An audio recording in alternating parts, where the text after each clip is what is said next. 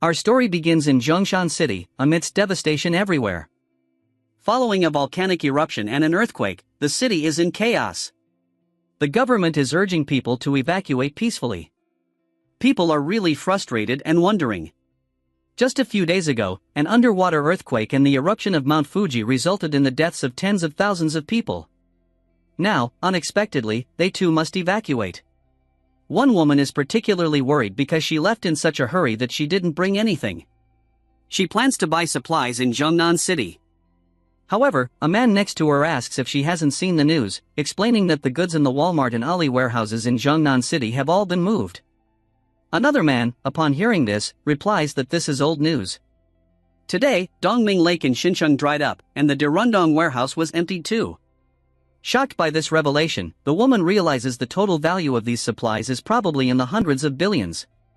Suddenly, she hears a voice saying that the total value of these supplies should actually be in the tens of trillions.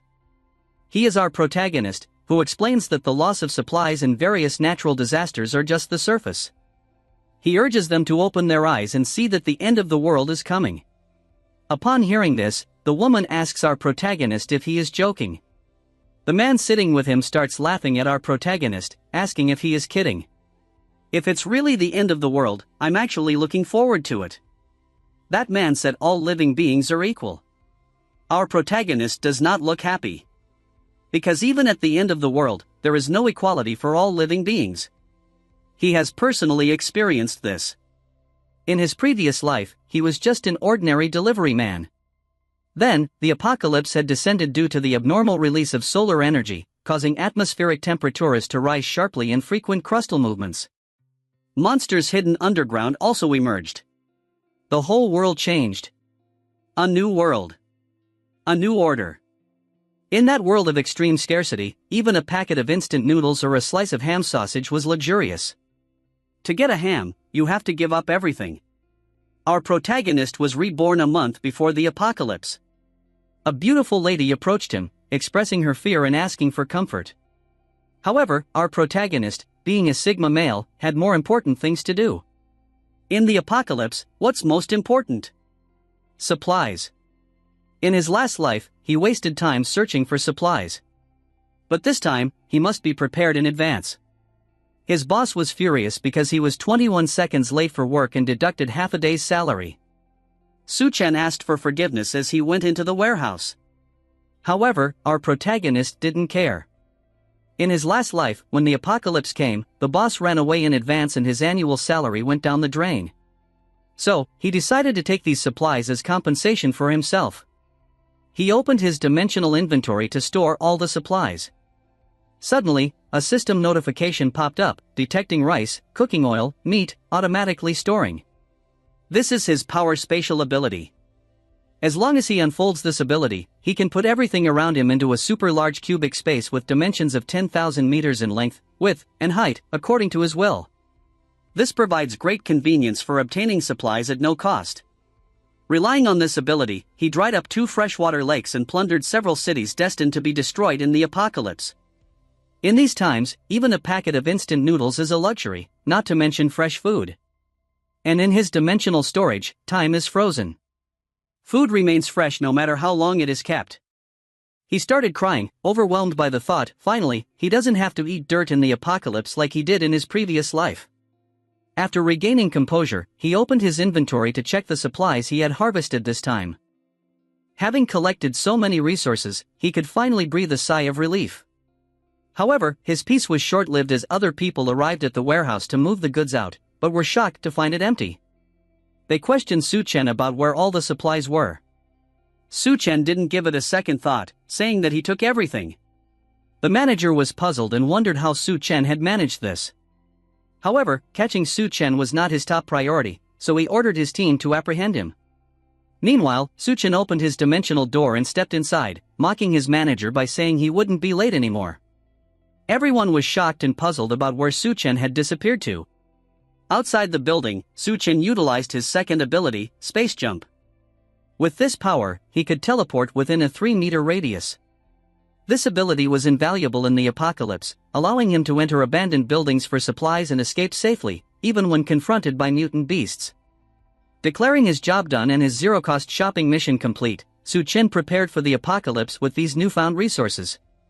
Just then, his phone rang. The notification stated that the Earth was experiencing intense geological movements and localized natural disasters were likely, but these were manageable and should not affect daily life. The message urged people not to panic excessively. However, Chen knew better that the official statement was just to prevent panic, but he was aware that the end was near. His phone rang again, this time displaying his girlfriend Jiang Zioqian, who had betrayed him in the previous apocalyptic world. Despite his anger at seeing her name, Chen calmed himself and answered the call. She accused him of disappearing and selling their house without her knowledge. Do you think you can find a woman willing to be with you after selling the house? What about your responsibility as a man? She challenged. Despite her claims of indifference towards the house, she insisted that giving her the house as a gift was the only way she could feel secure with him. Chen, however, remained unmoved by her demands. He asked her if she had anything else to say. Upon hearing this, Jiang Zioqian became very angry and snapped at Chen. What's your attitude? I'll give you another chance. Come back now and transfer the ownership to me, or don't even think about marrying me. But Chen didn't care. He told her he was on his way back to Xanadu and they would talk when he got back. He was really angry. In his previous life, they had spent 5 years in the apocalypse. He had searched everywhere for supplies to feed her and even brought her into a safe zone. If it weren't for him, she would have starved to death during the apocalypse. Yet, she betrayed him and killed him. Not just that, she slept with someone else in front of him, blaming him, saying his death was because he was incompetent. He felt deeply wronged in his past life. He had actually entrusted his trust and life to such a person. But this time, both Wang Haoyu and Jiang Zioqian would pay the price. He made up his mind. He wouldn't kill them easily. He wanted them to experience the pain he had endured. 100, 1,000 times over. However, he calmed himself down, thinking about the future. He couldn't steal everything. The remaining things could only be bought with money. But first, he needed to figure out how to get the money. So he called manager Lu, accepting his offer to sell his house at half price. But he wanted cash. And he wanted it now. Sometime later, in front of Dream Real Estate, Chen's girlfriend Jiang Zioqian and Wang Haoyu were waiting for him. When Chen got out of the taxi, Jiang Zioqian told him that she had been waiting for him for quite a while. However, Chen didn't care about her and told her to move aside. But Wang Haoyu interrupted Chen, demanding, "Who let you sell the house? Dare to sell my house. And I'll make sure you won't see the sun tomorrow." Wang Haoyu tried to threaten Chen. However, Chen didn't care. He grabbed Wang Haoyu by the neck and lifted him into the air, then threw him forcefully to the ground. He warned Wang Haoyu that he could handle his affairs however he wanted. Jiang Zioqian asked Chen, "What are you doing?" and pleaded with him to let her brother go as she started shouting for help. However, Chen didn't care and slapped her, leaving Jiang Zioqian in shock, wondering how he could do such a thing. Meanwhile, Wang Haoyu begged for forgiveness, asking Chen to let him go. Chen, seeing him in this state, started smiling and said, "Don't worry, you won't die too quickly." He then released him and went into the building. After that, Jiang Zioqian checked on Wang Haoyu and demanded that Chen kneel down and apologize to him quickly. Otherwise, he could forget about marrying her in this lifetime. When Chen turned his head toward them, they became terrified and started running, threatening Chen that they would get revenge for what he did to them. However, in Chen's eyes, they were just worthless. Inside the Dream Real Estate building, the manager told Chen that he would buy his house and pay him in cash.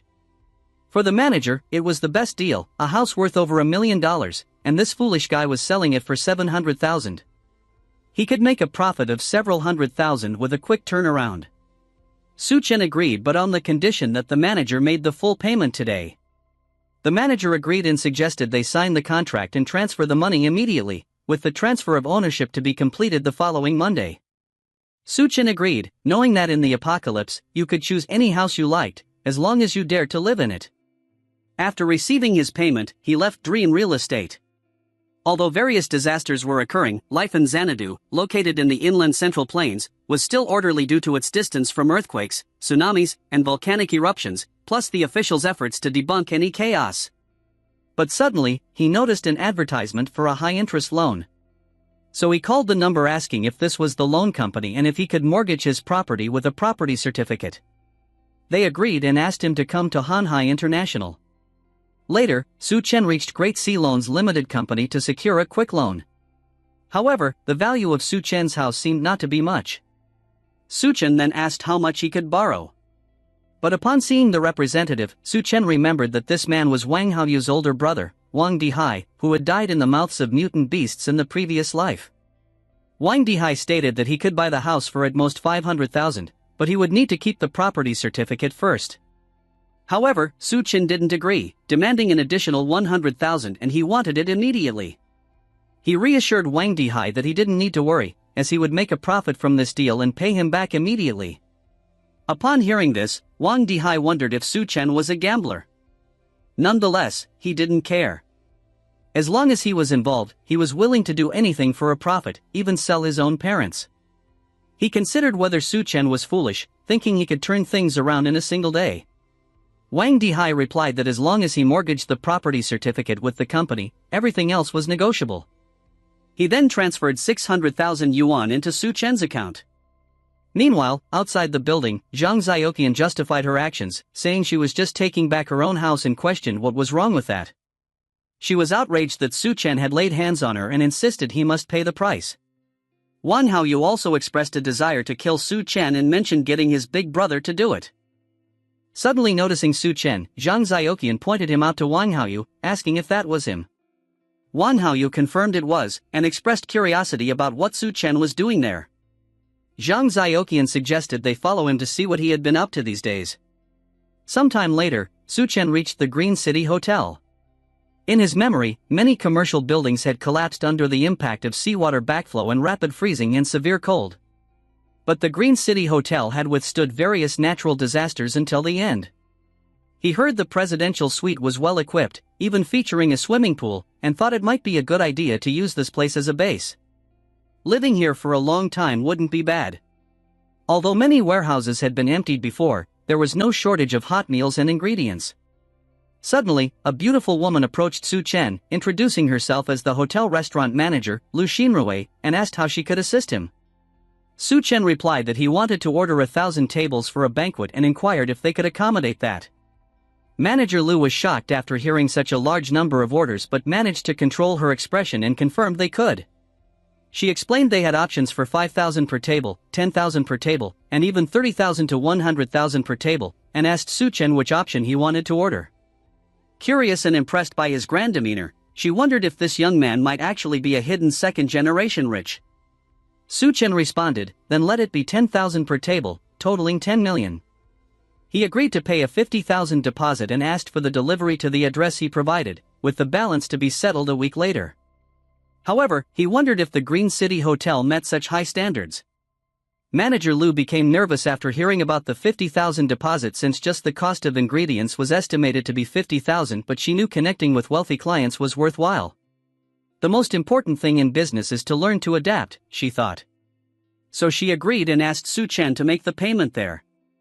Afterward, Manager Lu asked him how she should address him. Su Chen replied that she could call him by his name. Curious, Manager Lu asked if he was getting married. Su Chen confirmed it was for his wedding and also asked her to help him book a presidential suite. After completing his tasks, he left the hotel feeling elated, having settled a 10 million worth of dishes with just a 50,000 deposit and the final payment. In the scorching post-apocalyptic world, a block of ice could be worth billions. Inside the hotel, Manager Lu speculated if this was a booking for a honeymoon. She mused that whoever was marrying him was truly fortunate. Zhang Zioqian and Wang Haoyu, listening from behind the door, approached Manager Lu and asked about the person who had just been there. When Manager Lu inquired who they were, Zhang Zioqian explained that she was Su Chen's girlfriend. Manager Lu revealed that her boyfriend had ordered a banquet for 1,000 tables and paid a 50,000 deposit, remarking, "Having a boyfriend like him, you're truly fortunate." Surprised, Manager Lu thought. Despite Zhang Zioqian being only a 7 at best, her temperament surpassed even her own. Why do wealthy people always like these types, she wondered. Upon hearing this, Zhang Zioqian and Wang Haoyu were shocked, questioning whether Su Chen really had the money for a 10 million banquet. Manager Lu explained that wealthy people often play the game of hiding their identity, fearing their partners might be after their money and usually reveal it only on the day of the wedding. Zhang Xiaoqian then asked if, before getting married, they might suddenly resort to emotional withdrawal and coldness. Wang Haoyu, astonished, thought that sycophant, that Su Chen, is he really wealthy? Manager Lu affirmed, recalling the transaction of 50,000. Later, outside of the hotel, Wang Haoyu asked Zhang Xiaoqian about the guest list for a 1,000-table banquet at a 5-star hotel. Zhang Xiaoqian laughed, saying, "Don't you get it? Of course, he wants to introduce me to their wealthy circle and then reveal his identity." Wang Haoyu came close to Zhang Xiaoqian and asked her what they should do now. She explained that they needed to take the initiative and create opportunities for this bootlicker. She started to feel really happy, thinking she had never imagined such a scenario in her life. Unexpectedly, it had to happen with Su Chen, that bootlicker. Meanwhile, Su Chen, at his home, thought about his finances. Selling the house for 700,000, taking out a high-interest loan of 600,000 and spending 500,000 on the banquet. But during his zero-cost shopping spree, many essential items were not acquired. Even though only the deposit was paid, the remaining 800,000 was not much for him. However, he had a great idea at this point. If he didn't take out an online loan, it would be a waste. So next, Su Chen downloaded more than 80 apps at once, took selfies 30 times, and managed to secure loans totaling 970,000 yuan. After that, he became really tired, but there was no time to waste. There were still many things he had to buy. So, he took his phone and started searching for fireplaces, ice makers, ice blocks, and smokeless coal, things he couldn't buy in supermarkets but could fortunately purchase online with fast delivery. After the extreme heat and severe cold, whether he could get through it or not, depended on having enough of these resources. So, he called the coal company and asked them about the current rate for smokeless coal. They replied that smokeless coal was 2,500 yuan per ton. Su Chen explained that he needed 2,000 tons of smokeless coal. The price was acceptable to him. He would pay them a deposit of 500,000 yuan first, and the remaining amount would be paid after receiving the goods. After that, he called the ice factory to order ice blocks. However, they wanted to discuss the details face to face. Su Chen agreed, saying he would meet them in person. Moments later, as Su Chen was heading toward the ice factory, he unexpectedly met Li Na and Zhang Xiaoqian. Li Na asked Su Chen where he had been, mentioning that Xiaoqian had been missing him. After seeing Li Na, Su Chen remembered that she was the one who always criticized his close friend behind his back and had allowed Zhang Xiaoqian to occupy his house. Su Chen asked her why she was missing him. Was it because of his house? Upon hearing this, Li Na became really nervous and said that Xiaoqian was just testing him before. Why was he so clueless? She explained that Xiaoqian was really sad and had been missing him. Xiaoqian came close to Su Chen and grabbed his hand, asking if he could accompany her for a walk as she wasn't feeling very well. She asked for forgiveness for scolding him the previous day. Please don't be mad at me. However, Su Chen didn't care about her. He freed his hands and started walking away, saying that he had something to do today and she should go ahead and stroll by herself. Xiaoqian was surprised and wondered what was going on with him and why he was acting so arrogantly. Then, she saw Su Chen taking a taxi and urged herself to hurry up and follow him, thinking this must be the final test for her. Moments later, Su Chen reached the Manhwa ice factory, where he met with the manager Mr. Wu. Mr. Wu was surprised to see that Su Chen was a young man. Su Chen mentioned to Mr. Wu that the details had been discussed over the phone, but he was curious about how long it would take to produce 2,000 tons of edible ice. Mr. Wu explained that their ice factory didn't boast about anything else, but when it came to efficiency, they were definitely the best. He asked Su Chen to give them 3 days to complete the 2,000 tons of edible ice at 400 yuan per ton, totaling 800,000 yuan. Su Chen agreed and said he would transfer 100,000 yuan as a deposit and instructed them to deliver it to the address he provided in 3 days. Mr. Wu assured him that they would deliver it safely. Curious, Mr. Wu asked Su Chen why he needed so much ice and if there was a large-scale event, suggesting that they could cooperate again in the future and that the price was negotiable. Su Chen replied that he planned to donate it to Alishan for charity. Mr. Wu was confused by this, but was happy that an 800,000 yuan deal was settled at the entrance. Suddenly, another car stopped in front of Mr. Wu's ice factory. It was Li Na and Xiao Chen. Xiao Chen asked Mr. Wu if Su Chen was her fiancé /U00E9 and what they were discussing just now. Mr. Wu, confused about why Mr. Su's fiancé /U00E9 was here and what kind of act this was, didn't care much and explained that Mr. Su had just ordered ice worth 800,000 yuan from them. Both women were shocked, confirming that Su Chen was a rich second generation, a super rich second generation. Li Na asked Mr. Wu if Su Chen had told him what he was going to do with so much ice. Mr. Wu replied that Mr. Su said he was donating it to Alishan for charity. After hearing this, Li Na and Xiao Chen were really confused and wondered what this meant. Meanwhile, after purchasing all the items, Su Chen wanted to enjoy a really good meal before the apocalypse. In his last life, he was too busy working, not to mention going to fancy restaurants. Even going to a small cafe was a luxury. So, he opened the menu and started reading. Butter chicken, nyan, smoked steak, nature's juice. Truly, a high-end restaurant with an average spending in 4 digits. However, suddenly he noticed something weird on the menu and wondered what it meant, selling a question mark for 17,000 yuan? The waiter, who was standing near him, explained that this was a dish personally crafted by the head chef of their Yalan music restaurant. Su Chen became really interested in this dish. When he heard that the specific details depended on the chef's inspiration, he asked the waiter to prepare it. In his last life, at the beginning of the apocalypse, a strange force caused many creatures to mutate. The monstrous serpent mentioned in the Shanhai Jing, fantastic creatures of the mountains and seas, which appeared in the midst of floods, resembled the mutated serpent he encountered in his previous life. However, he preferred to call it atavism, a phenomenon where an ancestral genetic trait reappears after having been lost through evolutionary changes in previous generations. Suddenly, a beautiful woman appeared in front of Su Chen. She was the head chef of Yalan music restaurant, Duanya, known as the Hell Chef. This dish was specially tailored for Su Chen based on his temperament. Surprised to see her, Su Chen recognized her from his previous life's apocalypse, where she possessed magical culinary skills that could turn decay into food, a talent no one could resist. Duanya noticed Su Chen's expression and asked, "What's with that expression? Are you afraid that such a beauty would poison the food?" She explained that the dish, called dual-faced life, featured one side of tuna fried in brown butter and the other deep-fried in puff pastry, offering 2 different flavors that left a lasting impression. After tasting the dish, Su Chen was really impressed.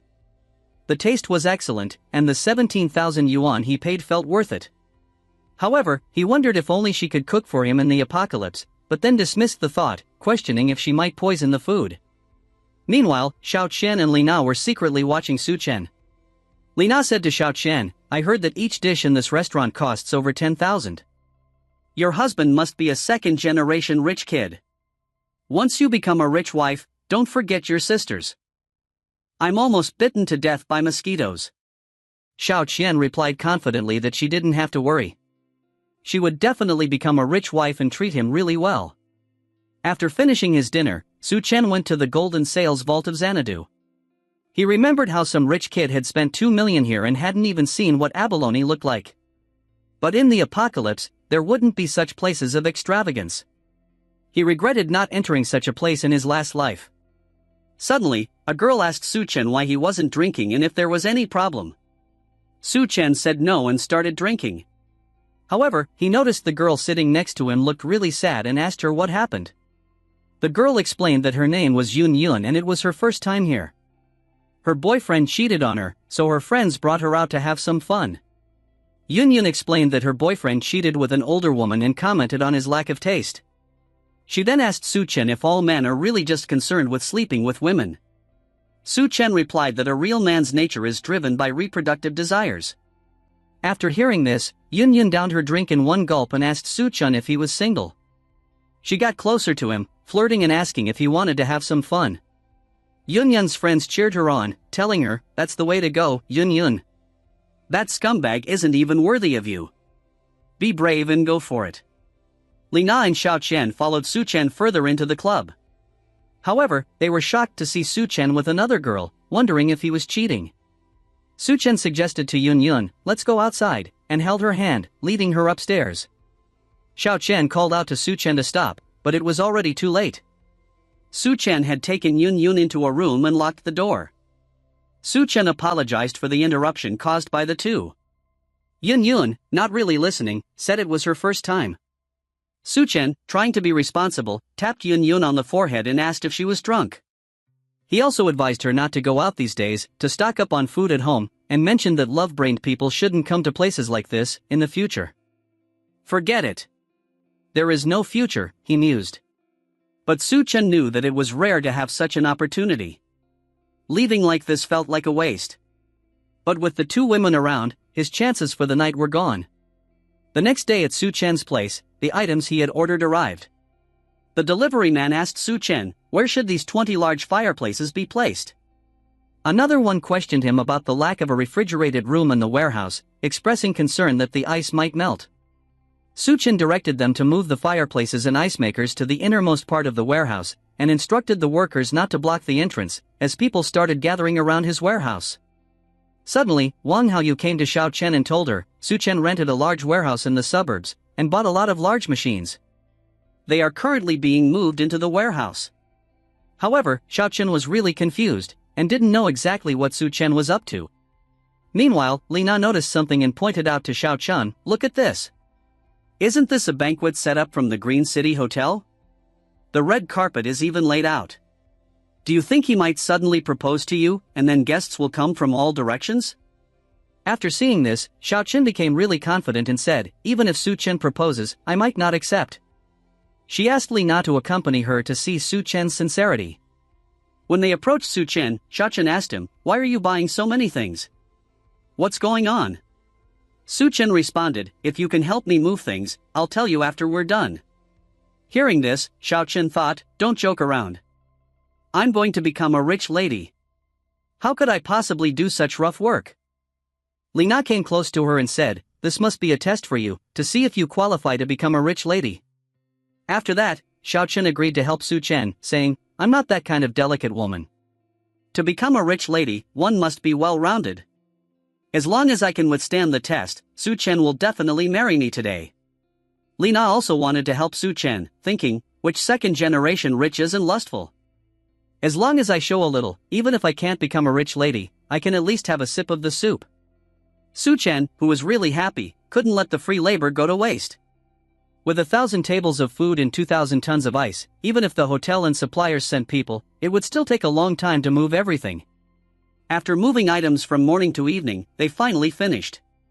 Exhausted after working all day, Xiao Chen complained, Su Chen is really too much. We've been moving things from morning to evening, without even a meal. If I'm going to be a rich lady, I'll definitely make all his money mine. Li Na also complained, saying, this jerk actually made us move such heavy things. The ice blocks weighed over 100 pounds each. However, Xiao Chen was really confused and wondered if the test was over. Shouldn't Su Chen announce that I am the bride now? The wealthy guests should be appearing, she thought. Li Na agreed, puzzled. The food is getting cold, and the guests don't seem to mind. Rich people are really strange. Su Chen thanked all the delivery men for their hard work that day, and asked them to accept a small token of appreciation. He promised to settle the remaining funds within a week, according to the contract. The delivery men were surprised at the thickness of the red envelope, at least 10,000. They were really happy, and thanked Su Chen for everything. Meanwhile, Xiao Chen approached Su Chen and asked if he had something else to tell her. After hearing her, Su Chen thanked her for helping with the work but informed her that there was no pay for her, so he asked her to leave.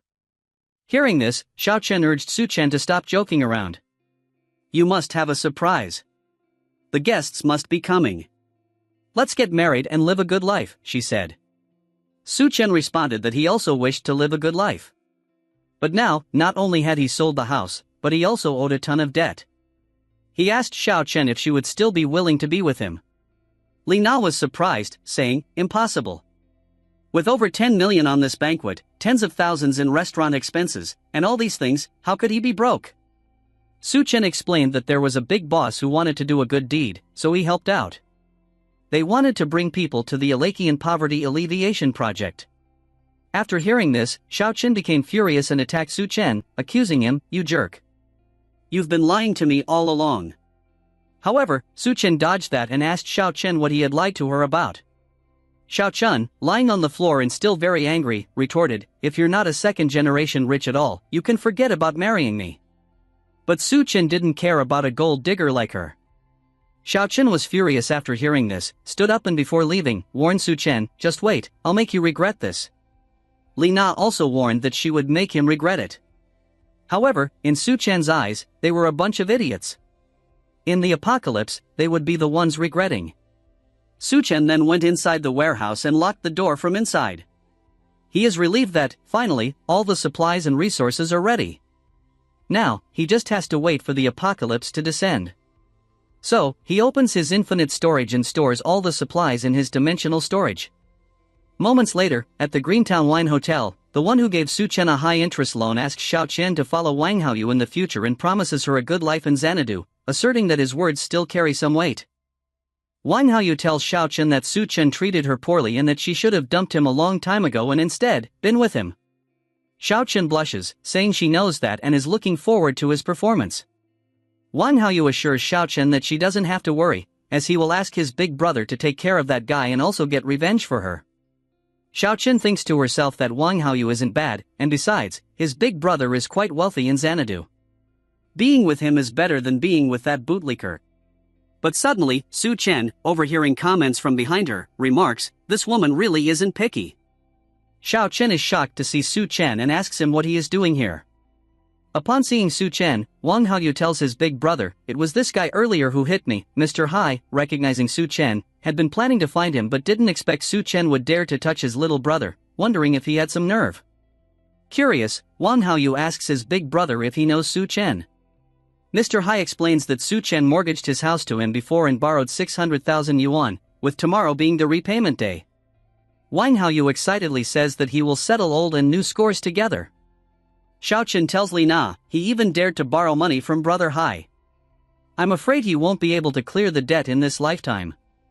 Luckily, I didn't get involved with him." Li Na agrees, saying that borrowing money like that, he really doesn't know his place. Su Chen, hearing this, remarks that he can't even enjoy a good meal peacefully. However, Mr. Hai approaches Su Chen, stating that he has to repay the money by tomorrow at any cost, and here he is enjoying himself in the hotel. "Do I look like a joke to you? Don't bother, even if you can arrange 600,000 yuan by tonight." Wang Haoyu, furious, tells his big brother that Su Chen won't be able to give them a damn thing and not to waste time with him. "This useless guy dared to lay hands on me. Let's finish him." But luckily, Manager Lu intervenes and asks Mr. Hai what's going on here, suggesting they talk it out. Mr. Hai agreed to talk it out at Manager Lu's suggestion. However, he demanded that Manager Lu make Su Chen kneel down and apologize to him and his brother before they could consider the matter settled. Manager Lu approached Su Chen and asked, "What's going on here?" Su Chen responded, "Don't worry, just a few pests barking." Mr. Hai became really angry after hearing this and told Su Chen, "I have been giving you face, but this is too much. I will finish this today and even the heavens won't be able to help you." But suddenly someone intervened and asked Mr. Hai, "What are you doing? Who allowed you to cause trouble here?" Mr. Hai and Su Chen were both surprised to see this man, whose name is Gao Chang, the manager of the hotel. Mr. Hai became very polite and asked Gao Chang, "What are you doing here?" Gao Chang replied that he had important matters to attend to today and warned Mr. Hai not to cause trouble here or else not to blame him for not giving face. Mr. Hai knew that, on the surface, Gao Chang was a well-known entrepreneur in Shandu, but he also had a wide network in the underworld and many people under his command. Being on his bad side was not a good idea. Mr. Hai agreed with Gao Chang, assuring him, "Rest assured, I will not do anything," and offered to come to toast him later. Seeing Gao Chang, Su Chen thought back to the previous apocalypse, when Gao Chang was a major force in Shandu and the Hell Chef was also under his wing. Suddenly he remembered hearing that after the apocalypse, the Green City Hotel was the first place to experience atavistic mutations. Now, it seemed that Gao Chang's ability to become a skull crusher was due to the early appearance of atavistic mutations here. Thinking this, Su Chen resolved, "In that case, sorry, your opportunity is mine now." Gao Chang was surprised to see the interesting glare in Su Chen's eyes.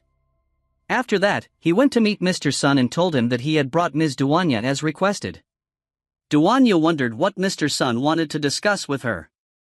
Mr. Sun explained that he had heard about Ms. Duan being a great beauty and was pleased to finally meet her in person. He simply wanted to have a drink with her. Mr. Sun offered a drink to Duanya, but she was surprised and wondered if there was something fishy about his drink. Meanwhile, on the other side, Chen stood in front of a window, wine glass in hand, reflecting on his past life. He had hidden with Jiang Zioqian in a basement and barely survived the extreme heat apocalypse. He never expected that this time, after ditching her, she would end up following him here. Well, it's a good opportunity to settle old scores with her, he thought. Meanwhile, Wang Haoyu and his big brother were having fun in the swimming pool. Suddenly, Mr. Hai asked him, "Do you feel like it's hotter at night than during the day?" Wang Haoyu agreed, saying, "Yeah, that's why I suggested going to the pool to cool down. The girls will come out in swimsuits later." Just thinking about the girls made them really excited. Moments later, the girls also came, but they were really surprised to see how bright the moon was. "It's almost like the sun," they wondered, astonished at its unusual brightness. Because of this, Wang Haoyu started flirting with Xiao Chen, saying, "My love for you shines as brightly as the moon. This is the witness of our love." But Xiao Chen, feeling too hot, hurriedly asked him to take her to the pool. Meanwhile, Chen watched them from inside the hotel, laughing at them. "Your love is about to explode," he joked. He raised his glass of wine and toasted, "Welcome back to the apocalypse." Suddenly, the moonlight became really hot. Everyone was shocked and started running toward the hotel. They were really confused and wondered, why does the moonlight suddenly feel so hot? Now, they didn't have time to go to the pool, so they started running back to the hotel.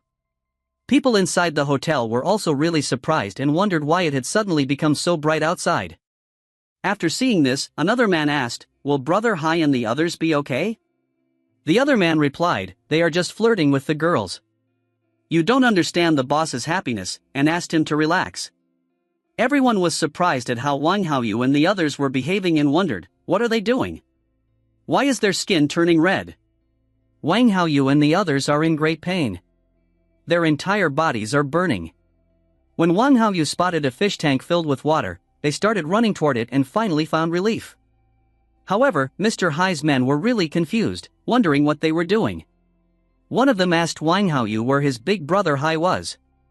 Surprised by this question, Wang Haoyu realized he didn't know where his big brother was. Suddenly, they heard a voice calling for help. It was Mr. Hai, and his entire body was burned. Mr. Hai's men asked him if he was okay and got the burn cream to help him rest. Wang Haoyu begged his big brother for forgiveness, promising never to leave him again. Meanwhile, on the other side, Mr. Sun asked Ms. Duan why she wasn't drinking. Gao Chang told Mr. Sun that he had prepared a banquet and suggested they go there. However, Mr. Sun, unhappy, declared, "In Xanadu, nobody dares not to drink the wine I pour." He told Gao Chang that it was none of his business and escaped him not to interfere. Ms. Duan realized that Gao Chang, in trying to curry favor with Sun Debiao, had set her up.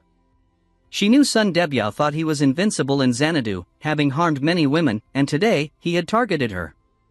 She suspected something was wrong with the drink and felt she absolutely couldn't drink it. But she wondered what she should do. Before she could decide, the moonlight became intensely bright, causing Mr. Sun and Gao Chang extreme pain. They didn't know what was happening. They asked Ms. Duan to quickly close the curtains because it was so hot outside. Gao Chang noted that something seemed off, and Mr. Sun agreed, suggesting they go downstairs to see what was going on. After seeing this, Ms. Duan breathed a sigh of relief. Downstairs, Manager Lu was trying to calm everyone down, explaining that they had contacted the rescue team and asked everyone to please wait here for rescue. However, the people were not listening to her, saying they had millions at stake every minute and couldn't waste time there. Gao Chang asked Old Mao what was going on. Old Mao explained that the moon had suddenly brightened and the temperature had risen to about 70 degrees outside now, and the news reported that nearly 100 people were injured.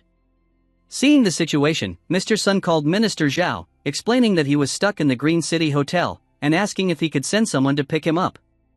Gao Chang asked Mr. Sun how Mr. Zhao was doing. Mr. Sun explained that right now, Mr. Zhao was working to ensure that there wouldn't be any power issues. Unfortunately, nobody was available to come over. Things were a bit tricky. Meanwhile, Wang Haoyu's big brother is in severe pain. His whole body is burning due to the high temperature, and he needs to go to the hospital. However, with it being so hot outside now, they are unsure how they will get to the hospital. Wang Haoyu's brother explains that he doesn't have to worry. He will have Xiao Dao drive over to pick them up. So, he calls Xiao Dao, who is still in the underground garage. Xiao Dao tells Mr. Hai that it's really hot outside, so he asks them to wait there while he comes to pick them up. However, he is a little surprised after seeing that it is still bright outside at night and that the temperature is so high. But suddenly, his car tires blow out.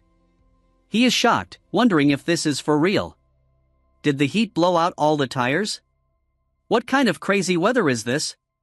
So, he calls Brother Hai to explain that all 4 tires of the car blew out and that he can't get through now. He needs to go back and asks them to figure it out themselves. However, when he steps out of the tree's shadow, his shoes stick to the ground, and he falls.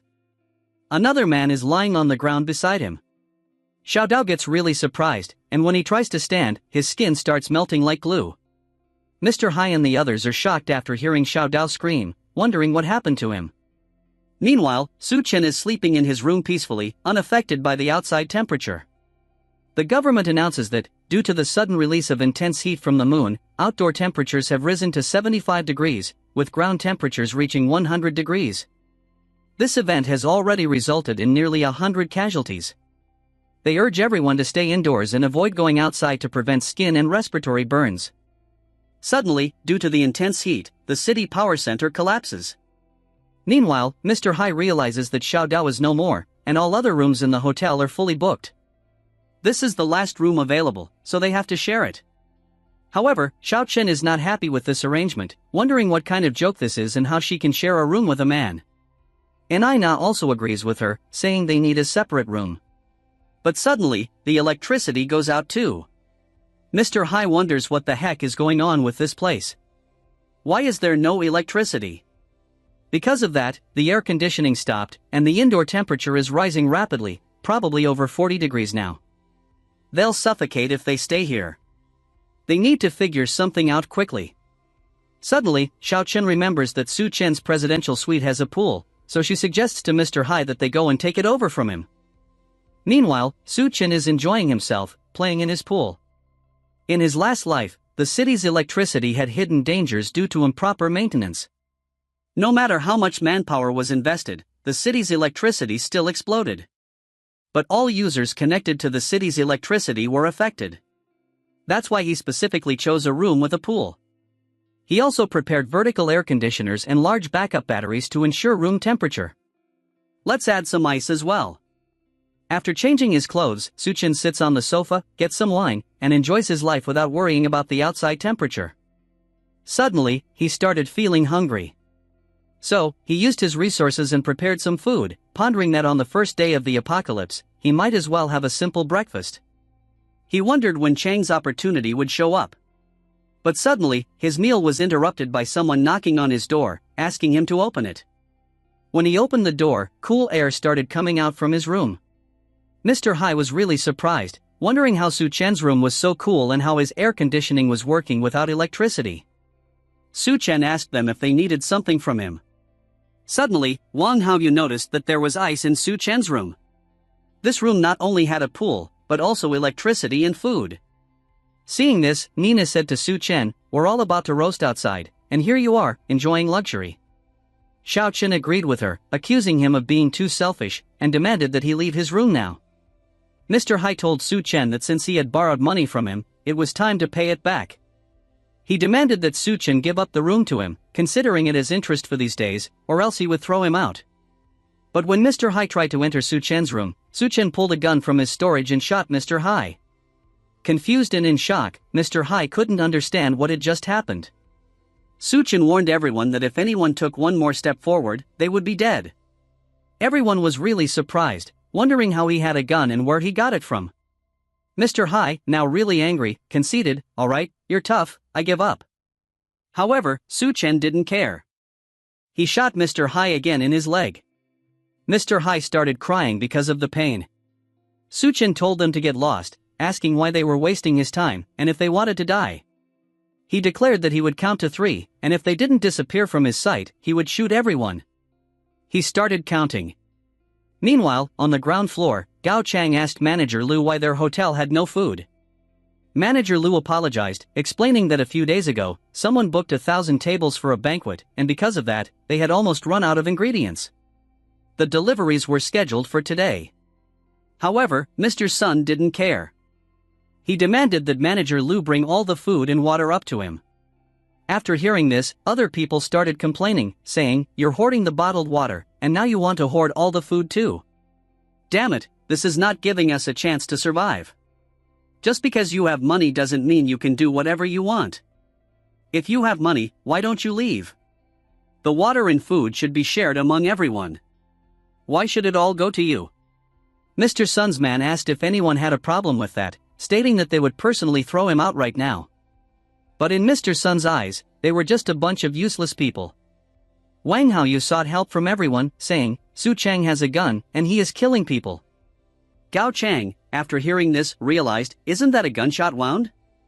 There aren't many people who can get their hands on a gun. It seems like there's a tough character living upstairs." Wang Haoyu asked his big brother, Hai, if he was okay. Meanwhile, Xiao Chang explained to everyone that Su Chang's room had electricity, air conditioning, and even a swimming pool. Everyone asked Xiao Chang if she was telling the truth. Xiao Chang confirmed that she saw it with her own eyes. There were even ice cubes, lots of food, fried chicken, and alcohol. It was like heaven there. After hearing this, everyone started heading towards Su Chang's room, complaining, "We are sweating like we're in a damn sauna here, and he's enjoying himself? Damn it, why does that kid get to have ice cubes and air conditioning while we suffer here?" Xiao Chang urged everyone, "Let's go up there and make that kid give up the ice cubes and air conditioning." Gao Chang told his men to go up and figure out what to do, saying, "You don't need me to teach you, right?" They assured Gao Chang that they knew what to do. Moments later, everyone was standing in front of Su Chang's room, asking to discuss something with him. However, they were really surprised when they felt cool air coming out from Su Chang's room. They started explaining that it was an emergency situation. In the whole hotel, only his room had air conditioning, and they asked if he could let them in to cool off for a bit, arguing that young people should learn to respect their elders and care for the young. Suddenly, one of the kids, after seeing Su Chang's fried chicken, started running toward it, saying he wanted to eat it. However, before he could enter Su Chang's room, Su Chang kicked him hard, sending him flying across to the other side. After seeing this, everyone was really shocked. Su Chang told them to control their kids. Otherwise, he didn't mind helping them manage them. Everyone was really angry with Su Chang, saying, "He's just a kid. How could he even think of hitting him? He's a murderer. Someone like him doesn't deserve to stay in this room."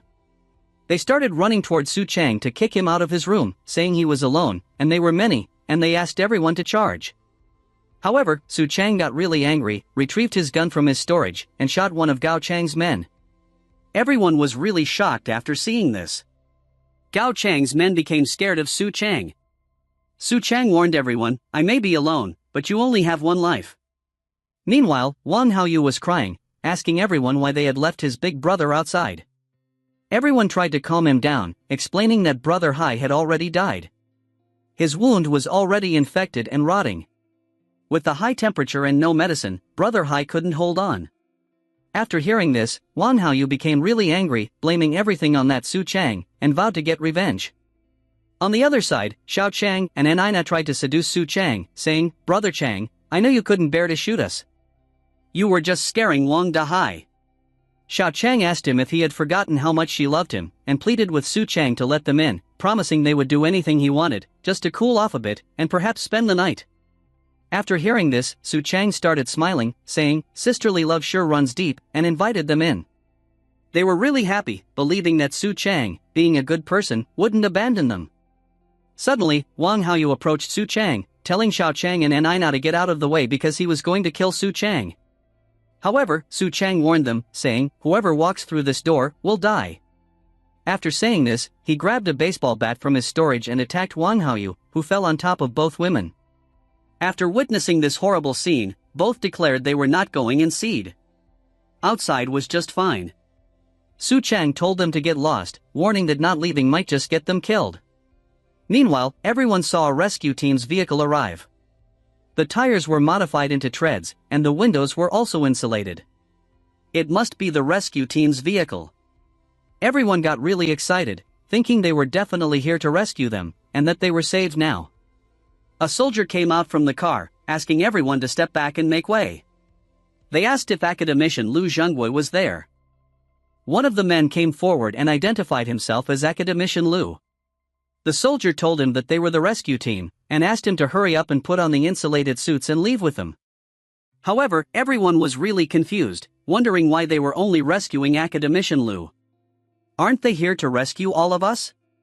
You can't just rescue him alone? The soldier asked everyone to calm down, explaining that the authorities had already launched a rescue operation and that tonight, being the coldest time of the day, they could make their way to Silicon Valley Plaza on their own, which was the nearest rescue point. Everyone got really happy after hearing this, saying, "Really, there's a rescue operation by the authorities tomorrow morning. That's great. The authorities haven't completely abandoned us yet." However, suddenly Mr. Sun ran toward the soldier, saying he was Sun Debiao from Sun Group. He offered them 1 billion if they gave him the insulated suits and let him leave now. The soldier, however, didn't care. Academician Lu Zhengwei was their geological expert, playing an important role in this disaster, and asked Mr. Sun not to obstruct their operation. Mr. Sun, really angry, turned to Gaoqiang. "You useless guy. What have I kept you for? Go. Snatch the insulated suits for me." However, Gaoqiang didn't make a move because the soldiers had guns, and any rash action could get him killed. Xiao Qian came to the soldiers, asking them to help, saying there was a murderer living upstairs. Everyone agreed with her, stating that the murderer had a gun and had killed several people. They absolutely cannot let that murderer go free. They have to do something. After hearing this, one of the soldiers said he would stay behind. However, another soldier disagreed with his decision, saying, "Xiao Feng, this is a special situation. Don't act impulsively." But he didn't listen, insisting, "I have discretion." So he asked the other soldiers to take the insulated suits with them first, and he would contact them after dealing with the situation. After that, he get the gun and start approaching upstairs, wondering to see Su Chen. Meanwhile, Xiao Qian is really excited, thinking after Su Chen is shot dead, she can stay in that room and wait for rescue. Meanwhile, soldier Xiao Feng reached the Su Chen room. However, he suddenly spot a camera inside of the pot. In the next moment, Su Chen opened his room door and throw a flash granite toward to Xiao Feng. Xiao Feng get really surprised, his eyes start hurting. When he was thinking about how to get rid of flash granite, Su Chen released tear gas. The situation get out of his hands. You don't have to another choice but to retreat quickly. However, before he retreat, Su Chen attack him from the behind, and he become unconscious. Moment later when Xiao Feng start regaining his consciousness. Wonder where he is, it feels so cool here. He is in Su Chen room. Su Chen get his ID and start inspection him. His name is Lu Xiaofeng, and he is a deputy captain of the special forces. Su Chen after seeing that, Xiaofeng is awake, and ask him to let's talk. However, Xiaofeng is really surprised after seeing air conditioning. Ice cubes in Su Chen room, wondering who are he exactly, and how did he get the gun and flash grenades. Su Chen explained that he is just a recent graduate. The koan and everything else, he picked them up during a trip to the Middle East. Xiaofeng doesn't believe him, asking if he is kidding with him. However, Kai-Chen doesn't care, saying if you don't believe me, there's nothing I can do. However, he is really curious and asks Xiaofeng has the government set up rescue points zones for citizens to go to tomorrow morning. Xiaofeng get really shocked, wondering how did he know about that. Su Chen after seeing his experience realized that he know about it, just like in his previous life. Even though the temperature drops significantly in the early morning, staying exposed to the moonlight for more than 10 minutes can still lead to fainting. Many people will die on the way to the rescue. Xiaofeng explained that there's no other way. Although they've established safe zones, modifying rescue vehicles is difficult. Many people can't hold on any longer, so they have no choice but to let residents go to the rescue points on their own tomorrow morning. In fact, thick blankets and heavy coats can also help isolate the temperature. As long as they don't fall down, it should increase the survival rate. After hearing this, Su Chen asked if he is telling the truth. Xiaofeng replied, of course. However, Su Chen, unconvinced, pointed his gun at Xiaofeng. Seeing this, Xiaofeng asked Su Chen to wait a moment, inquiring if he could tell others about using thick blankets before he was killed, and explaining that he would just use the walkie-talkie without calling for backup. Su Chen then freed him, saying that he respected what Xiaofeng was doing, so he wouldn't kill him this time, but he wouldn't tolerate any further provocations. Xiaofeng then asked Su Chen if he wasn't afraid that he would call for backup to deal with him once he left. Su Chen, smiling, asked him to look up and see what was there. Xiao Feng was shocked to see a surveillance turret equipped with facial recognition cameras and machine guns. He asked Su Chen where he got something like this. Su Chen replied that he had told him before. He got it from the Middle East. Once this thing activates, no one in this room except me will survive. But in this situation, you probably don't have the time to deal with me either. Xiao Feng said that he understood and left. Everyone was really surprised to see that the soldier just left like that. He only mentioned the blanket and didn't say anything about what happened upstairs. The soldier's guns were all confiscated. Is Su Chen really that powerful? Even a soldier couldn't handle him? Meanwhile, Mr. Sun was really frustrated and angry. He slapped Gao Chang, asking, "What the hell do I keep you for? Why didn't you act just now, you bunch of useless idiots," and told them to get lost. One of Gao Chang's men asked how long they had to tolerate him. Gao Chang replied that the authorities had started the rescue operation, and once order was restored, they would still need to leverage his connections. But suddenly, Su Chen commented on Gao Chang's thought, saying, "In times of chaos, Gao Chang still dreams of restoring order?" This made Gao Chang's man angry, asking Su Chen where he came from and threatening to kill him. Gao Chang told his man to hold on, and asked Su Chen why he had come downstairs. Su Chen replied that he was here to make a deal with Boss Gao, offering ice cubes to Gao Chang. Seeing the ice cubes, Gao Chang's man goes crazy, saying, "Big brother, there must be more good stuff in Su Chen's room.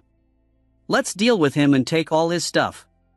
Well, thugs are always thugs, but Su Chen is the biggest thug there.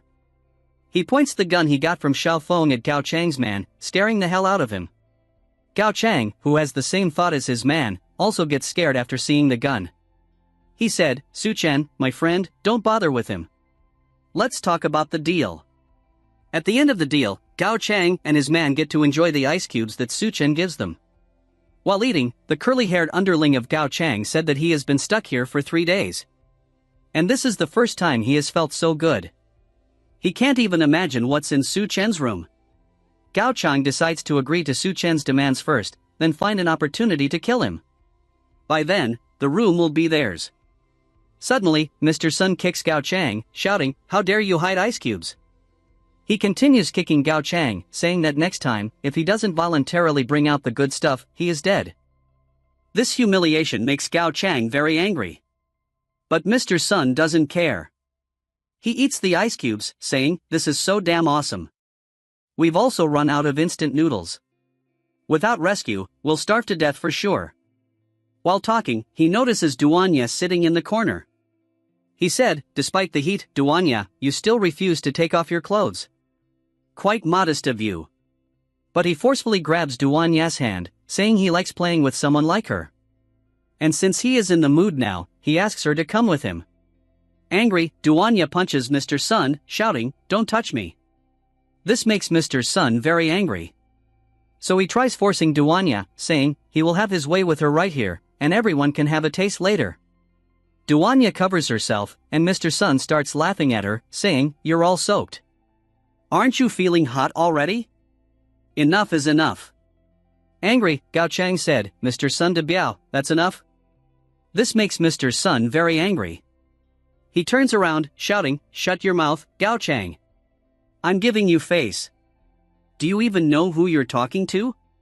But suddenly, Gao Chang stabs Mr. Sun's neck with a knife. People start to scream that someone's been killed. After killing Mr. Sun, Gao Chang said, "Su Chen is right. It's already chaos. So Mr. Sun might as well die along with it." He told everyone that now this place is under his command. Everyone else either goes to the rescue point or dies here. Duanya was very scared to see just what happened. But someone who planned all this was enjoying the show. Su Chen, watching from upstairs, happened to see that his words are effective. He said, "Since Duanya was the boss here in his past life, if he accelerates the process of this matter, will her opportunity come earlier as well?" Meanwhile, Xiao Chang and Anina were begging Gao Chang. Xiao Chang said, "Give it to me, strong brother. I want it." Anina said that she will do anything for him. Gao Chang first drinks the ice water, then throws the remaining at Xiao Chang and Anina, telling them that since they want ice water, then follow him, he will have them do whatever he wants. Getting the ice water, both of them start to fight like children. The curly-haired man asks Gao Chang if they are not going to the rescue point. Gao Chang said that now it's Doomsday. If they want to survive, they have to rely on themselves, and the rescue point is a kilometer away. It's not certain if they can even make it there alive. Then the curly-haired man asks him why they are still taking these few freeloaders when they are low on supplies. He is talking about Xiao Chang and Inaina. Gao Chang told him that it's Su Chen who was planning to keep these few people, and it just happens that they need a few cannon fodders too. Then, at midnight, Xiao Chang and Inaina, covering themselves with a thick blanket, get ready to finally leave this damn place. Inaina said that they have only got a little bit of snacks these 2 days. When they get to the rescue point, she is going to eat meat and drink cola. However, before they could go out, Gao Chang's underling snatched Xiao Chang's blanket. Angry, Xiao Chang asks what he is doing. The curly-haired man asks Xiao Chang what she is doing. Big brother gave her all the ice water, and now she wants to leave. Isn't that unfair? Besides, didn't she say she will do anything? Then just hang out with me for a while. Meanwhile, the people who left the hotel to go to the rescue center were very thirsty. They were angry because Gao Chang took control of the supplies. They haven't been given any water or food. Staying in the hotel is like being thirsty to death, but going to the rescue point might still offer a slim chance of survival. Hoping that they all continue walking, but it's even hotter outside than they imagined, even with boards tied to the soles of their shoes. While walking, an old woman slips and falls to the ground. Her skin starts to melt like wax, and she screams in pain, asking for help. But no one stops to help her and continues walking. At a time like this, with uncertainty about survival, who has time to worry about others, even if they're family or loved ones? In an apocalypse, everyone's focus is on surviving first. On the other hand, Mr. Sun and Wang Dihai's dead bodies, lying outside and burning in the moonlight, suddenly open their eyes and wake up. Su Chen watches people heading towards the rescue points. He remembers that in his previous life, he went to the rescue point like them. But at that time, no one reminded him to bring a blanket. Even though it was only a short kilometer, he doesn't know how many lives were sacrificed. On the other hand, Su Chen was screaming while Gao Chang's underling was trying to have his way with her. Su Chen said, "Big brother, why don't we go to the room and have some fun instead of staying here?" Nina said, "Yeah, we'll go along with you." The curly-haired guy laughs, asking if they are getting shy now. What's there to be afraid of here? But suddenly, Mr. Sun and Wang Dihai, who have turned into zombies, break the door and enter. Everyone is too shocked to see it and starts running away from there. Wang Haoyu is very scared, asking if they will turn into zombies if bitten. Gao Chang grabs him by the neck saying, "Why don't you go and find out?" He puts Wang Haoyu in front of Mr. Sun's zombie, who is approaching them. Wang Haoyu screams. The curly-haired boy asks Gao Chang if he is okay.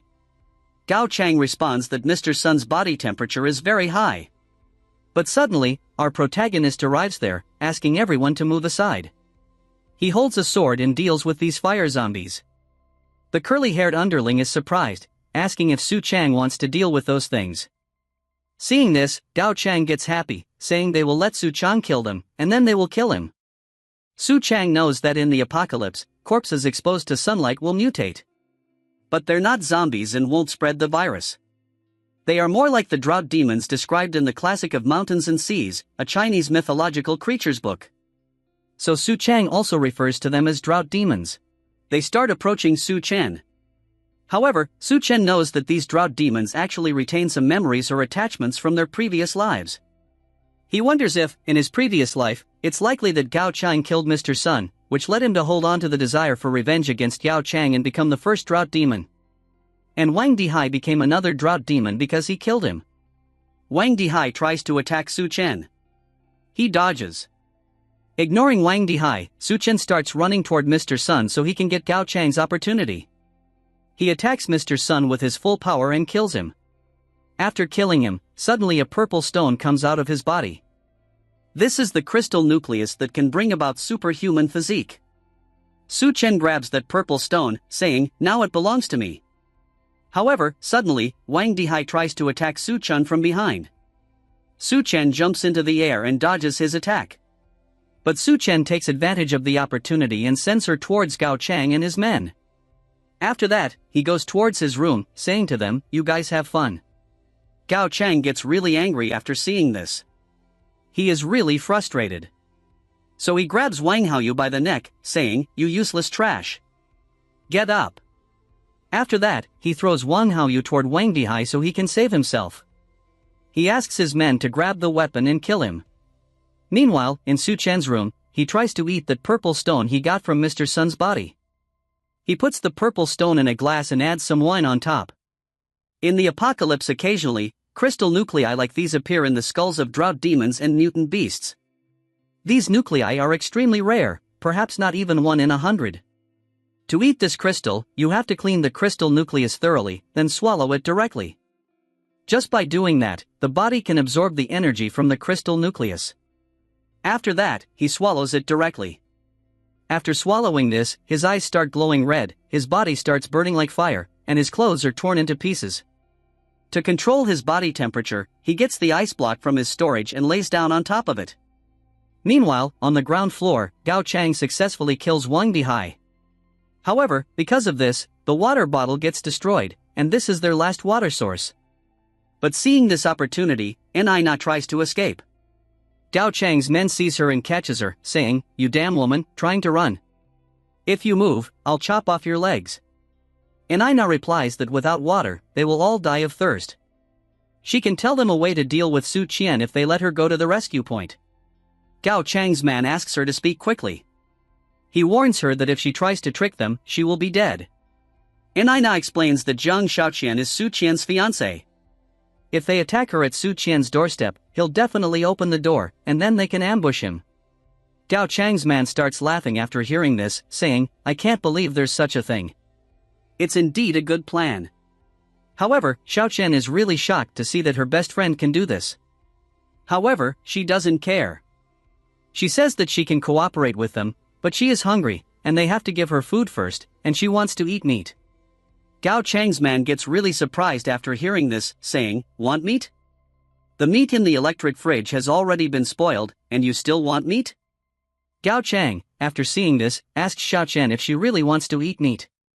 He gives her a knife and says, "That's up to you." Shaoqian is surprised after asking Gao Chang if he means. However, she doesn't care. She takes the knife from Gao Chang's hand and starts approaching Nina. Nina, after seeing this, asks her, "What are you planning?" "What do you mean?" "Don't come near me, Shaoqian. We're sisters. You can't do this." However, Shaoqian doesn't care, saying, "Don't deceive yourself. Are we really sisters? And besides, just now, you even suggested using me as bait." She asks her not to blame her. If she wants to blame someone, blame herself.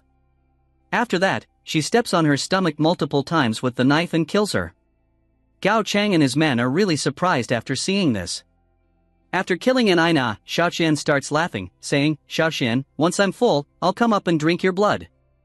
Gao Chang asks his men to let Duanya cook the meat. They need to eat well to have the strength to deal with Shaoqian. Without water, they won't last a day. He warns his men that if they don't want to turn into a dry corpse, they better do as he says. After hearing this, the long black-haired man asks the other man to find out where Duanya is and get her here. Meanwhile, at Shaoqian's room, he successfully consumes the purple crystal. After consuming the purple crystal, he gets the physique type ability. Because of that, his heat resistance has improved. His muscles and strength have also increased. However, suddenly, he hears a knocking on the door. When he sees that through his CCTV camera, he is really surprised to see Miss Duanya. She has come here to ask for help from Shaoqian because everyone is going crazy. Like Gao Chang, downstairs is no longer safe. This is her only hope. She still has some leverage. Shaoqian opens the door and asks her if everything is okay. However, she gets really embarrassed after seeing Shaoqian without clothes, saying he is a scoundrel. Shaoqian apologizes, explaining that it was an accident. Miss Duanya asks Shaoqian if she can stay with him because downstairs is in really bad shape and she no longer feels safe there. Shaoqian replies that his resources are limited and they only just met. He can't just take her in because she is pretty? Based on his previous life, Duanya is a very strong-willed woman and she had a cooperative relationship with Gao Chang. Although he considered subduing her, the atmosphere is a bit awkward now. Miss Duanya explains that she is not only a chef but also an outstanding graduate from Southwest Medical University with a medical qualification certificate and 3 years of experience as a surgeon. But she gets really surprised after seeing Xiaoqian's room, thinking the room is so well equipped. It's not the room, it's the ice and electricity. She wonders if she has to show her worth to stay here. After hearing this, Xiaoqian replies, saying that the fact that she's a doctor is indeed very enticing, but resources are scarce now and it's uncertain if they can survive until tomorrow. Duanya is surprised and asks Xiaoqian as long as he doesn't kick her out of the building, she'll do anything. After hearing this, Xiaoqian starts smiling, saying, since Miss Duan has spoken, just consider this place your own home. Duanya realizes that she spoke too hastily. However, it is already too late. Xiaoqian warns her, saying her only choice in front of him is to behave herself. Don't have any ulterior motives, or else I will kick you out from here. Duanya, after hearing this, says she understands. She never doubts his methods and determination. After explaining this, Xiaoqian asks Miss Duanya to take off her clothes. Miss Duanya gets really shocked and starts feeling embarrassed, asking if now is it time to start. A moment later, Miss Duanya starts taking a shower. She is really surprised to see the water, electricity, food, and even the ability to take a shower. No need to worry about the scorching weather, no need to worry about being eaten by others, and no need to worry about being, for those outside, this place is simply heaven. She knows that the Suqin isn't exactly a saint either. A while ago, before she started taking a shower, Suqin said to her that he'll give her something different to eat. She knows what Suqin is talking about, but she says, forget it. Anyway, I considered this before coming up. Meanwhile, Suqin is watching Miss Duanya taking a bath. He is doing this not to peek, just to prevent her from doing anything improper. A moment later, after Miss Duanya comes out after taking a bath, she says to Suqin that the outfit he gave her is too small, and she is not feeling comfortable with it. Suqin assures her, saying, this is not small, you are looking really gorgeous in this outfit. After hearing this, Miss Duanya asks if he is telling the truth. However, suddenly someone starts knocking on Suqin's door, asking, Suqin, open the door, come out and save her. They are Xiaoqian and Gao Chang. They are acting to lure Suqin from his room. Gao Chang warns Suqin, if he doesn't come out soon, he'll break down the door. When Suqin starts going toward the door to open it, Miss Duanya stops him, saying they can't open the door. Those people have already eaten Li Na. If they open the door, they will also get killed. Suqin is surprised and confirms with Miss Duanya if she means they eat someone. He doesn't care. He opens the door and says to them, don't be so quick to break down the door, it's going to be troublesome if it's damaged. Xiaoqian asks Suqin to save her from Gao Chang. Gao Chang and his men were really happy to see Suqin finally coming out from his room. One of them was hiding behind Suqin's room door to make a surprise attack. When Suqin opened the door, they attacked him. They intended to kill him that day, but Suqin caught the attacker's hand and killed him with his own knife. Gao Chang and the others were shocked to see that. Meanwhile, Xiaoqian freed herself from Gao Chang and started running toward Suqin for help. However, Suqin grabbed her by the neck and said, once you've eaten human flesh, your body will mutate and fangs will grow in your mouth. Right now, you're no longer human. Gao Chang replied, it's the end of the world anyway. What does it matter if we eat people as long as we can survive? Xiaoqian started laughing, saying, the meat is so delicious. After eating, my body is filled with strength. Suqin, I can't wait to taste your flavor. After saying this, she attacked Suqin, but he kicked her really hard, sending her flying across to the other side. Suqin hit her so hard that she fell out of the hotel, but luckily she managed to hold on to the corner of the window before she fell. She was really angry, saying, Suqin, I won't let you off so easily. However, outside the temperature was 86 degrees Celsius, and her whole body started burning. She started shouting loudly for help. Meanwhile, inside, Gao Chang asked his men to attack Suqin together and not give him a chance to draw his gun. They started running towards Suqin to attack him. Suqin didn't care, saying, I don't need to waste bullets on you guys. Gao Chang, after hearing this, said, young man, don't underestimate me too much. Suqin said that he liked wasting bullets and shot one of Gao Chang's men. Gao Chang asked his men to spread out and attack Suqin from all sides. Suqin shot again, but they dodged it. One of Gao Chang's men started laughing, saying, we're not just stronger now, even our reactions and speed have improved. In a situation where you're on guard, you can't even hit us." He tried to launch a surprise attack on Suchin. However, Suchin had already figured this out. He jumped into the air, grabbed the man's head, and smashed him into the ground. Meanwhile, the others took this opportunity to try to attack Suchin with knives. However, Suchin grabbed their hands, snatched the knives, and killed them. Gao Chang, frustrated and angry, attacked Suchin, but Suchin grabbed him and smashed him into the wall. Suddenly, he noticed something at the window. It was Xiao Qian. She had mutated into a drought demon and jumped in through the window. Suchin was surprised to see her like that, mutating so quickly into this state. It seemed like her attachment was quite deep. He snapped Gao Chang's neck and said to Xiao Qian, "Since you won't disappear, I'll just kill you again." Xiao Qian roared and attacked Suchin. Miss Duan Yao was really surprised to see that Suchin was amazing. He single-handedly took down the whole gang of Gao Chang, but that monster gave off a very dangerous feeling. She wondered that she had to think of a way to help him. If she wanted to stay by Suchin's side, she couldn't become a burden to him. But suddenly, she noticed something and called Suchin, asking, "Let me help you defeat that monster." Suchin was really surprised to see her, saying, "Not being scared and hiding is good, but you're only going to distract me like this." After hearing this, Miss Duan Yao started blushing, asking what he meant. Meanwhile, Xiao Qian roared really loudly and started running towards Suchin to attack him. She successfully landed a powerful blow on Suchin. Miss Duan Yao was really shocked to see that, wondering if Suchin was okay. However, Suchin activated his superpower, Berserker mode, in time and countered her attack. Xiao Qian was really shocked after seeing that her attack didn't work on Suchin, so without wasting any time, she got behind Suchin to attack him again. She opened her mouth and attacked Suchin with her sharp fangs.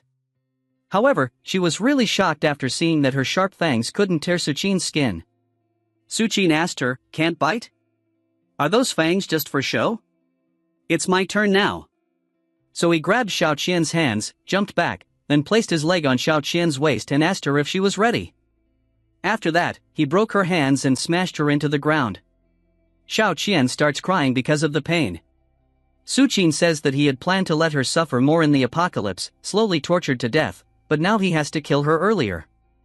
Suddenly, he notices that Xiao Qian gets one of Gao Chang's men's bodies and starts eating it. After eating the human body, she regenerates her broken hands. Suchin is surprised to see that, wondering how she can regenerate severed limbs. Miss Duan Yao also gets really shocked, wondering how that is possible. Suchin starts laughing after seeing this, saying, "That's great." Miss Duan Yao is confused, wondering what he means. Suchin says that if she can regenerate, then it means she is not so easy to kill after all. It also means he can tear her apart many times over. So he runs toward Xiao Qian, grabs her hand, and asks, "Let me see just how many times your body can regenerate. Let's start with the left hand." He grabs her left hand and breaks it. She starts screaming in pain. Next, he grabs her right hand and breaks it. She screams more loudly. Then, he grabs her tail and both legs and breaks them.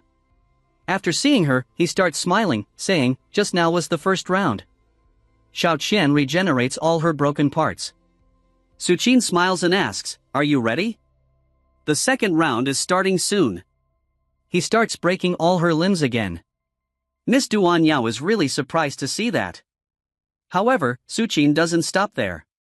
He starts the third round, fourth, fifth, eighth round. Not just limbs, even eyes, tongue can regenerate. 16th round, internal organs can regenerate too. It seems like except for the head, everything else can regenerate.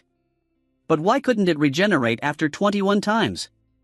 He was planning to gouge out the eyes, but let it be. After all, he is not a devil. Xiao Qian starts crying, asking Suchin why he is doing this to her. What's the reason for doing this to her? Suchin replies, saying, "You ask why, for revenge." In his previous life, he helped Xiao Qian do everything he could to save her in the apocalypse world, even giving her his share of food, so she could survive. But what did he get in exchange? Betrayal. She killed him and slept with another man in front of his dead body. After that, he crushed her head and killed her. Duan Yao asks Suchin if he is okay. Suchin turns his head toward Duan Yao and asks her if she is ready. Duan Yao is confused and asks what he means. He comes close to Duan Yao, grabs her from behind and says, "I was so heroic just now, shouldn't you be ready to reward me?" Duan Yao starts blushing, saying, "In this place?" Sometime later, at the rescue point, the security captain stepped outside, noting that the temperature seemed to be stabilizing. She asked, "Could it be that the apocalypse is ending?" Suddenly, Soldier Xiaofeng called her over, pointing in a specific direction and said, "There are a lot of people approaching the rescue point over there." Xiaofeng's captain, a silver-haired woman, looked closely and saw that those approaching weren't people, but a horde of zombies. Upon seeing them, the zombies ran towards Xiaofeng and the captain to attack. The captain ordered Xiaofeng to quickly evacuate the civilians from the rescue point while she held the zombies off. Xiaofeng didn't want to leave her to face so many zombies alone, but she insisted it was an order. Left with no choice, Xiaofeng ran inside, telling her not to die. She began shooting at the zombies and shouted for Xiaofeng to shut up and evacuate. Meanwhile, in the hotel where Su Qian and Duan Yao were, Su Qian looked at Duan Yao and said, "Next, I'll let you experience the power of the berserker." Shocked, Duan Yao asked how many times this would be. Su Qian laughed and told her that the extreme heat wave had ended, so he needed to go out for a while. However, he would leave her with unforgettable memories. Duan Yao tried to escape, asking if she could accompany him, but Su Qian wouldn't let her go. He told her that people around him must meet two conditions. First, they must be valuable, and second, they must absolutely obey his orders. Duan Yao moaned that she understood, and Su Qian spent the entire day convincing her. Now assured that she had completely submitted to him, Su Qian went to the hotel's lobby at night and took out his car, saying, "I must hurry back before the seawater surges in." Su Qian remembered that in his previous life, many zombies, driven by the obsession to reach the rescue point, eventually formed a tidal wave that attacked it. Many civilians and soldiers died in the attack, which also led to the scattering of a large number of military weapons that allowed various factions to form. These factions obtained the soldiers' weapons and started killing each other for resources. One of them tried to stop Su Qian as he got into his car, pointing a gun at him and demanding he stop. Unfazed, Su Qian asked, "Are you crazy? How dare you order me to stop my car and even rob me at this time?" Instead of stopping, he sped up, knowing that these thugs had messed with the wrong person. Su Qian ran over them with his car and moved forward, stopping before a huge hole in the road. Looking at it, Su Qian remembered that the walls had cracked due to the scorching sun in his previous life, and, combined with the onslaught of the zombie wave, it eventually led to the subway station's collapse. He looked inside and saw that thousands had died underground, and the zombies below were attracted by the roar of the cars. Unfortunately, not all zombies had crystals in their heads. Su Qian decided not to venture down there. He chose to check the situation at the college first. Reflecting on it, he realized this was his first time back at the engineering university since graduation. After arriving at his destination, he put his car back in his inventory. But when he entered, the first thing he saw was zombies. The zombies in the college were tied up with chains, and some men were using them as weapons. When Su Qian tried to enter the college, these men stopped him, saying, "Kid, you're entering our territory, so you'd better hand over your backpack." In response, Su Qian took out a fried chicken leg and said, "Hey guys, could you help me out and let me pass? I've got some braised chicken legs here." When the men heard that Su Qian had chicken legs at a time like this, they became excited and demanded he hurry up and throw them over. Seeing them behave this way, Su Qian smiled and threw the chicken leg on the ground before them. All the men began fighting each other for it, but Su Qian had tied a string to it and pulled the chicken leg back. He said, "Sorry, but you're not worthy of eating these chicken legs." This angered the men, who drew their knives to attack Su Qian. But he took out his gun and aimed at them, killing all three with headshots before heading to the stairs, saying, "I don't remember this many idiots in my previous life. Could my warnings have helped more people survive?" Leading to this, while pondering this, he entered the Department of Reptiles and Snakes laboratory.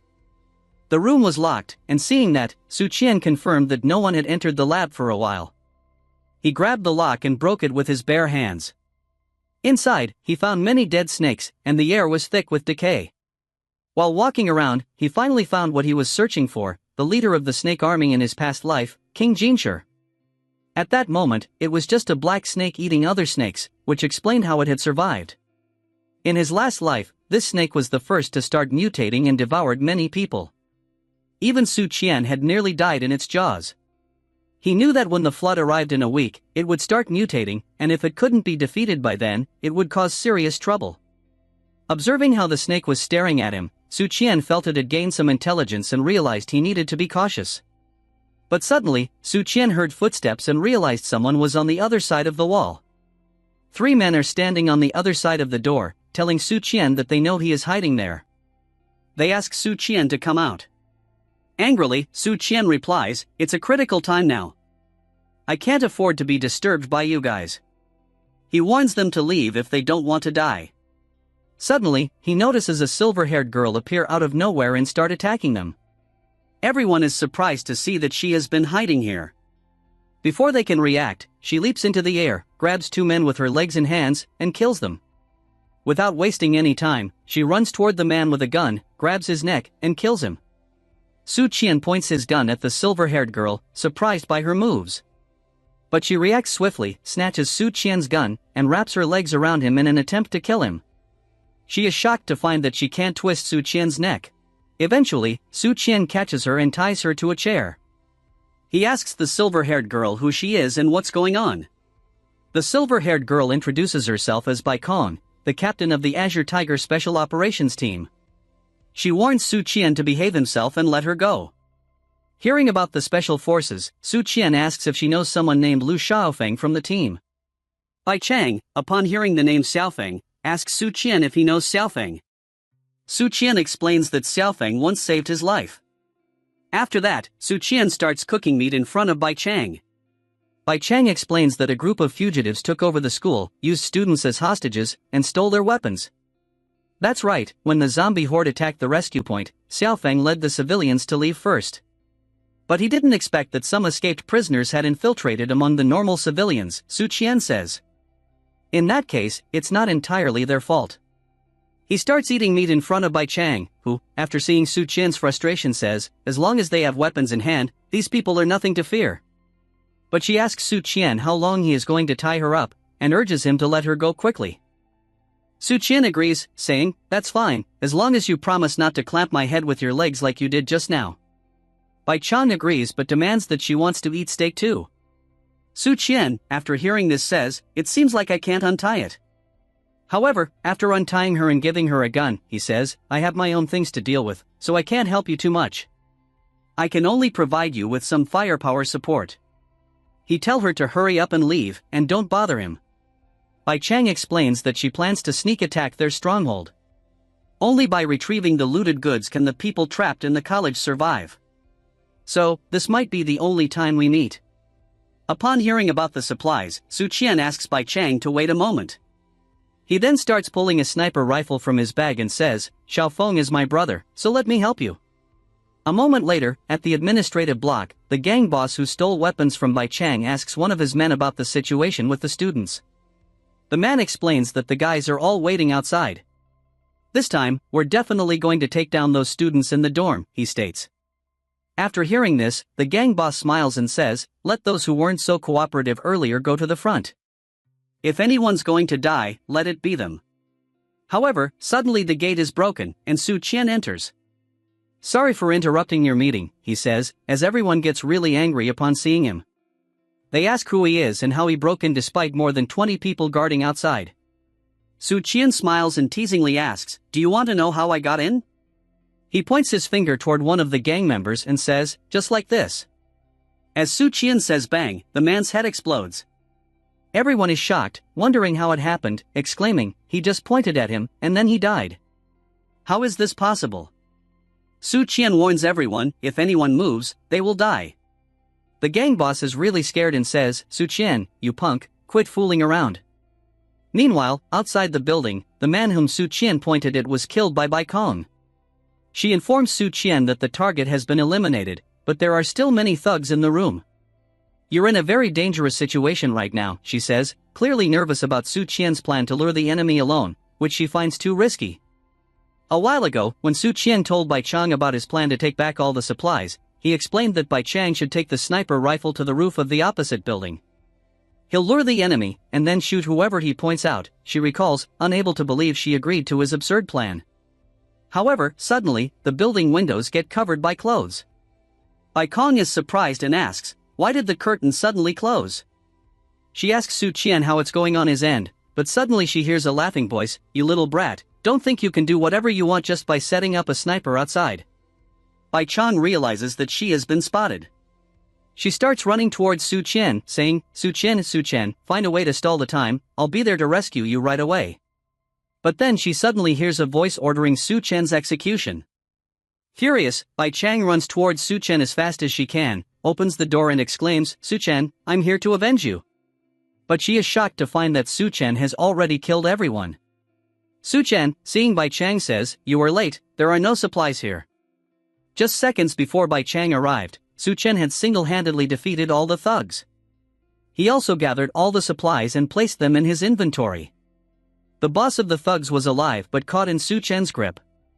Terrified, he warned Su Qian that he couldn't kill him because the people behind him wouldn't let him get away with it. Nonetheless, Su Qian killed him, declaring, don't worry, they'll be joining you soon enough. Afterward, Bai Chang arrived and was shocked. She asked Su Qian if he had done all this alone. Su Qian responded that he had just been doing his regular exercises. Besides, the thugs were probably already starving and weak. Hearing this, Bai Kong wondered if anyone else could have raided them. Now that the supplies were gone, she was concerned about what would happen to the students. Su Qian thought that if necessary, he would share some of the supplies he had collected with them, depending on their behavior. Then, he suggested they head to the girls' dormitory. Confused, Bai Chang asked why they were going there. Su Qian explained that he had learned from the thugs that Xiao Feng and the other students were gathered there. Both of them then headed towards the girls' dormitory. In that same room, some corpses were hanging from the ceiling. One of the corpses opened its red glowing eyes. Meanwhile, another man wearing a metal mask, known as Steel Fang, was also approaching the room. He muttered about the captain causing trouble again and wondered if she was even alive. Suddenly, his men found her and shouted, the captain is still alive. Disappointed, Steel Fang said, what a pity, and instructed his men to hurry and get her down. They brought her down, and Steel Fang approached her saying, Sister Zhai, you've been hanging here pretending to be a prisoner for days, did you find the thrill you were looking for? Zhai replied, having a close call with death, Steel Fang, I need your comfort. Hearing this, Steel Fang took out his lash and struck her back. After one lash, Steel Fang asked, Sister Jean, how are you feeling? Jean, satisfied, confessed her masochistic tendencies, saying she was feeling much better. Then, Steel Fang asked her if she had seen everything that happened here, and who had taken his supplies. Jean, with a cold expression, told him it was Su Qian. Meanwhile, when Bai Chang arrived at the girls' dormitory, she saw Xiao Feng was injured. She asked him how he got hurt. Xiao Feng replied, Captain Bai, I'm fine, it's great to see you back. But when Xiao Feng saw Su Qian there, he asked him what he was doing there. Bai Chang told him Su Qian claimed to be Xiao Feng's brother. Seeing that Xiao Feng's injury appeared quite serious, Su Qian asked to examine his wound. Xiao Feng removed his bandage, saying it was just a scratch, but for some reason, it was getting worse. Su Qian told him it was the cannibals, those things that eat people, their nails are full of bacteria and viruses. Without medicine, it could be life-threatening. Hearing this, Xiao Feng said, now, medicines are rare resources, impossible to find, but to die like this, I can't accept it. He was sad, but suddenly Su Qian threw some boxes full of medicine towards him saying, take these, it should be enough. Xiao Feng was surprised to see that many medicines. Bai Chang asked Su Qian where he got so many medicines. Su Qian told her that since Xiao Feng is his brother, it's nothing to him. Su Qian thought, in my previous life, there was a man in the military whose combat power was comparable to a humanoid nuclear bomb, known as the God of War. If that person is Lu Xiaofeng, then my investment won't be for nothing. Xiaofeng said, Su Qian, I owe you a favor, but I know you didn't come here just to deliver medicine. Xiaofeng asked Su Qian what he wanted, and Su Qian, in a serious tone, informed them that a great flood was coming soon, and they needed to evacuate quickly. He explained that the extreme heat had already caused the glaciers to melt rapidly, resulting in seawater flooding. By then, the entire land would be submerged in floodwater. Bai Chang and Xiao Feng's faces turned pale upon hearing about the great flood, but suddenly, a red-haired girl shouted that it was nonsense. She said, where's this flood coming from? I think you just want to drive us away and monopolize the school's resources. When Su Chen saw the red-haired girl, he immediately remembered her as Fong Chang, his classmate, a second-generation rich famous female boxer at the university who likes to create gender divides. When Fong Chang saw a bag in Su Chen's hand, she tried to snatch it, saying, "Bring it here and let me see." But Su Chen, being a Sigma male, slapped her and sent her flying. Fong Chang's tooth broke after she was hit by Su Chen. She was very angry, asking, "How dare you hit me?" But suddenly, people from the back started shouting, "Good slap. She's been a nuisance around here. She's been hogging a whole dorm by herself. We've been fed up with her for a while just because she has some stinking money at home. Kick her out." Hearing them, Su Chen said, "Fong Chang, it looks like you are quite infamous around here." Fong Chang got angry hearing them all and shouted, "You guys dare treat me like this? I'll go find my dad and have all of you killed." Saying that, she ran out of the building. Seeing her, Bai Chang asked Su Chen if this was okay. Su Chen said, "Fong Chang is going to find her dad, so what can they do about it?" Fong Chang left the building mumbling, "Men in this country are all beneath me, especially that Su Chen, they can't hold a candle to gentlemen from abroad." Suddenly, Steel Fong, who was outside waiting, caught her. "Tell me, where's Su Chen?" Fong Chang was too scared and revealed everything. On the other hand, after explaining everything about the flood, Su Chen left the school thinking, "Let's Captain Bai handle the evacuation process. The most important thing now is to wait for the Golden King snake to mutate, and then harvest it." Su Chen wondered if he could obtain hydrokinesis abilities by then, a psychic ability that allows an individual to manipulate water using their mind. Suddenly, a vehicle came towards Su Chen, along with Fong Ching's voice asking Su Chen to save her. Su Chen looked in that direction asking, "Is that you? Did you find your dad so quickly?" It was Steel Fong who was driving that vehicle. He tied Fong Chang and hung her in front of the vehicle. He laughed and told Su Chen that he is Steel Fong from the Federal Bureau of Evolution. "Are you Su Chen? Daring to snatch our supplies? I thought you were a guy with 3 heads and 6 arms." Hearing that Steel Fong is from the Federal Bureau of Evolution, Su Chen got really angry. Steel Fong laughed and said, "For this meeting, I even prepared a gift for you." Saying that, he opened the back door of his vehicle, and inside there were tens of drought demons. Steel looked down on Su Chen asking, "Are you ready to die, mighty Su Chen?"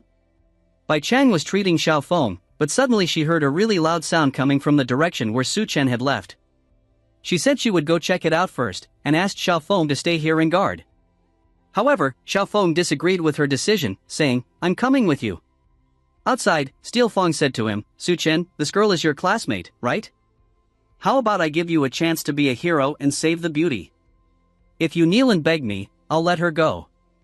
Upon hearing this, Su Chen replied, "Actually, saving her isn't impossible." Fong Cheng became really happy and said, "Su Chen, that's great. Then hurry up and kneel down to save me." Su Chen said there was a problem. Fong Cheng, surprised, asked, "What problem? Didn't you say you were going to save me? You just said you would save me." She started to panic and shouted loudly, "You said you'd save me. How can you go back on your word? Are you even a man?" Su Chen, with a serious face, said, "Of course I'm a man. But I'm not worthy of saving you. How about I help you contact those foreign gentlemen and see if they're willing to save you?" Upon hearing this, Fong Qing realized that just because I called you inferior, you accusing me of this? She asked Su Chen incredulously. "Over such a small thing, you're taking revenge on me like this?"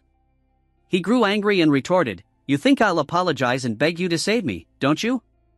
The truth is, you're a completely pathetic man, and I don't need you to save me." Su Chen smiled upon hearing this and replied, "I hope you remember your own words in a bit." He then told her to look carefully below. As she looked down, she saw many drought demons trying to climb up to her. She started crying, asking Su Chen to forgive her, admitting she was wrong, and pleading with him to save her. It was already too late. Upon seeing how heartless Su Chen was, Steel Fong started laughing, exclaiming, "You're truly a person who won't help in a dire situation, but it's okay. You'll soon be joining her." He then asked Su Chen to look carefully, saying, "Let me show you the technology of our Federal Bureau of Evolution." He retrieved a purple powder from his bag and explained, "Just apply this powder on yourself, and these monsters will obediently listen." However, Su Chen was already aware of this. Apply ashes on oneself? Indeed, That would make them think you're one of them. Steel Fong was surprised upon hearing this. Realizing the things he was so proud of were just some drought demon bone ashes, he felt really disgusted. He ordered the drought demons to attack Su Chen and tear him to shreds. Su Chen got into position, opened his dimensional storage, and retrieved 2 swords, killing all the drought demons in just seconds. Steel Fong, still feeling disgusted, thought this bastard had dared to play with him before dying. However, he was really surprised to see Su Chen standing in front of him. He asked Su Chen how he got there. Meanwhile, Bai Chang and Xiao Feng also arrived at the scene. Both of them were really shocked to see that Su Chen was surrounded by drought demons. Steel Fong was furious and ordered the drought demons to attack Su Chen, exclaiming, "What are they standing around for?" Su Chen told Steel Fong not to bother shouting, explaining that it was pointless. Confused, Steel Fong asked Su Chen what he meant. Su Chen explained that he had already dealt with them. Steel Fong, surprised, wondered, how is that possible? Suddenly, Su Chen used his other ability, Space Jump, and appeared behind him. He said to Steel Fong, "I never wanted anything to do with your Federal Bureau of Evolution." He grabbed Steel Fong's head and demanded to know who had ordered him to come and kill him. However, Steel Fong didn't reveal anything. Seeing this, Su Chen declared, "Then I can't spare your life." Steel Fong, growing scared, asked Su Chen what he was up to. Su Chen smiled, used his physical strength, and separated Steel Fong's head from his torso. Bai Chang was shocked to see that it was resolved in an instant, just like before. This is definitely not something that can be achieved through training alone. What kind of monster is this guy? Su Chen, after killing Steel Fong, pondered dealing with these minor threats, thinking, I should restrain a bit, if only there was a capable assistant. Meanwhile, on the other side, in Green City Hotel, Miss Duanya was dreaming about Su Chen when she suddenly woke up shouting, "Su Chen, don't leave me behind, it was just a dream." She wondered why he hadn't returned yet, feeling lonely after that intense night. She started remembering what Su Chen had said to her. "If you're useless, what qualification do you have to stay by my side?" She declared, "Su Chen, I absolutely won't become a burden to you." So, she grabbed the gun from the table, thinking, I want to be Su Chen's right-hand man. Suddenly, she heard some voices. As she opened the door, she was surprised to see that there was no one there. She thought it was weird, the voice clearly came from here. But suddenly, she heard the voice from behind her. As she turned back, she was shocked to see a drought demon there, and she became scared, wondering, how did that thing appear behind me? As she pondered how the drought demon had appeared behind her, she realized there was no space to step back, she was blocked by the table. But suddenly, she remembered she had a gun. However, she was really nervous because the gun slipped from her hand. After hearing a noise, the drought demon attacked Miss Duanya. She thought they were doomed. However, instead of attacking her, the drought demon struck the chair beside her. Duanya, surprised and confused, wondered, what's going on? What's this guy doing? Has he been sniffing around? Could it be that he can't see? She took a sigh of relief, thinking she got lucky this time. But now he was too close. If I make any sound, he'll attack. What should I do? So, she seized this opportunity to reach for the gun. However, she could not reach it. As she tried her best to reach the gun, the table slipped and made a noise. Duanya realized she was in real danger this time. After hearing the noise, the drought demon ran toward Duanya to attack her. She remembered what Su Chen had told her. My resources are limited, so I can't keep you just because you're pretty. Finding the crystal core in a monster's head will grant you abilities. I don't allow useless people around me. She shouted that she was not useless and attacked the drought demon with her heel. However, as she withdrew her heel from the drought demon, he caught her leg. Duanya became really angry. She attacked the other eye of the drought demon and pushed him back. As the drought demon fell to his knees, Duanya grabbed an axe from the side and said, Su Chen, it's a shame you didn't see this. I'm not useless at all. She stepped on the drought demon and said, let me see if there's a crystal core in your head. Meanwhile, at Engineering University, Bai Chang and Lu Xiaofeng followed Su Chen's advice and started organizing the students to evacuate. Bai Chang even contacted her brother Bai Ming, asking him to bring his troops to join them and ensure the students' safety. And the snake, which Su Chen paid special attention to, also began its mutation. So, Chen went into the laboratory department of reptiles and snakes. He stood in front of a mutated snake and said, "Let me see just how far you can mutate." He even prepared a big bucket of water for it, thinking that the snake needed to get into the water to complete its mutation. This would save him the trouble. As the snake entered the water bucket, it started its mutation. Chen was really surprised to see the snake's mutation in front of him. Suddenly the water bucket exploded, and Chen's vision was blocked by the explosion. As his vision cleared, he saw that the little snake had mutated into a giant snake. Surprised, Chen said, "Such massive growth from just the initial mutation. Good thing it was only given a bucket of water.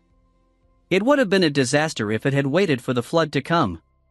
Chen retrieved a sword from his dimensional storage and asked the mutated snake, "If you choose to submit to me, I might consider keeping you as a pet." The mutated snake chose to escape. As it saw a window, it tried to escape through it. Chen, surprised, thought, "Looks like this guy has really grown some intelligence." As the mutated snake thought it had successfully escaped, Chen jumped from the window and attacked the snake, saying, "So this is the snakeskin walk? Unfortunately, it's not fast enough." However, his sword broke upon hitting the snake, and he realized that the mutated snake's scales were actually really hard, and he couldn't kill it with an ordinary sword. On the other hand, the mutated snake saw this as an opportunity and tried to attack Chen. However, Chen dodged the attack and countered, saying, "If the blade doesn't work, then I'll just use my fist to smash you to death." He jumped into the air and punched the mutated snake, smashing it into the ground. However, without wasting any time, the mutated snake entangled Chen. Chen asked the snake, "Was that attack just now just a feint? Is this your true goal?" After entangling Chen, the mutated snake opened its mouth to eat him. On the other hand, Bai Ming teasingly asked his sister Bai Chang, "Can't bear to part with that handsome guy named Chen?" Bai Chang replied, "If you don't speak, no one will think you're mute." Bai Ming then asked her if she really liked him. "If Chen stays here, isn't he doomed?" Bai Chang responded, "Chen won't die." Bai Ming asked if she was sure. She explained, "The first time I saw Chen, I could tell he was very strong. That deep gaze, mysterious and unfathomable. It's like he's a monster. We will definitely meet again." Meanwhile, Chen grabbed the mutated snake and said, "You don't think this will trap me, do you? I've heard snakes have highly developed nerves. Even if you chop off their heads, they can still bite. But what if it's like this?" After saying this, he swung the snake rapidly to free himself from its entanglement. Then, he opened the snake's mouth, placed his leg on its jaw, and cut it into 2 pieces. After killing the mutated snake, he grabbed the purple crystal from its head and smiled, saying, "Let's see what kind of ability you can bring me." If the extreme heat destroyed people's will, then the flood sweeping the entire world completely obliterated human civilization. Even inland cities like Xanadu could not escape the devastation of the flood. The low terrain of Engineering University left only tall buildings like the administrative building above water. Meanwhile, Chen, having absorbed the Golden King Snake's crystal core, was now immersed in the floodwaters. As expected, absorbing the Golden King Snake's crystal core granted me a new ability, and my body has undergone further changes. After coming in contact with water, his body not only developed tiny scales, but his strength also qualitatively improved. His eyes became more sensitive to light, as if a protective membrane had formed in front of them. He also noticed that he was not using his mouth or nose to breathe, yet he didn't feel any suffocation. It felt as if he was breathing through his skin. Is this the ability of the Golden King Snake, he wondered. Although it wasn't the water manipulation ability he expected, being able to breathe underwater was quite beneficial to him at this time. As he emerged from the water, he noticed that the floodwaters surged from the Green City Hotel area. Swimming upstream against the current was possible, but he worried that the current was fierce, and the debris in the water acted like hidden weapons. It seemed the volcanic eruption had reached its peak. Because Xanadu was far from the volcano, the sky still looked relatively clear. However, when massive amounts of volcanic ash filled the air, blocking out the sun, a doomsday winter wouldn't be far off. In the face of these apocalyptic events, human civilization seemed like a joke. To avoid becoming prey, one must enhance their strength. In his previous life, after the Great Flood, Xanadu saw the emergence of several powerful factions. The low-level terrain in the northern part of the city, forming a water area, was occupied by the army of the Golden King Snake and the female Corpse King. The southern part of the city became the gathering place for the cannibalistic tribe of the Devourer clan. The western part of the city was controlled by the Rat King and its army of rats, while the eastern part was occupied by Skullcrusher Gao Chang from the Green City Hotel. In his previous life, he had almost died several times at their hands, but in this life, he had already dealt with Gao Chang and the Golden King Snake ahead of time. To stay strong, the best method was to obtain the remaining crystal cores. However, the Devourer clan had a large population and numerous factions. The female Corpse King was elusive, making it nearly impossible to find her now. In his previous life, the University of Technology had experienced a rat plague. The Rat King should be there, he wondered. If he could find it in advance, he could obtain its crystal core with minimal effort. But as he was relaxing, he noticed that he was surrounded by a drought demon. On the other hand, there were two people hanging on a mobile tower in the middle of the floodwaters. Suddenly, one of the men with a beard noticed something and said to the other person, "Someone seems to be swimming towards us." The other person told him to stop making a fuss. At this point, anyone in the water is as good as dead. But as he looked in that direction, he noticed that the man was none other than Su Qian. Both of them were really surprised, wondering how this guy hadn't been drowned by the flood. They were really angry at Su Qian, saying, "If the Bureau hadn't sent us to watch this guy, we wouldn't be stuck in this flood. If he dares to come here, I'll kick him right back into the water." But the bearded man noticed that this guy was moving really fast, and it looked like something was following him. Upon closer inspection, he became scared and wondered, what the hell are those things in the water?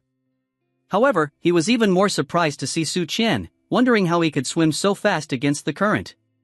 After noticing that Su Qian was heading in their direction, they yelled, "I'm warning you, don't come any closer."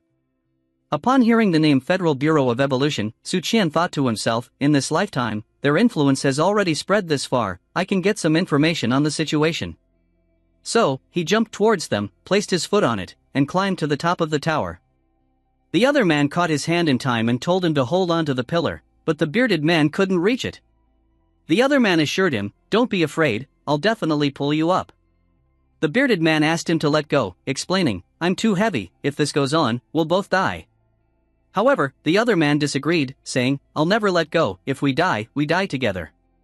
Meanwhile, Su Qian, sitting at the top of the tower, asked the man holding the bearded man, "Tell me everything you know about the Federal Bureau of Evolution." That man said nothing, indicating that even if they were killed, others would avenge them. Su Qian smiled, saying, "Very well, you have guts, but don't blame me then." Meanwhile, a drought demon also reached there. Suddenly, the drought demon grabbed the bearded man's leg and pulled him down. Su Qian smiled and said, "He got pulled down himself, it's really not my fault." The man shouted, "Bro, I'm coming to save you." After saying that, he also jumped into the water. However, he realized that he was no match for the drought demon, thinking, "I'm going to die." But suddenly, Su Qian killed all the drought demons one by one. After seeing Su Qian, the man was really surprised, thinking, "This guy, is he really human? He's too strong." A moment later, when Su Qian saved both of them, the man expressed his gratitude to Su Qian, saying, "I do owe you one, I'll tell you what I know." He explained that they were actually sent by the Federal Bureau of Evolution to monitor him. The Federal Bureau of Evolution is located at the Science and Technology University, led by Chief Liu and a team of researchers. They just do what they're told, following whatever orders come from above. Upon hearing the name Science and Technology University, Su Qian realized that the last time, the rat disaster also erupted at the Science and Technology University. It seems like there's a connection between the rat disaster and the Federal Bureau of Evolution. He asked them about the lab there, querying if they conduct research on rats. The man explained that only researchers are allowed into the labs, and they don't know much about what goes on inside. After hearing everything, Su Qian made up his mind to investigate the situation there before the rat disaster could unfold again. Meanwhile, Duanya, who was still in the Green City Hotel, luckily obtained a crystal core from a zombie's head. She has already consumed the crystal core, but she didn't feel any change, and wondered if she had succeeded. Meanwhile, she also noticed that the water had reached the top floor. Suddenly, Miss Duanya noticed a monster emerging from the water and clinging to her body. Surprised, she wondered what it was. "It's so slimy and gross," she exclaimed. As the monster clung to her, it tried to attack her. However, Miss Duanya grabbed its head with her bare hands. The creature then used its tentacles to clasp her hands and tied her up in a very restrictive position, leaving her completely immobilized. She realized that she was entirely entangled and couldn't move at all, and to her horror, she saw that there wasn't just one of them, but many caught by the monster so suddenly, she didn't even have time to get used to her abilities. But then she remembered Chen telling her that as long as she found and consumed the crystal nucleus, she could obtain its ability. However, many monsters looked ordinary, and she couldn't tell what ability the crystal nucleus held just by their appearance. If I don't even know what ability I've got, how can I use it? Miss Duanya wondered. Chen had told her to feel it. Feel her body, feel the environment, and notice every change, then try to master and control it. As Miss Duanya focused on her skills, she started to feel it. With her skill, she could read any monster's mind. She used her skill and commanded them to stop immediately. All the monsters surrounding Miss Duanya suddenly stopped and freed her. After freeing herself from the monsters, Miss Duanya exclaimed, "How annoying! Now I'm all sticky and gooey." She grabbed the axe from the table and declared, "You just wait. I'm going to cut you all down like tofu." She killed all the monsters without any problem, as they were under her skill's control. After killing them, her whole body was covered in blood, and she was all dirty, needing to take a bath, she thought. But suddenly, someone from behind asked if he could join her. Surprised, Miss Duanya grabbed the axe and questioned, "Who are you?" As she turned toward the voice, she saw it was none other than Chen. After seeing her quick reaction, Chen praised her, saying, "Not bad. You even thought to grab a weapon for protection." Upon realizing it was Chen, she ran toward him and hugged him really hard, exclaiming, "Chen, you're finally back. I was so worried about you." Suddenly, she noticed something pressing against her. But as she looked down, she saw that Chen was completely naked. She pushed him away, exclaiming, "Ugh, why aren't you wearing any clothes again?" Chen scratched his head, explaining that the water was too dirty. So he took off all his clothes. "I'll go take a shower right away." Chen and Miss Duanya started taking a bath together. Chen exclaimed, "Only when you go out do you realize home is still the best." He then asked Miss Duanya if she had awakened an ability. Miss Duanya, who was giving him a massage, questioned whether he had seen that. Chen replied that he hadn't seen it, but he could feel it through the temperature of her mouth. Surprised, Duanya asked, "What do you mean? What kind of temperature could there be in my mouth?"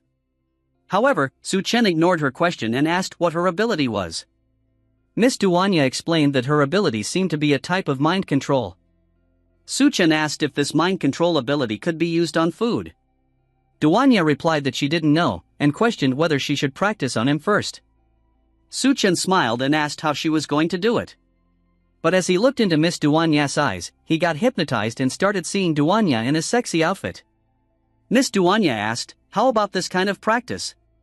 But she got really scared after seeing Chen's mental power. She realized if it weren't for Chen's consent, she might have collapsed the moment she tried to influence him. Chen smiled upon seeing this ability, and said to Miss Duanya, "It's quite a good ability. I'm going to make you practice until your legs go weak." The next day in the city hotel, Chen was teaching Miss Duanya how to use a gun. They were practicing, and Chen grabbed her from behind to adjust her posture, explaining, "Focus your mind, control it with your thoughts, and then set your aim." But Miss Duanya questioned, "Weren't you going to the University of Technology? Why do you still have time to teach me shooting?" Chen told her that he was giving her half a day to familiarize herself with her abilities and shooting skills. He also mentioned, "You're from the medical university, right?" Miss Duanya said yes, but questioned why he was asking this now. Chen explained, "Because you're coming with me this time. It's time to show your usefulness." Later, both of them started heading toward the Science and Technology University. Feeling embarrassed, Miss Duanya asked Chen, "Is it okay for me to come out dressed like this?" Chen reassured her, "It's fine. Even if you don't wear anything, no one can do anything to you." However, Miss Duanya, really curious, asked Chen if he had been to the Science and Technology University before. Chen replied, yes, saying he came to see a friend and wondered if he survived.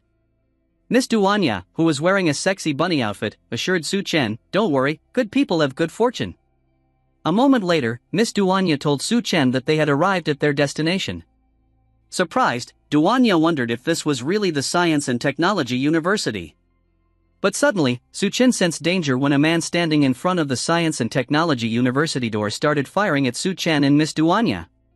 Su Chen grabbed Miss Duanya and hid behind a ship. Suddenly, the man stopped firing and asked both of them who they were and what they were doing here. Su Chen thought this was the Science and Technology University, where the mutant Rat King rose last time. He told the old man that they were here to join the Federal Bureau of Evolution and asked if he could open the gate for them.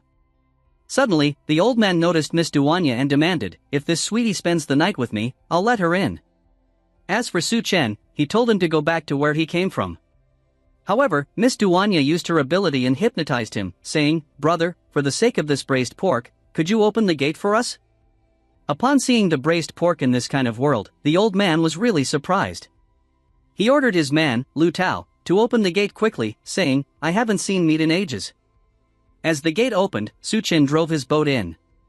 As they came in, the old man told Su Chen to park the boat by the side and gave him the braised pork. He also told his man, Lu Tao, to take them inside. However, the old man didn't realize that he was under Miss Duanya's control. The braised pork he was about to eat was not really pork, but a drought demon's hand. But since he was under Miss Duanya's control, he saw it as braised pork, exclaiming, "Oh my, it smells so good. For the sake of this braised pork, I'll let you in for now. We'll send the guy to the lab later." Meanwhile, Lu Tao asked Su Chen to follow him, explaining, "Since we'll all be living in the base from now on, it's only right that we help each other. The lower levels are for the elderly, children, and other lowlifes. I'll take you upstairs to find a clean room." Suddenly, a kid collided with Lu Tao, causing him to get angry. He asked the kid, "What's wrong with her? Can't she walk properly?" The kid asked for forgiveness, telling him she was feeling a bit dizzy. Miss Duanya grabbed the kid in her arms and saw she was too weak from hunger. She asked the kid where her parents were, and the little girl told Miss Duanya that her parents went to find food and hadn't come back yet. Upon seeing the little girl's situation, Miss Duanya offered her a piece of bread. However, the little girl asked Duanya, "If I eat the bread, won't Bunny Sister be hungry?" Miss Duanya was embarrassed after hearing this, but Su Chen assured the little girl that she didn't need to worry. Bunny Sister will never go hungry. But the little girl didn't believe his words, saying, "You're lying, nowadays, who doesn't go hungry?" Su Chen, growing annoyed, said, "You can doubt my character, but don't doubt my strength." He then retrieved a hot pot from his storage, and told the little girl, "As long as you're with me, you won't go hungry." The little girl was surprised after seeing the hot pot, and told Su Chen she wanted to be with him too. Miss Duanya quickly intervened, grabbing the little girl and telling her, "Kids shouldn't talk nonsense. Eat up." Suddenly, Su Chen heard some noise. He saw 3 men heading toward them. The men were demanding everyone to leave, declaring, "Don't you know that hoarding food is against the rules? All materials must be handed over first, and then exchanged for contribution points." The man with a black patch over his eye questioned, "I don't remember anyone exchanging food these past few days. Who's breaking the rules?" Upon seeing the men, the little girl started crying. Miss Duanya calmed her down, saying, "Don't be afraid, I'll make sure they speak properly." As she looked toward Su Chen, wondering what to do, she called out to the men, "All this time, isn't it just food you're after? These things are prepared for you." She used her ability to create an illusion, and invited them to enjoy to their heart's content. Affected by Miss Duanya's mind control ability, the 3 men started seeing food in front of them. They were surprised to see so much meat in front of them. The 3 men started approaching like crazy and thought it smelled really good. They asked the untouchables to stay behind since all this food belonged to them. They began to drool. For them, this was like heaven itself. They took the meat and started eating like they had never done before. For them, this food was delicious, and the familiar feeling made tears well up in their eyes. Their leader began to stare fixedly at Duanyu, started pointing at her with his finger, and, while he had food in his mouth, began to smile. He called her a good girl and decided to punish her tonight. But as for Su Chen, who had broken the rules, he was going to be punished more severely. Duanyu crossed her arms, started looking at the men, and remained silent. Su Chen, who had both hands in his pants pockets, became somewhat confused. He looked at the men with a surprised look and couldn't help but wonder how they were going to punish him. With a penetrating gaze, their leader gave the order to his subordinates to bring them out. Upon hearing his command, his men brought out 2 men who were bound with chains. They had so much strength that 2 men were not enough. They began to approach Chen, who simply started staring at their leader and remained silent. The punishment was a life-or-death confrontation with these 2 men. Either he killed them or they would kill him. He turned his head towards them, and as a drop of sweat was falling from his cheek, he looked more closely and saw that these 2 men were very familiar. He began to question if they were not the same 2 brothers from the Great Flood. The girl who was eating a piece of bread and hiding behind Duan Yu's leg peeked out to see who these 2 men were. When looking more closely, she saw that they were the older brother and the second brother. Upon realizing that they were about to engage in a fight to the death, she couldn't help but panic and start crying. She tried to intervene, but Duan Yu stopped her, placed her hand on her head, and, with a confused look, asked her if those 2 were her brothers. The girl began to cry even more and tried to go help them, but Duan Yu grabbed her by the waist with both arms. The girl started reaching out her hand towards them, called the men bad guys, and ordered them to release her brothers. She also asked Chen not to go there, as there was something wrong with them. The man with dreadlocks who was eating meat like a pig told the girl that her brothers had ruined the mission and couldn't obtain contribution points as compensation, so for this reason they had been sentenced to death. Their leader, who was also eating like a pig, started smiling and told her that he was capturing them in order to have fun with them. He took a chicken thigh, took a bite, and started staring at Chen. He didn't expect them to actually get to know each other. For him, this was even more interesting. He decided that if he lost the duel, then he would let the little sister join her brothers. He planned to throw the girl into the water and feed her to the water ghost. At the same time, the water level of the Great Flood slowly began to rise again. Their leader decided that if Chen won, then he would throw the 3 brothers into the water to feed the aquatic monsters. The 2 brothers, who previously seemed like ordinary people, now looked like zombies. Behind Chen was the man with brown hair, who was tied up with 2 chains. Chen began to look at the man with a serious gaze and thought that these 2 brothers seemed to have fallen into some kind of frenzied state. He didn't know if they had been injected with drugs. Their leader took another chicken thigh, took a bite, and while eating, he stared at Chen and shouted for his men to release the chains. Upon hearing his command, the men released the chains, freeing the 2 brothers in the process. The bald man opened his mouth, extended his hands towards Chen, and began running towards him, preparing to attack. Chen simply turned his head towards the bald man and silently watched him, thinking about what to do next. While he was distracted, the other man tried to attack by surprise. But for his bad luck, Chen wasn't going to let this happen. In the blink of an eye, he turned around and, with a killer look, delivered a strong blow to his neck. Seeing that he had his guard down, the bald man attempted to attack, but Chen turned around again. He calmly looked at him and effortlessly slapped him hard, sending him flying. In a matter of seconds, the 2 brothers lost consciousness, and their bodies fell to the ground near Chen's feet. Upon seeing that her 2 brothers had been knocked out, the girl couldn't help but panic. She started crying, and as tears were falling from her eyes, she tried to go help her brothers.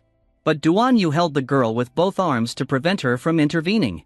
She began to look at Chen with a worried expression and reassured the girl that nothing would happen to her brothers.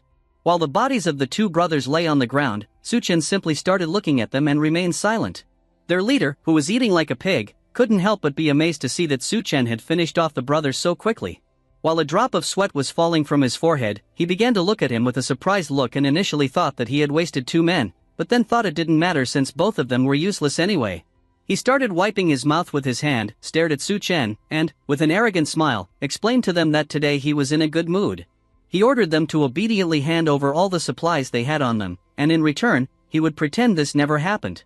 Chen turned his body towards him, began to stare into his eyes, and, with a calm expression, asked him why he had to hand over the supplies. Upon hearing this, the man wearing a crest stood up and, with a serious look, asked him if he was a newcomer. According to the rules, anyone who entered the technology university had to comply with Grand Lu's rules in order to avoid problems and eliminate parasites. The leader, who was standing next to him, holding a chicken bone in one hand, began to smile and told Chen that what his subordinate was saying was correct. They didn't keep idle people here. If he wanted to stay, then he needed to earn contribution points. One had to pay resources in search of objects to exchange for contribution points. Chen quickly realized that contribution points were the same as money but clearly benefited those who had established the rules much more. He began to look at the leader with a calm gaze and explained to him that the last ration of supplies they had was the one they were currently eating. At that moment, a fat man appeared behind them and, with an ominous look, advised Chen that if he wanted to earn contribution points, it would be better for him to work for him. Upon hearing his voice, the expression of the leader and the man with a crest changed drastically. They couldn't help but start sweating and panicking. The leader turned his head back and, with a look filled with terror, immediately recognized the man as Captain Gua. Upon seeing Gua, I couldn't help but be amazed. She started looking at him with a surprised gaze and began wondering what was happening and where this guy had come from. Chen simply began to observe Gua with a calm gaze and remained silent. A man who had lost several teeth was biting on a wooden and chain-made muzzle. This man was one of Captain Gua's subordinates, holding a giant log with both hands. They were carrying a throne on their shoulders, on top of which there was a wooden chair in which Captain Gua was sitting. Next to the chair, there was a woman who looked quite terrified. Captain Gua, with both hands resting on the arms of the chair, began to stare at Chen and asked him to work for him since he could offer him accommodation and food, as well as a good salary and contribution points. At that moment, one of the men who was holding the throne stumbled and fell to the ground, causing the legs of the others and the throne to start shaking. Captain Gua began staring at the man with a murderous look and remained silent. Then he grabbed a spear with his hand and forcefully threw it towards the man, piercing his chest in the process. The man opened his mouth and started screaming in agony. Upon seeing this, I couldn't help but be shocked. She started looking at Captain Gua with a surprised look and couldn't help but wonder what was happening. Chen was also in shock. He didn't know who Captain Gua was. He put his hand under his chin, and with a smile, he explained that, as they had seen, he was very short-staffed. Chen's arrival was perfect to take the place of the man he had just killed. He wanted to take you with him. He even offered her a can of canned meat and the luxury of eating instant noodles. After saying this, he asked her what she thought about it. He grabbed the woman next to him by the head, sat her on his lap, and began staring at her intently. With a smile, he explained to everyone that it was now the end of the world and industrial production had stopped long ago. He had invested a good fortune in her, but now she was starting to bore him. The leader, who was eating, started looking at Chen and asked him not to reject the captain's invitation. He also advised him not to underestimate his generosity. The man next to him couldn't help but start sweating and feeling happy because now that the captain was going to have a new woman, they were going to be able to enjoy the previous one. Upon looking more closely, Captain Gua saw that they were eating meat. He started staring at them with a penetrating gaze and asked what they were eating. The leader and the other man quickly turned their bodies to the other side and couldn't help but start sweating. They panicked because they had been so distracted enjoying the meat that they had forgotten that secretly eating meat without the captain knowing was a serious crime. Upon remembering this, the three prostrated themselves before the captain, and the leader, who was sweating, began looking at the ground and apologized to him. He added that they would never dare to do something like this again and asked for another chance, promising him that in the future, any food they had would be given to him first. Captain Gua turned his head back, started looking at them with an aggressive look, and ordered them to be quiet because he was suffocating from the smell. He asked them if they had been eating shit and also ordered them to stop talking and leave as quickly as possible. Yu couldn't help but feel somewhat confused and began to wonder what was happening. Chen began to stare at him, and it didn't take long for him to realize that not only had he discovered Yu's power, but it also hadn't affected him. The leader and the two men stood up and were somewhat confused upon hearing the captain's words. They tried to explain to him that what they had eaten was meat. At that moment, they began to look at the food they had just eaten, and upon seeing what it really was, their expressions changed drastically. They were terrified, and they couldn't help but wonder what was happening.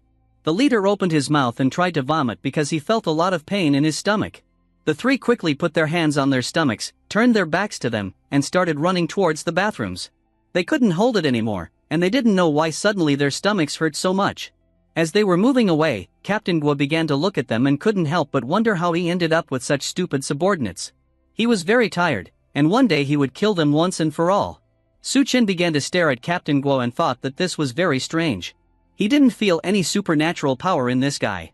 He just gave him the feeling of being stronger than others, and under his influence, the others had awakened from Yu's mental control.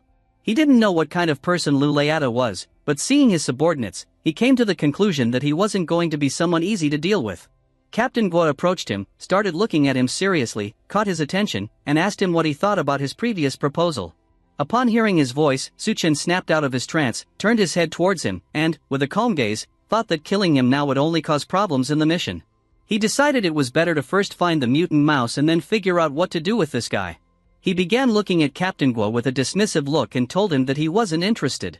Upon hearing this, he started laughing and asked him not to worry because he knew that someday they would come looking for him. After saying this, he decided to leave and gave Lu Tao the order to come forward and take his place. Upon hearing the captain's order, Lu Tao began running towards him and responded with understanding. The captain decided it was time to leave. Lu Tao took the front seat, and they left. Su Chen started looking at them with a serious look and remained silent, lost in thought. Duan Yu turned her head towards him and caught his attention, apologizing to him. She explained that Captain Guo's mental strength was quite strong, which is why her special ability had no effect on him. Upon hearing her voice, Su Chen snapped out of his trance, turned his head towards her, began looking at the ground, and reassured her not to worry because these guys hadn't died after eating the aquatic monsters' corpses. He knew there was something strange about them, so he decided to be cautious.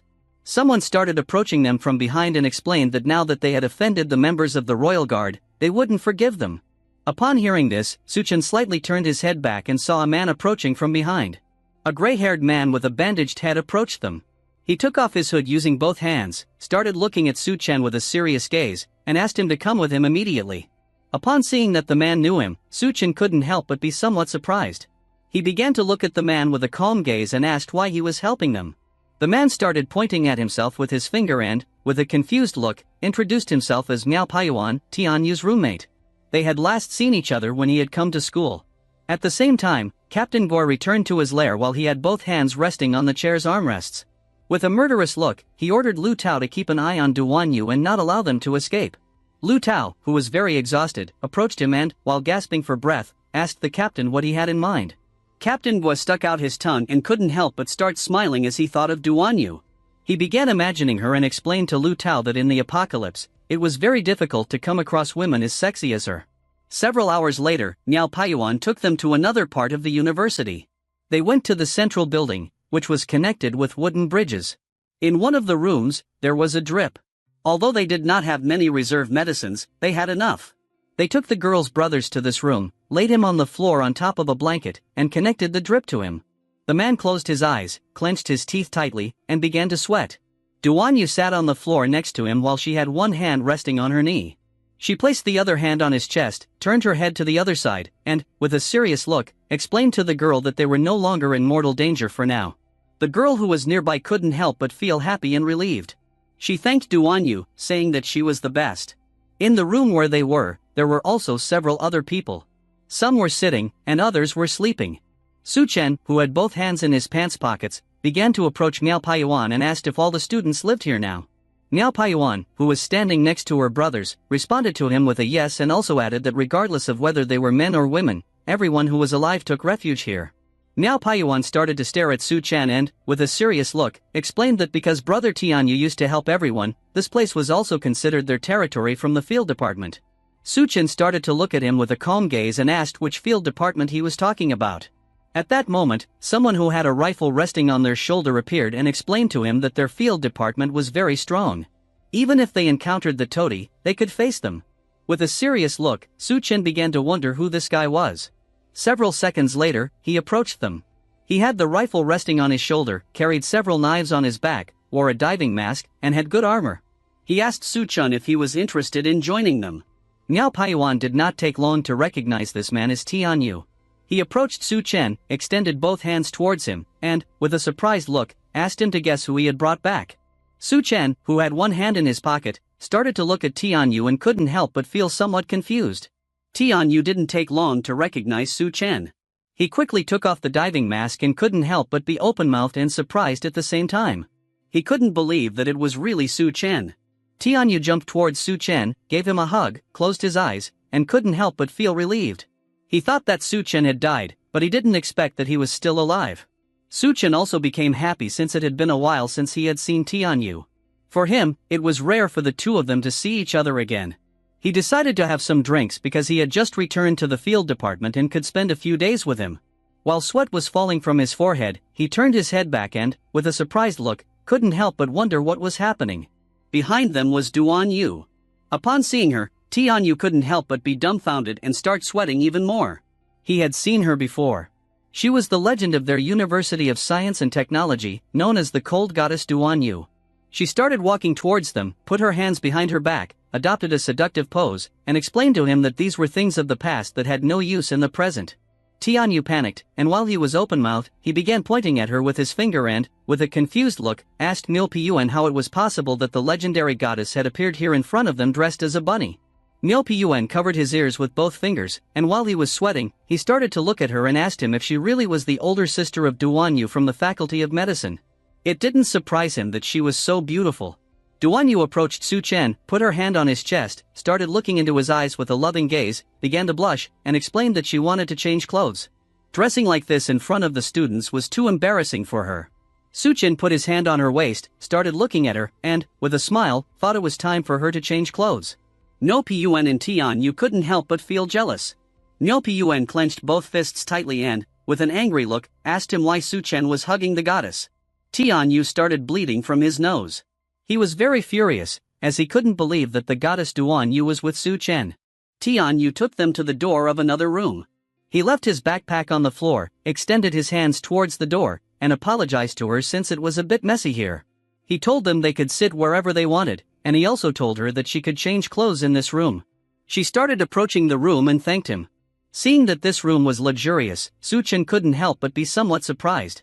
Niu Piyuan turned his back on them, started to look around with a surprised look, and couldn't help but feel envious, seeing that this was how Tian Yu used his contribution points. Tian Yu leaned against the wall, put his hand under his chin, and remembered that they hadn't brought any luggage. He didn't know where she was going to get clothes to change into. Su Chen changed the subject and, with a serious look, asked him if his missions were usually dangerous. Tian Yu started touching his mask with his finger and asked him which mission wasn't dangerous. According to him, they were very lucky, they were clean, and it was noticeable that they hadn't gone through the trials of the apocalypse. He asked them not to leave here and requested that they join their team so he could take care of them. He opened his eyes and, with a serious look, revealed to Su Chen that even doctors as excellent as Duan Yu didn't even need to go out looking for food, she was just going to take care of the wounded. He started staring at Su Chen and decided to remind them of something. He advised them in the future to stop showing off everywhere. He couldn't believe that Su Chen could allow her to dress like a sexy bunny. He didn't know what he was thinking. He also reminded him that they were in the apocalypse.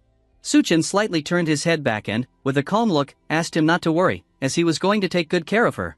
Tian Yu approached him, gave him a gentle punch on the head, and asked him to keep his word. He also asked if he had forgotten who had been bullied in high school and hadn't dared to defend himself. It had been him who helped chase those guys away. At the same time, Duan Yu entered the room, and she started to take off her clothes. Tian Yu revealed to Su Chen that Captain Guo was not a good person. The women he liked never had a good ending, especially women as beautiful as Duan Yu. According to him, Captain Guo was not going to give up. While she was taking off her bunny costume, someone who was behind her started approaching her and prepared to attack. This person took out a knife, put it in front of her neck, and gave the order not to move. This person was none other than Nam. Duan Yu couldn't help but feel terror. With a terrified look, she asked her who she was and what she wanted to do to her. Now put a hand on her chest, approached her, stuck out her tongue, and revealed to her that Captain Guo had asked her to come help him organize Duan Yu's accommodation. She closed her eyes, got even closer to her, and explained to her that, after all, she was a girl who naturally couldn't be with these losers. Duan Yu got a bit nervous, opened her mouth, and, with a calm look, told her that there was enough space here so they didn't have to worry about her.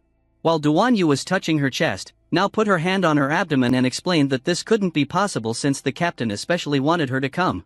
Duan Yu started to use her power, and while her eyes were shining, she told her again that she was not going to leave. The power of Duan Yu began to affect now. Her eyes also started to shine, and she couldn't help but start sweating. Duan Yu gave her the order to release her. Upon hearing this order, now moved the knife away from her neck, took several steps back, couldn't help but feel somewhat confused, and began to wonder what was happening. While Duan Yu had one hand under her breasts, she turned towards Now and started staring at her intently. Although it was difficult for her to control Now with her power, she could still control her for a short period of time. Now stood still, began looking at the ground, and made no movement. Duan Yu decided to take advantage of this. She started approaching the door and decided to let Su Chen handle the rest. But at that moment, Now started to move again. She began to move the knife and prepared to attack. She grabbed the knife tightly, and instead of attacking Duan Yu, she stabbed the knife into her own hand. Due to the intense pain, she clenched her teeth tightly and began to scream in pain. Duan Yu started to look back, and upon seeing this, she couldn't help but be in shock. She couldn't believe that Now had chosen to stab the knife into her own hand. She was using the pain to force herself to wake up from the mind control. With a murderous look, Now began to advance towards Duan Yu and prepared to finish her off. She approached her, and while holding the knife with one hand, she pushed her with the elbow of the other, making her body hit the wall. She started to stare into her eyes, clenched her teeth tightly, and prepared to attack. With a serious look, she told her that she had almost fallen into her trap and also thought that Duan Yu was a very strange girl. Duan Yu started to sweat and, with a terrified look, thought that this was not good. At that moment, someone began to knock on the door and ask her what was happening and why she was making so much noise while changing clothes. Seeing this, Now put her hand over Duan Yu's mouth to prevent her from speaking. She turned her head towards the door and, with a serious look, thought that this was not good. Seeing that no one was responding, the person knocking on the door decided to enter inside. Several seconds later, Chen knocked the door down. Seeing this, Now let go of Duan Yu. She started looking towards the door and, with a serious look, asked him if he was looking for trouble. She gathered momentum, began to advance towards Chen, and, with a determined look, decided to finish him off. As she was slowly approaching, Chen simply stood still without making any movement. At that moment, Tian Yu appeared and, with a surprised look, asked Chen to be careful. Upon hearing the name Chen, Nao's expression changed drastically. She couldn't help but be shocked and start sweating. She didn't know what was happening. As she got a little closer, she saw that the person who had knocked down the door was none other than Chen. He began to stare into her eyes in silence. She didn't take long to recognize him, and upon doing so, she was left with an open mouth and started to sweat. She couldn't believe it was him. In a matter of seconds, her eyes filled with terror, and she began to remember what had happened at the engineering university. She remembered how the monster Chen had massacred everyone. Simply using his sharp claws, he grabbed the leader by the neck, started staring into his eyes intently, and began to smile. It didn't take her long to realize that the guy in front of her was a demon. Chen adopted an offensive stance, began to stare at Now with a piercing look, and prepared to attack. Although she had also killed many people, her intuition told her that if she attacked him, then she would die. She began to tremble, and with a look full of terror, she decided to do something to prevent this from happening. Chen Yu put his hand in front of Chen to protect him from her attack. But at that moment, something happened that no one expected. He couldn't help but stay in shock and start wondering what was happening. Instead of attacking, she threw herself to the ground, placed both hands on it, bowed her head before him, and prostrated herself before him. Chen didn't even move. He started looking at the ground and remained silent. Duan Yu turned around, and upon seeing this, she couldn't help but feel somewhat confused. With a surprised look, she began to wonder what was happening and why she was behaving in this manner. While Now had both legs and both hands on the ground, she began to crawl towards Chen. She started looking into his eyes, called him master, and asked him to please punish her. Chen Yu started to sweat, turned his head back, and, with a confused look, began to wonder why she was calling Chen master. While he had both hands in his pants pockets, his body began to emit a powerful pink energy. With a serious look, he asked her who her master was. Now called Chen master and, with a sincere look, asked him if he didn't trust her. Without hesitating for another second, she took off her clothes and, while holding them with her hand, started to smile and ask him what he thought about this. She was completely undressed, and upon seeing this, Chen Yu couldn't help but be left with an open mouth and start blushing. While he had one hand extended to the side, he began pointing at her with the other and, with a confused look, asked her why she had completely undressed. He didn't know if Chen had such strong tastes. Niu Piyuan, who was behind Chen Yu, also couldn't help but be left open-mouthed and start blushing. He couldn't believe what his eyes were seeing. Now started to stare at Chen, and she remained silent. In reality, she had another plan. While everyone was distracted, she took out a smoke bomb and threw it on the ground, creating a curtain of smoke. Seeing this, Chen Yu and the others didn't take long to realize that she was planning to escape.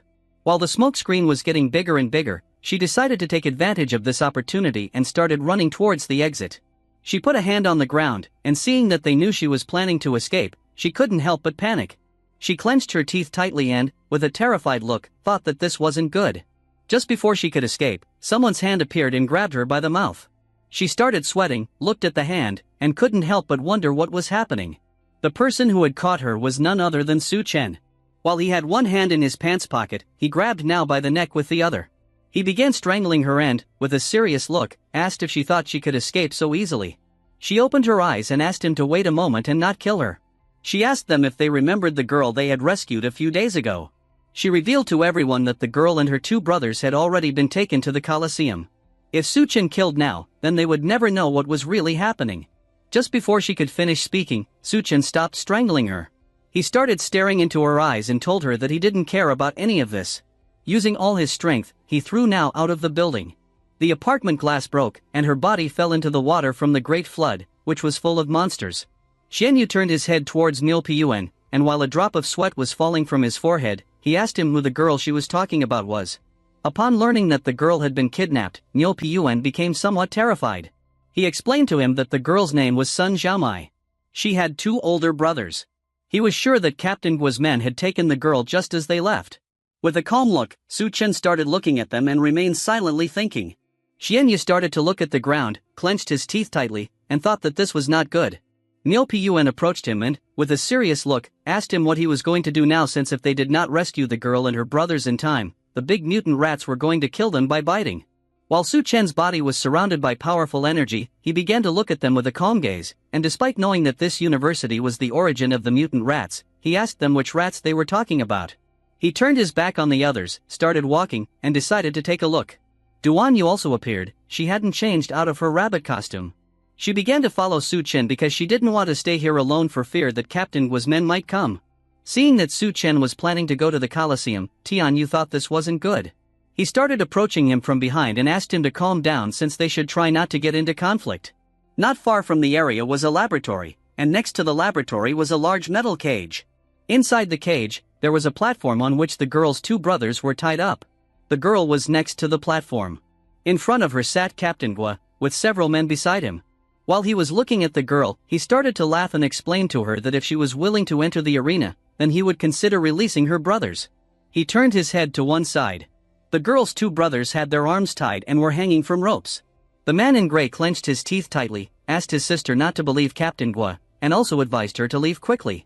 Captain Guo began looking at the man and, with a smile, told him that now it was too late to leave. In front of the platform stood the girl. She was holding a wooden stick with both hands. With a look full of determination, she explained to Captain Guo that she wasn't going to run away.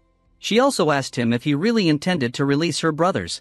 Captain Guo began to point at her with his finger, and with a smile, he explained to the girl that if she managed to survive, he would release her brothers. At that moment, the cage behind her opened, and a giant mutant rat appeared and started approaching her. Upon hearing the sound of the cage opening, the girl who was holding the wooden stick with both hands began to sweat and, with a terrified look, thought that she was in danger. She began to sweat with fear, and little by little, she started to turn her head back to see what was behind her. Once she turned around, she saw the mutant rat. It opened its mouth, which had dozens of sharp teeth, and prepared to attack her. Just before the girl could make a move, the mutant rat gave her a strong bite on the arm. While with one hand she was holding the wooden stick, she closed her eyes, opened her mouth, and began to scream in pain. The mutant rat bit her arm even harder and started to move her body from side to side, causing her even more pain. At that moment, the only thoughts that came to her mind were the memories she had of her brothers. Her brother found many mushrooms, sat on the ground next to the girl, and while holding the mushrooms with both hands, explained to the girl that he had found many mushrooms. The girl, who was sitting on the ground and had both hands on her belly, closed one eye, started looking at the mushrooms with the other, and asked her brother if these mushrooms were not poisonous. The bald man who was sitting next to them grabbed his knees with his hands, and seeing that he had brought mushrooms, he asked him how he could let her eat something they didn't know if it was poisonous. To check if these mushrooms were really poisonous, the bald man took several mushrooms, opened his mouth, and ate them. He decided to try it first. If he did not die, then he would give them to Xiaomai to eat. Upon seeing this, the other man and the girl couldn't help but be shocked and open their mouths at the same time. With a confused look, they couldn't help but wonder if he had gone crazy. It didn't take many minutes before the mushrooms took effect. The bald man let his arms drop to his sides, opened his mouth, and while foam was coming out from inside his mouth, he told them that he was seeing many red umbrellas in the sky. Her other brother put his arms behind his head and soon realized that these mushrooms were poisonous. The girl was in shock, put her arms behind her head, and asked her brother to quickly spit out the mushrooms. Several days later, her brothers prepared to leave. He turned his back on her, slightly turned his head back, and, with a cheerful look, explained to her that when they finished the task, they were going to earn contribution points. Her other brother also turned his back on her, slightly turned his head back, and, with a smile, told her that she would no longer have to go hungry. With a calm look, her brother asked her to remember to behave well and not run around. With a sincere look, her other brother promised that when they returned, they would all eat something delicious together. Back in the present, seeing that the mutant rat was attacking the girl, her brothers couldn't help but panic and start sweating. While the tears were falling from his eyes, he asked the girl to run fast and not to worry about them. Her other brother was terrified, and while sweating like crazy, he asked her to flee quickly since she still had a long life ahead of her. Captain Guo put his hand under his chin, started looking at the girl, and, with a smile, thought they were very noisy. He asked them both to be quiet. One of Captain Guo's men kicked the log that was under her brother's legs, causing the rope to start strangling them. They began to move their bodies and couldn't help but clench their teeth tightly and scream in pain. While the mutant rat was biting her arm, she started to look to one side, and upon seeing that her brothers were being strangled, she couldn't help but panic. The mutant rat bit her arm even harder and started to run. She grabbed the wooden stick tightly, began to look at the mutant rat, clenched her teeth tightly, and decided to do something about it. She raised the wooden stick to the sky and asked the mutant rat to die. She approached it, and without hesitating for a second, she stabbed the wooden stick into its eye, feeling pain. The mutant rat stopped biting the girl's arm and let go of her, causing her to fall to the ground. It opened its mouth and began to scream in agony. The girl's body fell to the ground. She rested both knees, rested an elbow, placed the other hand on the ground, and began to stand up. Despite being very injured, she held the wound on her arm with the other hand, started running towards her siblings, and decided to save them. While the tears were falling like a river from her eyes, she asked her brothers to hold on a little longer. While with one hand she was covering the wound on her arm and advancing towards her brothers, the mutant rat, who had the wooden stick stuck in its eye, began to approach her from behind. Just before she could realize it, the mutant rat approached her and put its paw on her back, causing her to lose balance and fall to the ground. Captain Ghoul put his hand near his mouth, started looking at the sky, and couldn't help but start laughing. He couldn't believe that a brat like her also wanted to save someone. According to him, this was simply a fantasy, and trash like them shouldn't be alive. The girl fell to the ground, and while she was crying, she clenched her teeth tightly, started crawling towards her siblings, and asked them to hold on a little longer. The mutant rat, who was very furious, began to approach her from behind and prepared to finish her off. Little by little, the ropes began to strangle her brothers. While she was crying, she started to look at her brothers with a sad look and couldn't help but wonder why this was happening to them. If they only wanted to live, she didn't know who could save them now. At that moment, Chen appeared and, using just his hand, gave a strong blow to the mutant rat, tearing off its head. He started looking at it with a serious expression and remained silent. The girl, who was lying on the ground, started to look back, and upon seeing this, she couldn't help but start wondering what was happening. Chen's blow was so strong that the mutant rat's head separated from its body, leaving only the lower part. The girl started crying even more, and upon seeing this, she couldn't help but be left speechless. Tianyu, Maiho Paiwan, and Duan Yu arrived at the area. Tianyu was left speechless and thought that Chen was an impulsive boy. Seeing how strong Chen was, Maiho Paiwan couldn't help but be in shock, while on the other hand, Duan Yu was somewhat terrified. She didn't know what he was planning to do. Upon seeing that Chen had killed the mutant rat with a single blow, Captain Guo's expression changed drastically. He started to look at him, and he couldn't help but be terrified. He didn't know why he was so strong. Chen brought his hand to his face, began to look at it with a calm gaze, and upon seeing that the mutant rat was only of this level, concluded that this rat was nothing more than big. He also realized that it did not have a core. According to him, it felt a bit different from other common mutants. Captain Guo started staring at Chen and, with a smile, called him the bastard. He gave the order to his men to open the cage. Upon hearing his order, his men began to open the cage. Several giant mutant rats began approaching Chen. They started looking at him with a murderous gaze. He simply put both hands into his pockets, started looking at the ground, and remained silent. Seeing that Chen was seeking death, Captain Guo decided to fulfill his wish. While Chen was in the arena, Tianyu and Maiho Paiwan took advantage of this moment to save the girl's brothers. Maiho Paiwan, who was behind, put her brother's shoulder over his own shoulder, placed the other hand on his chest, and they started walking towards them. He clenched his teeth tightly and closed one eye. Maiho Paiwan turned his head towards him, and upon seeing his expression, he couldn't help but start wondering what was happening. Tianyu, who was in front, put the bald man's shoulder on his own shoulder, and while he was walking, he started to look at him and asked the two to rest here for a while. He put his hand on his chest and, with a smile, called out to his little sister. Upon hearing the bald man's voice, the girl turned around, and seeing that both were alive, she couldn't help but start sweating and feeling relieved. She asked them if they were okay. Tianyu, who was next to her, started looking at her brothers, and seeing their state, she became somewhat sad. The girl's brothers approached a little, and to prevent her from worrying, they began to smile. With a cheerful look, the bald man thanked her because, if it hadn't been for her, they would have already lost their lives. The girl approached Tianyu, gave her a hug, and, with a sincere look, revealed to them that in reality, it had been Chen who had saved them. Tianyu started to look at the girl and remained silent. At the same time, someone came out of the water and began to walk, leaving a trail of water along the way. This person was Na. Sometime later, she put on her clothes and entered a laboratory. In front of her was a man with blue hair who wore glasses. He was her boss and was enjoying a glass of wine. He started to look at the screen with a calm gaze and asked her if Su-chan was the special research material she had talked about. While she was walking towards him, she crossed her arms, started looking at the ground, and answered yes to her boss. She also added that by using Su-chan's genes, they were going to be able to investigate the problem of genetic instability in the apocalypse. At the same time, mutant rats came out of the cage and, with a suffocating look, began to approach Su-chan. He simply put both hands into his pants pockets, started looking at the ground, and remained silent. Na's boss explained to her that these mutant rats had been created using the latest technology, so they were bigger and fiercer than before. He slightly turned his head towards her and, with a calm look, revealed that Su-chan was going to die here. For him, Su-chan was not worthy of being special experimental material. He began to look at the screen, and upon seeing what was happening, he couldn't help but be somewhat astonished and start wondering what this power was. 3 mutant rats came out of the cage and prepared to attack, but Su-chan wasn't going to let that happen. Just before the rats had time to move, Su-chan drew his dagger, started running at great speed, and in the blink of an eye, attacked the rats, cutting their bodies into pieces, causing them to open their mouths and start screaming in agony.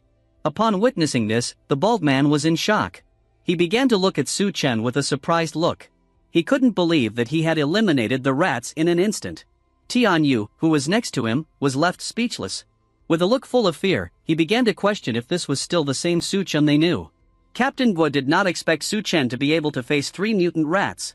With a disdainful look, he called him brat. After killing the rats, Su-chan began to clean his shirt with his hand.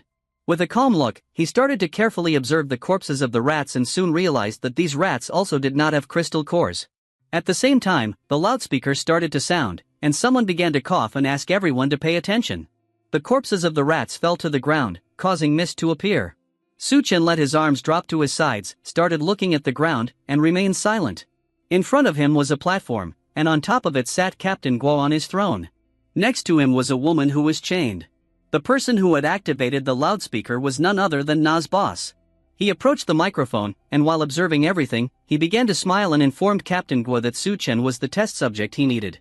He gave the order to Captain Laoguai and Tianyu to capture and bring Su-chan to the laboratory. Guo knew that Tianyu was on Su-chan's side now that the boss had spoken.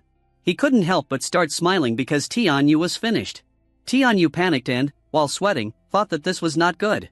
Their boss wanted to capture Su-chan to experiment with whether he was alive or dead. The mist started to get thicker, and Su-chan, who was standing on the arena, remained calm, began to look at Captain Guo, and prepared for any possible attack. Tianyu started sweating. She extended both hands to the sides and, with a worried expression, thought that Su-chan was in danger. Niu Piyuan, who was behind her, approached her and, with a shout, caught her attention and asked her to follow him since it was time to leave here. The situation no longer looked good. If they didn't leave now, they wouldn't be able to do so later. Despite being in shock, she tried to stay calm. She wasn't going to leave while Su-chan was here, she wasn't going to leave him alone. Captain Guo stood up, started to approach the mace, and while he was laughing out loud, he told Tianyu that he had heard that they were brothers.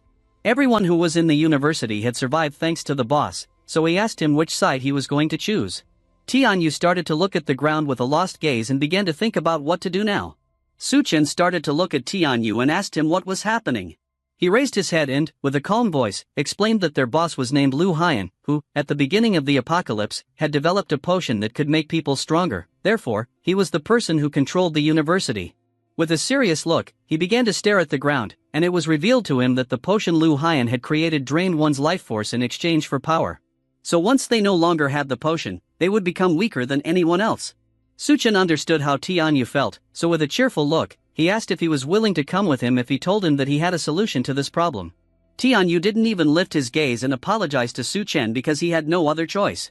Upon seeing this, Captain Guo stood up and couldn't help but start laughing like a madman since he didn't expect to see a show today where 2 brothers were going to face each other. For him, this was very interesting. He began to stare intently at Tianyu and, with a smug smile, asked him to hurry up as the boss was waiting. He grabbed the mace, jumped, and, while advancing towards Su-chan, told Tianyu that it was time to get down to business. Su-chan started to look to one side, and upon seeing this, she decided it was time to get serious.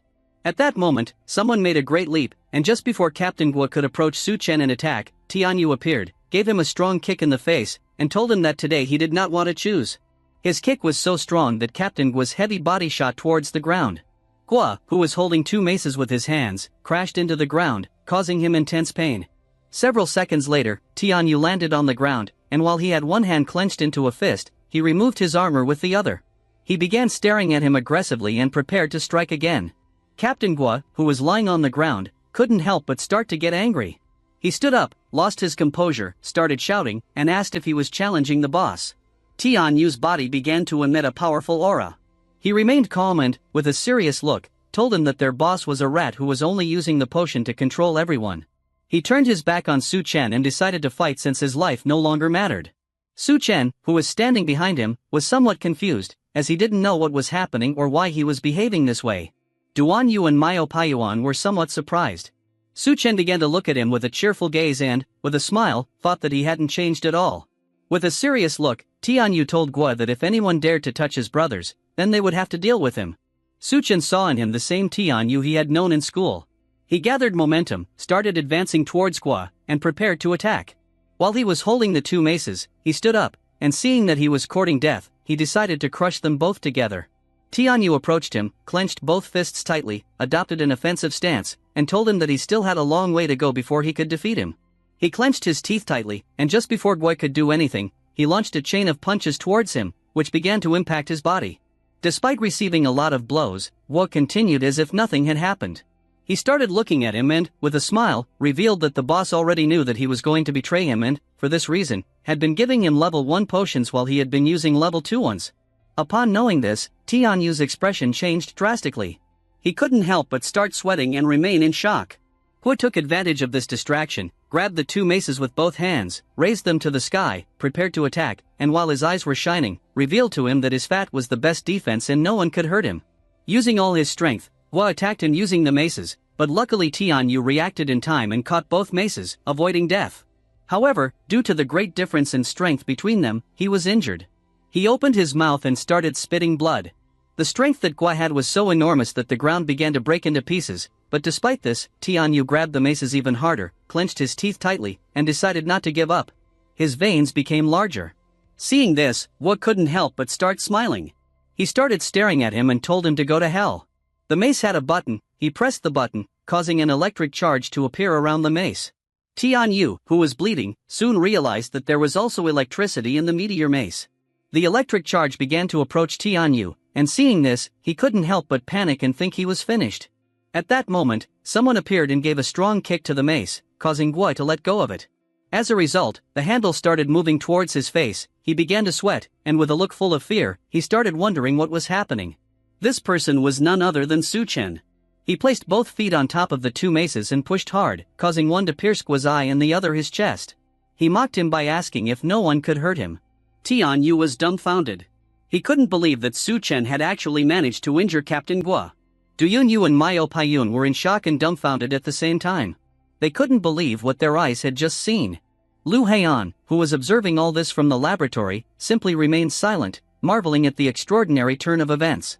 His fascination grew as he observed the unfolding situation, realizing the immense potential that lay before him. "It's remarkable," he declared, his voice echoing through the chamber. "I'm even more intrigued by your presence now. My goal has been to perfect humanity, and I've invested all my resources and skills into this endeavor. The experiment has finally reached a significant breakthrough, and your recent display of abilities has proven your worth. Today, I offer you a unique opportunity to be a part of this groundbreaking experiment. You have the chance to evolve into the first perfect being in this post-apocalyptic world." Kim Shin, upon hearing the offer, felt a surge of anticipation and curiosity about what lay ahead. The so-called perfect human you're referring to is nothing more than a rat. He appeared menacing, much like many other bespectacled individuals. "Ah, so you've figured out the main focus of the research." "That's correct, the genes of rats are indeed the closest to those of humans." With a sinister grin, he continued, "I plan to use rat genes to create an army of rats and then conquer the post-apocalyptic world for ourselves. That would be paradise." His laugh echoed with malevolent satisfaction. Kim Shin's face twisted in disgust upon hearing this.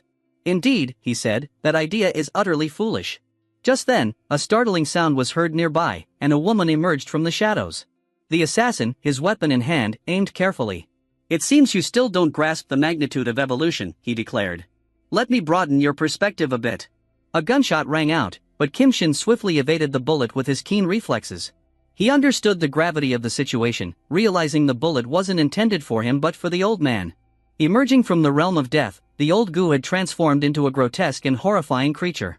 His face was distorted, engulfed by two menacing spikes, and his limbs had lost all resemblance to human form. As everyone witnessed this disturbing transformation, their faces turned ashen. Tenyu remarked, "This body is new," while Doyen questioned, "What are these people actually researching? The scene before us is truly terrifying." The boss pointed out that the massive, gooey creature we're facing is a sumo wrestler, whose considerable bulk not only makes him formidable in close combat but also, with the addition of a grade 3 injection, significantly boosts his strength and regenerative abilities, rendering him nearly invincible. The once familiar goo has now morphed into a nightmarish entity with extra eyes sprouting along its arms and menacingly sharp teeth. Leshan, with an air of arrogance, proclaimed, "Now you see the power of evolution. You're up against a level 3 evolved being who knows your place and serves me." In response, Kim Shin defiantly raised his middle finger and provocatively questioned the other person's mother. Turning people into monsters might seem impressive, but it's far from something to be proud of.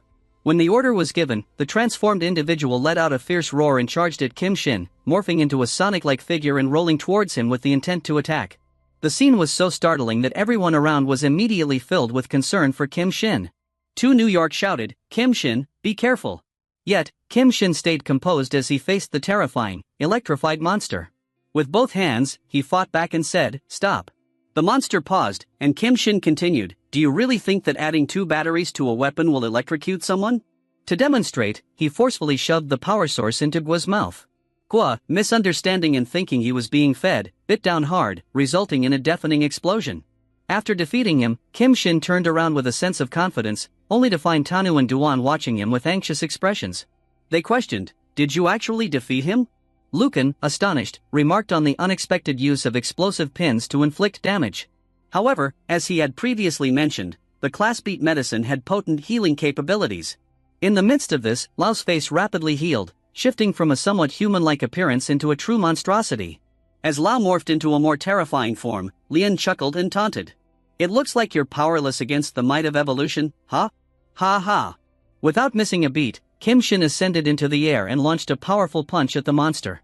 Yet, it quickly became apparent that this single strike was insufficient. Continuing with a flurry of precise strikes, akin to a skilled martial artist, he pondered how few people were aware of superpowers in this era, so he remained determined to keep his abilities a secret. Meanwhile, Kim Shin used his powers to make the battle nearly invisible to onlookers, causing Duan to fret and comment on how the dust was obscuring their view. Yet, he marveled at his own clear line of sight, wondering if viewers shared his clarity. Leslin questioned what Vess had in store for the endgame. Kim reflected on how, as long as this creature continued to regenerate, Leslin's research would remain preserved. A sinister chuckle escaped him, considering his own space's unique attributes. Aside from the obvious material wealth, I had prepared a variety of other surprises. He then unveiled a massive heap of rocks, iron, and steel sourced from different constructions, all destined to be crushed into a sticky mass. This was Kim Shin's ultimate secret weapon. Lagu stood paralyzed, initially expecting a feast but instead confronted with a chaotic assortment of debris. Outside, the tumultuous sounds of battle reverberated, though the source remained hidden. Tanu and Di exchanged bewildered glances, questioning the origin of the noise, while Lucan, drenched in sweat, muttered that Kim Shin must be conjuring some demonic trick. As the dust began to settle, a mountain of rubble and a lone figure emerged, leaving Tianyu, Dai, and Lama in awe. Before them stood a towering mound crafted from various materials like iron and steel, transforming the battlefield into a formidable fortress.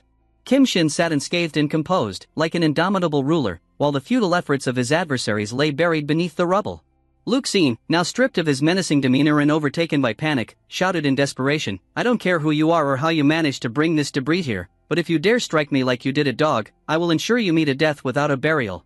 He gestured frantically at the encircling monstrous figures, signaling his imminent demise. Kim Shin, his demeanor unchanged, coolly cracked his joints and replied, "I have no intention of letting this go either." Miss D and Asa saw they were encircled by the Ratmen, once lab subjects now transformed into monstrous creatures. Such informed Miss D and Tianyu that Lu Han was their primary target, and they needed to eliminate him to end this chaos. He directed Miss D and Tianyu to handle the mutated Ratmen. As Miss D processed the command, she realized that failing to prove her worth could cost her everything. Miss DNA reassured Sachin that he shouldn't worry and promised to manage the situation with the mutated rats.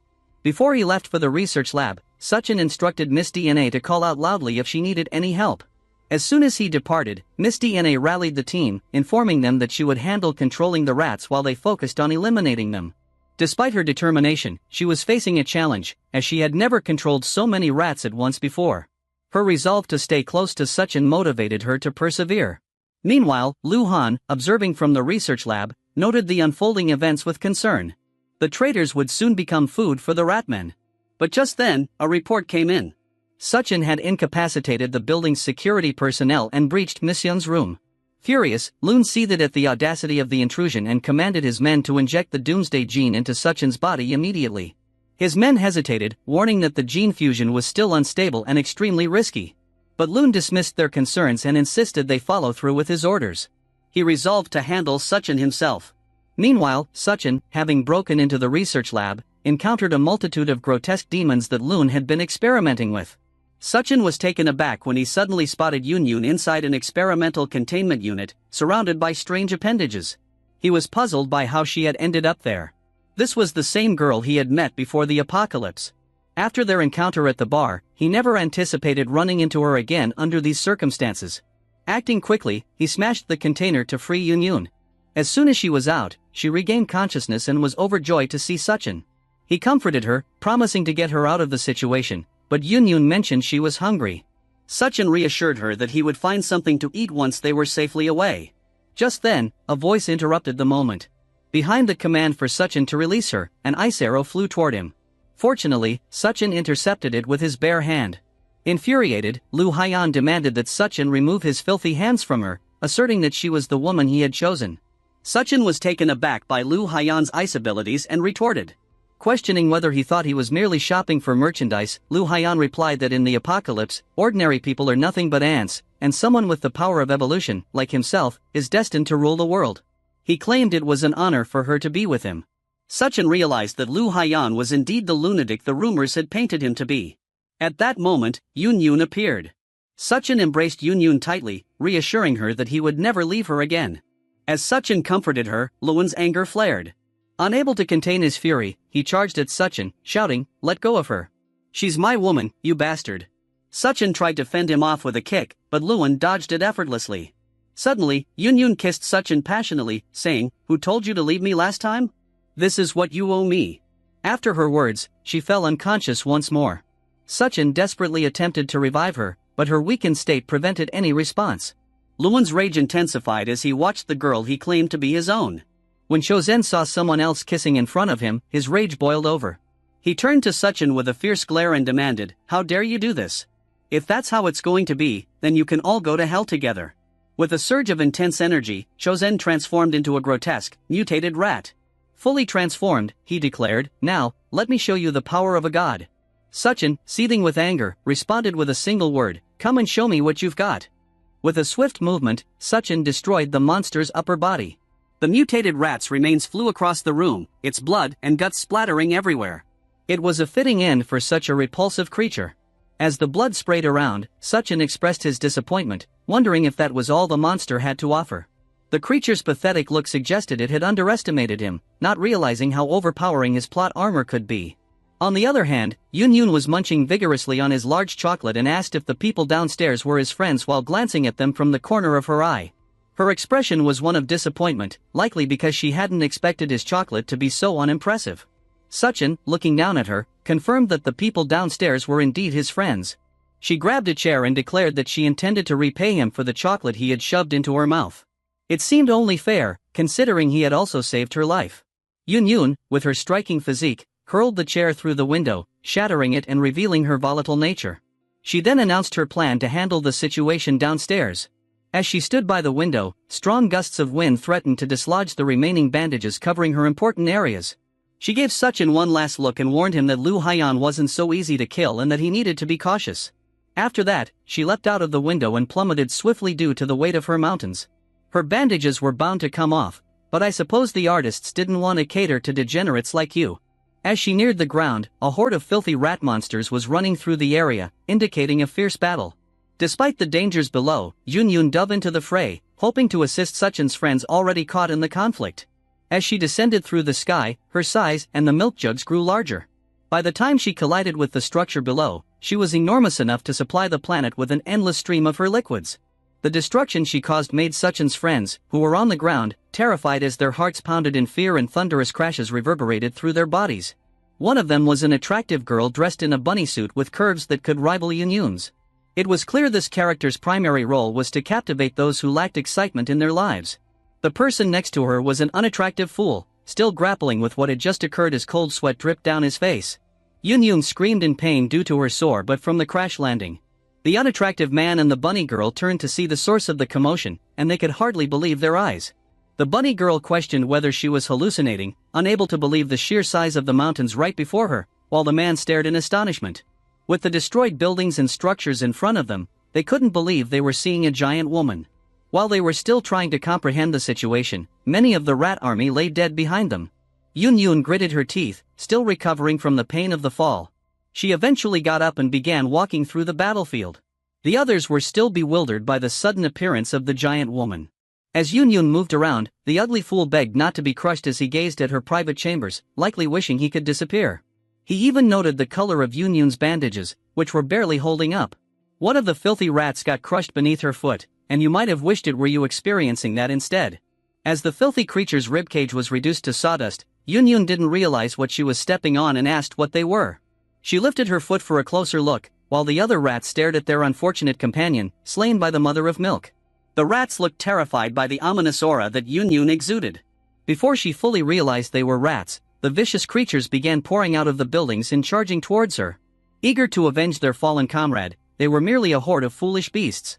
They raced across the field with lightning speed, causing chaos in their wake. Some people tried to escape, but only a few managed to flee, while those who were caught in the creatures' paths were swiftly turned into shish kebabs. The foul rats made Yun scream like a frightened child. She cried out for help because she couldn't endure the repugnant creatures. Everyone else started fleeing from her as she began pounding the ground like an unhinged child. The shockwaves from her stomps and the movement from her upheaval made them all flee in panic. She kept shouting at the creature to stay away, while the others tried to calm her down before she would trample their pitiful lives into oblivion. Some decided she was a worthless lunatic and tried to escape. Suchan observed the chaos below, thinking to himself that he was no longer surprised by the girl's madness. At the same time, he was astounded by the extraordinarily powerful ability Yun displayed. Unbeknownst to him, as he gazed out the window, the rats in the room began to transform and come back to life. He quickly turned and saw the repulsive creatures rushing toward him, but he seemed to regard them with disdain. Despite their overwhelming numbers, they appeared as nothing more than pathetic weaklings to him. Suchan stood there, a picture of defeated resignation, as the rats swarmed and crawled over him. He recognized that Lu Haiyan was indeed a formidable opponent, embracing the swarm with an air of unwavering composure. He allowed himself to be enveloped. The rats began to merge around him, forming a grotesque figure that seemed ravaged by disease. Within seconds, he was entirely consumed, showing no sign of struggle, as if he felt a strange sense of belonging among the foul creatures. From the heart of the swarm, Lu Haiyan's hand emerged like a sinister revenant. The grotesque, menacing rat reappeared in full, as revolting as ever. He chuckled and declared that his body was practically immortal, ridiculing Suchan's futile attempts to kill him. With his bucktooth and foul breath, he was poised to continue being a nuisance to everyone around him. The others fighting below were stunned when the rats abruptly ceased their attacks. They stood motionless, like soulless automatons, as if their minds were linked to a hive, awaiting their next command. The bunny girl and her companions puzzled over why the rats had suddenly halted. With the rats in perfect unison, they looked up to the top of the building, where their leader loomed like a comical cartoon villain bent on world dominance. At the top, Lu Haiyan reveled in his glory. He stood and grinned with his repulsive body, feeling victorious and certain that his enemies were hopeless. His eyes sparkled, and he had a smug expression on his grotesque face. The others recognized him as the king of the rats. Cold sweats broke out on their foreheads as they gazed at the malevolent creature. They were paralyzed with fear, their eyes devoid of hope, knowing they were powerless against the Rat King. All the rats kneeled in unison, pledging their loyalty to their leader and revering the one who made their vile existence possible. Bunny Girl and her companions were astonished that the rats were even clever enough to perform such actions. Meanwhile, Yun continued to storm around furiously, swatting the rats and shouting for them to move aside. Her frustration with the grotesque creatures was palpable, and the presence of their loathsome king only added to her ire. She approached Lu Haiyan, thrusting her chest toward him and demanding to know where Su Chen was. She was prepared to deal with a rat king decisively if he didn't reveal the location of her beloved. Furthermore, she still intended to have her way with his chocolate. Lu Haiyan remained unshaken by the aggressive woman before him and informed her that her precious man was gone. Offended by her disrespectful tone, he made it clear that she was courting death, his sinister grin signaling his readiness to send her to her end. Yun Yun, being completely oblivious, didn't notice in time when the rats began crawling over her and clawing at her skin. Frustrated, she cursed them for distracting her from her goal of confronting their king. It wasn't only her who faced the wrath of the demonic creatures. The bunny girl and the other inept lackeys struggled to keep up as the rats went berserk and attacked them with ferocity. While they fought to maintain their position, Yun Yun was overwhelmed by the rats who eagerly sought to claim her. She tried to shield her face with her hands, leaving her other areas exposed to various forms of assault. Lu Haiyan laughed at them and was about to boast about how he would use his rat army for something cliché, but he was abruptly interrupted by Su Chen's voice. The protagonist reached out from the depths of the monster and apologized for the delay in finding the crystal core. Lu Haiyan was stunned, his expression was one of disbelief. He remarked that Su Chen should have been entirely devoured, but he had foolishly underestimated the power of plot armor. Su Chen tore open his chest with his bare hands and emerged from the foul abyss. He cleaved the Rat King in two and stepped out with a fierce red gaze. His body was marked with glowing red symbols, and even though Lu Haiyan was split in half, he still couldn't believe it. Su Chen gazed down, feeling like the ultimate being in the universe, though he was merely another lucky fool. In his hands, he held the Rat King's crystal core. With the Rat King's crystal core gone, the mutated rats began acting more vicious and crazy. Barricades could barely hold them back because they were able to squeeze through with their bodies. More of the filthy creatures started to appear from tight spaces and corners, looking for the next target to consume. They popped out of the holes in the walls and in the ground. As they unveiled themselves, they held onto the dead bones of their pathetic victims. The guys who were caught up in the battle were irritated and pissed at the sight of these repulsive monsters. One of them complained that the wolves were easily squeezing through the tiniest of spaces. The man screamed out with fear in his eyes as he ran for his useless life. He told his companion to watch his step close to a ditch.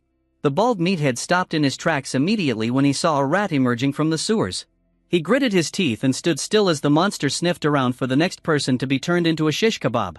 Sadly for the bald idiot, the rat grabbed his leg as he moved and held onto it firmly. It was practically over for the fat piece of garbage. Maybe if he hadn't skipped leg day, he would have had a chance. The bald freak was confused and had no idea what to do. He screamed out as more of the rats emerged and began to drag him down to the depths of their sewage. He struggled and yelled at the rats to let him go, but there was no hope for him. The monsters weren't going to pass up a feast, and the fat fool was going to be enough to feed their entire village. He tried his best to escape and clawed at the ground, but the monsters held him firmly.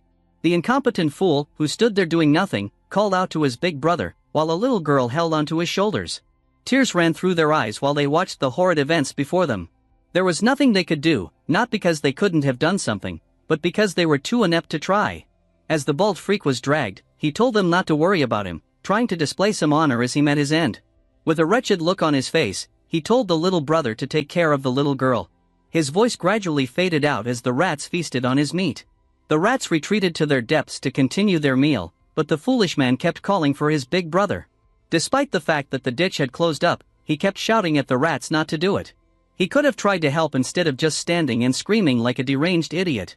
Anyway, the fat piece of shit was gone, and there was nothing that could be done about it. All they could do was stand with their mouths open because they still couldn't believe what had just happened. On the other hand, Chen was completely exhausted. He didn't look like he could still keep up with holding the rats back. There were injuries all across his ugly face, and his mouth bled badly. His eye bags were so heavy that he was like a student that stayed up studying for a crazy test. Chen said the whole thing was too much for him, and he looked like he was about to pass out. Su Chen needed to show up fast and save his sorry, but before it was over. With the little strength he had left, he kept trying to fight back the rats. He slashed the monsters as they approached him, but he said he had gotten to his limit. The rats couldn't give up a chance to attack weak prey, so more of them swarmed him. At this point, Chen was basically seeing Jesus already. He was beyond exhausted. He could barely keep his eyes open. His arms gave out, and he was panting like someone who had just finished going through rounds of clapping a girl's cheeks. You could tell there was no hope left in his eyes, and he had accepted whatever fate awaited him. Yun Yan, as well, was being overrun by the little critters. They all wanted a taste of her milk tanks, and she was finding it hard to keep them away from her. They clawed and bit all over her body, while she winced in pain.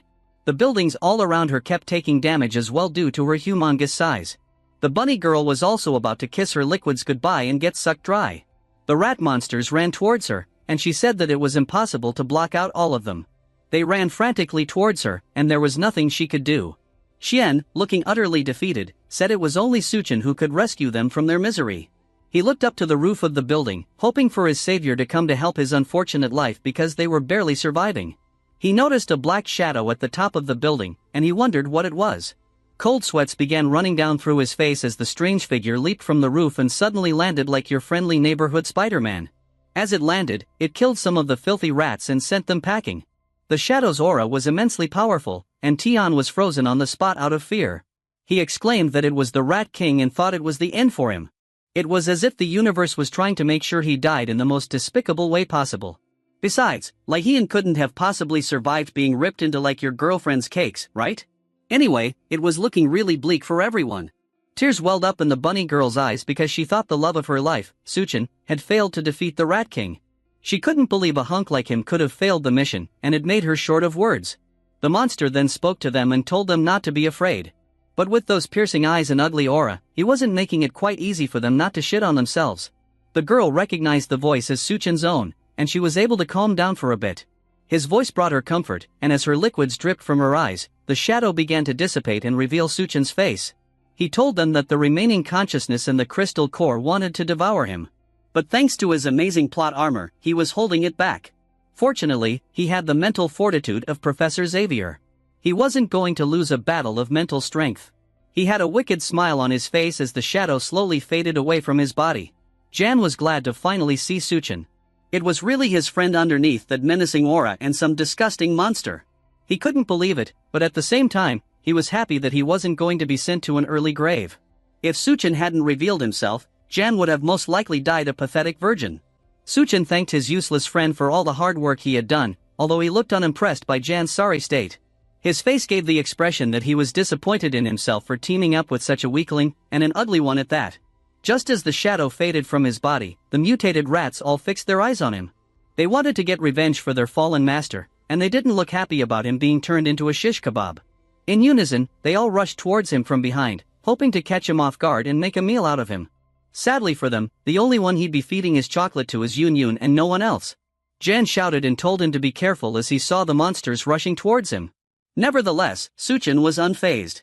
He slightly turned his head and told the filthy things to get lost, with a devilish glare in his eyes. Now, the rats knew who the actual monster was. Their repulsive screams could be heard as Suchen told them to scram. They looked like they had just seen a ghost. The rats quickly ran for their lives while they still had the chance. Suchen, on the other hand, just watched as the creatures fled like degenerate sisses. The battlefield began to clear out because every single mutate was fleeing the scene. Suchen and his friends just stood there and looked as the monsters ran away frantically. If not for him, Yun Yun might as well have kissed his chocolate goodbye, and he would have had to kiss those mighty milk jugs goodbye as well. The barriers that were meant to hold back the mutated rats ended up being their escape route, as they squeezed their bodies to get through the little holes. The others escaped through their underground tunnels, never to be seen again. Some even risked their lives and went through the vents. I guess they'd prefer to be sliced and diced by the fans than for Suchen to unleash his wrath upon them. The rest of the human survivors couldn't believe their eyes. They wondered what had caused the rats to suddenly escape and run away.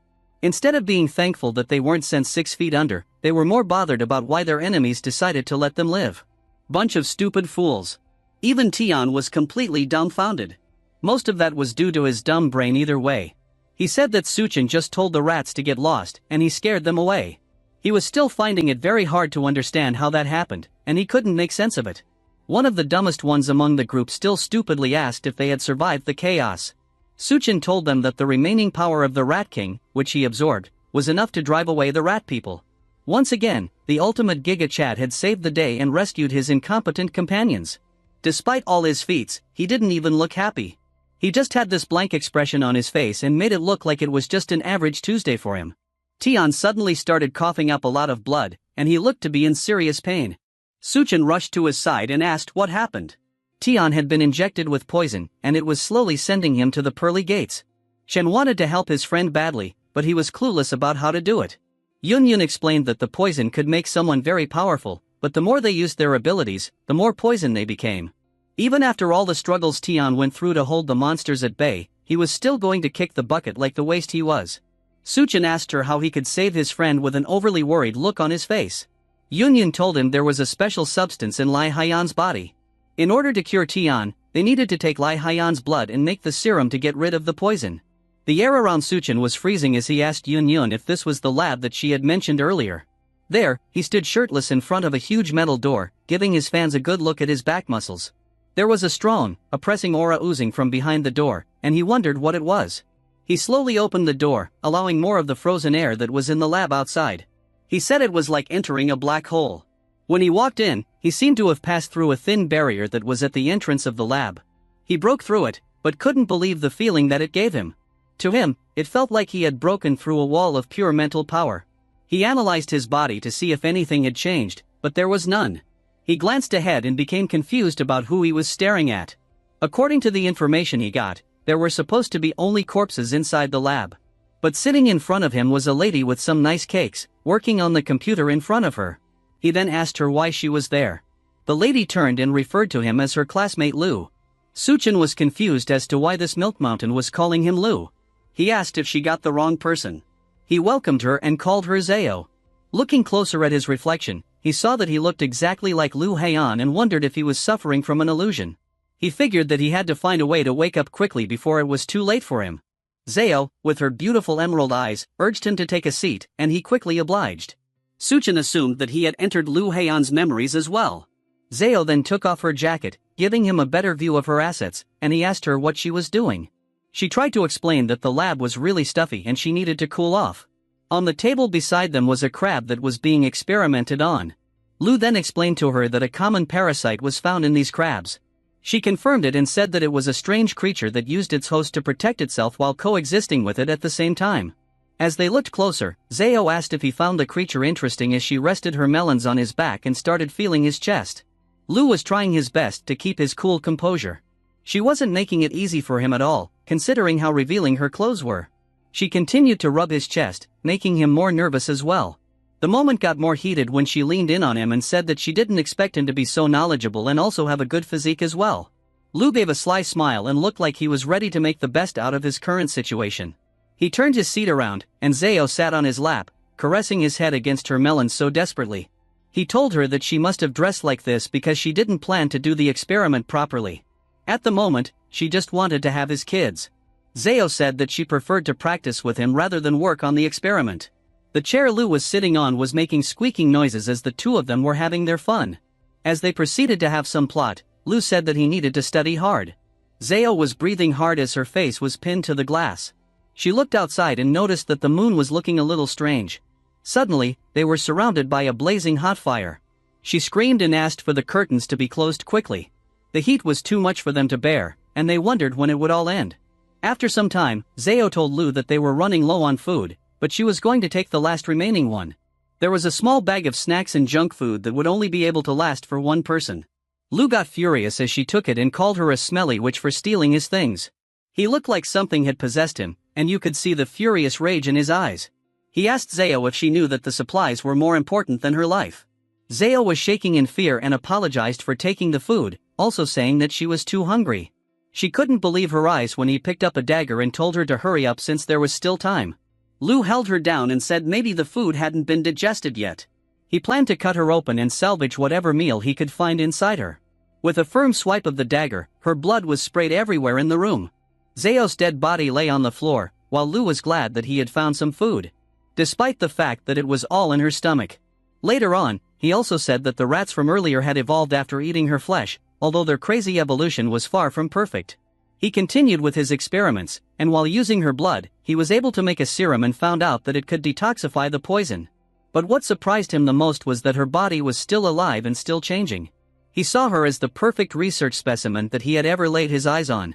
Looking closer at the data he got, he was amazed by it and said it was really incredible. According to him, it wouldn't even be an exaggeration to call it a Doomsday gene. As Zao's monstrous body continued to hang in chains, he asked if she wouldn't just see the surprises that came to her mind. While smiling like a deranged maniac, he said that she wouldn't die either way.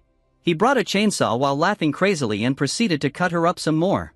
Zao, who looked more like a parasite now, asked if he had found it and also said that he always wanted to eat it. While he held a crystal core in his hands and continued his maniacal laughter, she asked him why he was hesitating so much. She then urged him to eat the crystal quickly. Zao wondered why Lu wouldn't just wait, but he said it was just rotten meat and shattered it between his fingers. Seeing as he shattered the crystal core, she was surprised and asked him how he found out. Slowly, Lu's image faded, and Suchen's face was revealed. He said that if he truly had a crystal core in his hand, she would have died long ago. The monstrous parasite then asked him how he was able to destroy her illusion. She hated it, saying that a suitable human had finally come, but she was just one step short of her goal.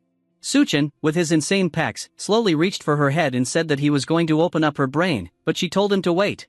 She started crying out like a wimp, saying that she was just a poor woman who'd been hurt, and then asked Suchen if he didn't just want her power.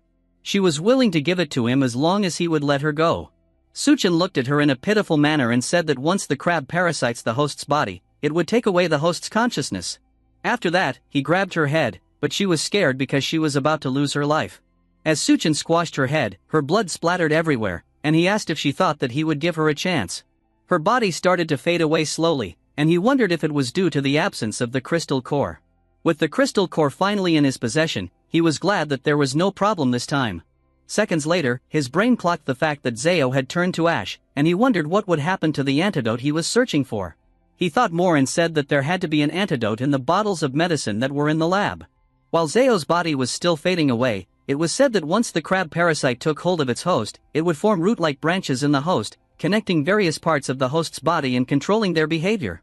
The parasitic relationship eventually resulted in the host becoming a slave to the crab parasite. The scene opens up with a broad view of the city, and we see a group of people walking around making idle chatter. They said that after the flood receded, the corpses that were originally under the water began to mutate once more. They were told to stop looking around and keep walking in order not to waste time. As they walked around, Yunyun looked very nervous and scared, and then she called for Duanya's attention. Duanya turned her attention to the poor girl, and Yunyun asked where Suchen was going with all the medical students who they were walking around with. Duanya said that the escaped mutant ratmen were lurking around the University of Science and Technology, and it was no longer suitable for human survival. The surviving medical students were seen as scarce talents during the Doomsday, so Suchen planned to take them to the resettlement area. Yunyun was upset because they still had a long way to walk, and she was already getting really hungry. The hunger made her twist and turn her body, giving everyone quite a good view of the mountains on her chest. Anyway, she decided that she needed to go and find Suchen so that she could quell her hunger. As she attempted to leave, Duanya held her back and told her that she wasn't allowed to go. Yunyan wondered why Duanya was being so overprotective and holding her back from satisfying herself. Duanya then told her that since she was following them, she had to be obedient and do whatever she was told. She thought to herself that she was also good for her as well. Duanya had a sudden flashback to her when Suchen stood over her and she sat vulnerably on the floor. At that time, she was wondering what had gotten into him because he was acting strange. Suchen had a fiery look in his eyes as he grabbed her cheeks and told her not to be afraid. He was just a little hot, and he needed to cool off by any means necessary. She couldn't believe it when he suddenly kissed her, but she didn't back out of that moment either. After that, her body started to feel weird. And there was a sudden night of heavy rain. Back to the present, Duanya thought about how wild Suchen had become after that moment they shared. She started to wonder if it was a side effect of the crystal core that was in his possession.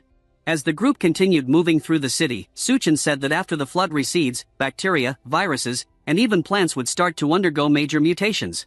Also, many resettlement areas would begin to collapse due to a lack of doctors. Doctors were really scarce at the time for them. And if they were able to make good use of the doctors, they would be able to establish their own resettlement area. Apart from being able to get their own area, even if multiple forces emerged in the future, Suchen believed that they had the capital to fight against them. In addition to that, the harvest at that time was good because Yunyun found a method of making serums and recovery potions. Suchen also said that Tian and the others were recovering, and they would be able to give him a helping hand when needed. He was also able to store all the research equipment and materials in the laboratory building within his dimensional space. Suchen then thought seriously about the Rat King's crystal core, which he had acquired previously. It wasn't only able to enhance his berserker ability, but it also increased his physical strength. His plot armor just kept getting more insane as the days went by. The crystal core also gave him ice powers. Although he could only condense a little ice, he was determined to find a way to increase it in the future. As if he wasn't overpowered enough. The crystal core of the half-body female mutant also added more abilities to his arsenal. Her crystal core gave him 2 psychic abilities, but he was upset that he didn't get the power of illusion. Tian suddenly noticed a weird sound coming from around them, and the other got very nervous. Chen activated his first psychic skill, which was spiritual perception. He said that the ability probably came from the corpse's appetite for blood. His eyes turned to a sharp red color, and he had a very intimidating aura around him. He was able to see the heat signatures from the blood of living things about 30 meters around him. It was like he had turned into a heat-seeking missile. He then noticed that the members of the Tao clan were about to ambush them. He could see the numerous people who were hiding in the buildings and waiting for the right time to strike. One of the members of Chen's group saw something frightening and told everyone else to look up towards where he was pointing. Above them, they could see a female who had been hung on the traffic light pole, and they wondered what was going on. They wanted to know who did it and pay them back for their heinous crimes. A girl then noticed that the person who was hung was known as Ruerwi, and she was her roommate. She told the guys to hurry up and save Ruerwi before it was too late. It was a life that needed saving, and she couldn't stand seeing her roommate in such a humiliating state. One of the guys attempted to go and save the girl, but Chen stopped him and told him to mind his business. Chen then told his group to keep moving and stop wasting time. The girl couldn't believe how cold-blooded he was. She wondered if Chen was even still human because it didn't make sense that he would just watch someone die when there was still a chance to save her. Other people began to speak up, and they said that Chen wasn't a man at all. They decided to stay back and help because they couldn't just stand by and watch someone die before their eyes. The girl ordered them to put Ruerwi down quickly so that she could attend to her. Some men moved to the traffic pole quickly and began loosening the rope in order to rescue her. As they were loosening the ropes, arrows suddenly came out of nowhere and started raining down on them. The arrows pierced through the guys and sent them to an early grave. The sudden turn of events brought fear to the girls' eyes. All of them couldn't believe that they just lost 2 innocent souls in an attempt to save one person. They finally realized it was a trap, but things were already looking very bleak for them. 2 crazy guys burst out from the windows above them with axes. They quickly surrounded the girl and the guy she was with. The 2 men from the Tao clan were as big as mountains, and they were ready to end their miserable lives. The fools who were trapped screamed out and panicked while hoping that it wasn't the end of the road for them. One of the huge men grabbed the girl by her cheeks and got a good taste of her. His teeth were as sharp as daggers, and he said that the little girl was really kind-hearted. He also said that she could definitely attract more people if she acted as bait for them. The vile man tried to get a good feel of her legs and see what she had in store for him. She closed her legs tightly to prevent herself from being defiled. He then asked his subordinate to let him play with the girl for a while so that he could satisfy his urges. The poor girl was scared skinless as she looked at the monstrosity that grabbed her head. She begged him to let her go, but there was no use. Her friend tried to fight for her, and he demanded that the ugly monster let her go. But he didn't see the other enemy, who was about to chop off his head. The poor guy got slaughtered, and his blood was splattered everywhere. The monster referred to him as food and said that he should be conscious of other food like himself as well. The girl screamed out as she watched her friend get chopped up like a shish kebab, but her useless screaming didn't matter to them. They thought that she was sweet and wanted to keep her for the sole purpose of using her to make babies. She definitely had the assets for the job. Sadly, her torso was ripped out of her lower body, and she joined her friend in the world beyond. While the chaos went on, Chen just watched silently as the sounds of joyous people surrounded them. Duenya looked at him, hoping that he would do something soon before they joined the deceased. She asked him if the woman who just got ripped was used as bait, and he confirmed it. She wanted to know if they were then safe, but they were still surrounded by the Tao clan. In the buildings all around them, the huge monsters watched from the windows as they kept an eye on Chen and his group. The guys panicked as they found out that they were surrounded. Their chances of survival were looking very low, and only Chen was going to be their saving grace. With a mean look in his eyes, he decided to try out one last ability, which was known as corpse control. He activated it, and a legion of mindless zombies rose up from the ground. Chen wanted the Tao clan to know the feeling of being surrounded as well. A horde of monstrous, glowing-eyed creatures charges forward menacingly. Their snarls echo as they close in. The atmosphere is tense as the characters look back in shock, realizing the threat has snuck up behind them. In this intense battle moment, blood sprays through the air as a powerful slash slices through the enemy. Their expression twists in pain and rage. The scene is filled with raw energy and violence, as one character boldly taunts the other mid-attack. With a powerful strike and a fierce command, the man clears his path, effortlessly sending his enemies flying. The sheer force of his attack radiates through the scene as his opponents are knocked down in shock and defeat. In this moment, a monstrous man exclaims in frustration, "Oh no, the prey escaped." The looming figure and the alarmed expression show their shock and disbelief, realizing that their target has slipped away. This likely triggers the intense pursuit. Two muscular men leap aggressively towards their target after receiving orders to chase and not let them escape. The atmosphere is tense, and the fast-paced motion lines emphasize the intensity of their pursuit. Chen blares intensely while proclaiming, "You won't escape anywhere." The sharp focus on the eyes and the menacing tone suggest that the chase is personal, and the target has little chance of getting away. Two monstrous figures with sharp fangs and fierce expressions confront someone, mocking them. One of them sneers, saying, "Look, there's another one here who wants to die," while the other angrily commands, "Kill him first." This moment sets the tone for an intense and dangerous battle. Chen stands amidst a smoky atmosphere, hands casually in his pockets. With a cold smirk, he says, "Too bad the devourers don't have crystal cores. I'll let these mutated corpses play with you instead." His demeanor suggests he's in complete control, ready to unleash something terrifying on his opponent. A wave of enemies with glowing red eyes charges toward two muscular fighters. The surprise is evident as one shouts, "What?" in disbelief. They're caught off guard by the overwhelming force, setting up an intense moment of action and struggle. We see a damaged, desolate building under a fading sky, marked as the safe zone, Hachung. Despite being labeled a sanctuary, the destruction suggests that safety is a fragile concept in this post-apocalyptic world. Yanyin and Ding step into the scene, confronted by a voice accusing them of trespassing into Hachung. They calmly respond, revealing they're from the University of Science and Technology, seeking refuge. The atmosphere hints at tension, with unknown intentions behind their sudden arrival. As two of them look up in shock, a powerful figure armed with a massive axe descends from the sky. The sudden appearance of this formidable presence leaves them frozen, unsure whether it's friend or foe. Here we see a powerful man summoning an overwhelming force of energy with his massive axe in hand. He's ready to unleash pure destruction, and you can feel the intensity building up around him. A powerful and intimidating man, covered in chains and exuding dark energy, fiercely warns others to stay away, emphasizing that he has no patience for weakness or cowardice. Dings with glowing pink eyes challenges the authority of her opponent, demanding to know what gives him the right to deny them entry into what should be a safe zone. The man with glowing eyes senses something suspicious, accusing his adversary of resorting to underhanded tactics to gain an advantage in their standoff. A man wielding a weapon aggressively lunges at his opponent, calling them useless trash, while the shocked Dings below, likely under attack, realizes that they're up against a powerful ability user. Suddenly a hand appears. Feng is desperately trying to block a massive, sharp axe descending toward him, while Ding stands behind, watching the drama unfold with a sinister calm. It's a critical moment of action and suspense. In this moment, Feng stands firm, trying to reason with Captain Sun, urging him to stop the attack. He emphasizes that the people are just seeking refuge and not a threat. The tension is high, but the plea is heartfelt. Here, the intimidating Captain Sun doubts the intentions of the newcomers. He grips his massive axe while pointing out that surviving in areas ruled by devourers is no easy feat. He suggests these individuals may be spies trying to infiltrate their group. His suspicion adds tension to the scene, such as suggesting relocating a group of doctors to a safer area, surrounded by Yang Yan and Dings, who seem conflicted. The atmosphere is tense, with shadows in the background, hinting at an impending danger. A shocked man reacts in disbelief at the mention of dozens of doctors being rescued. His astonishment is shared by others, as they emphasize how rare it is for so many doctors to have survived up until now. The tension and surprise are palpable. Feng is shocked upon seeing Chen alive, implying that they had assumed the worst. The intensity is heightened with a close-up, emphasizing their disbelief and the unexpected reunion. Feng passionately defends his friends, vowing with his life that they are not spies for the enemy.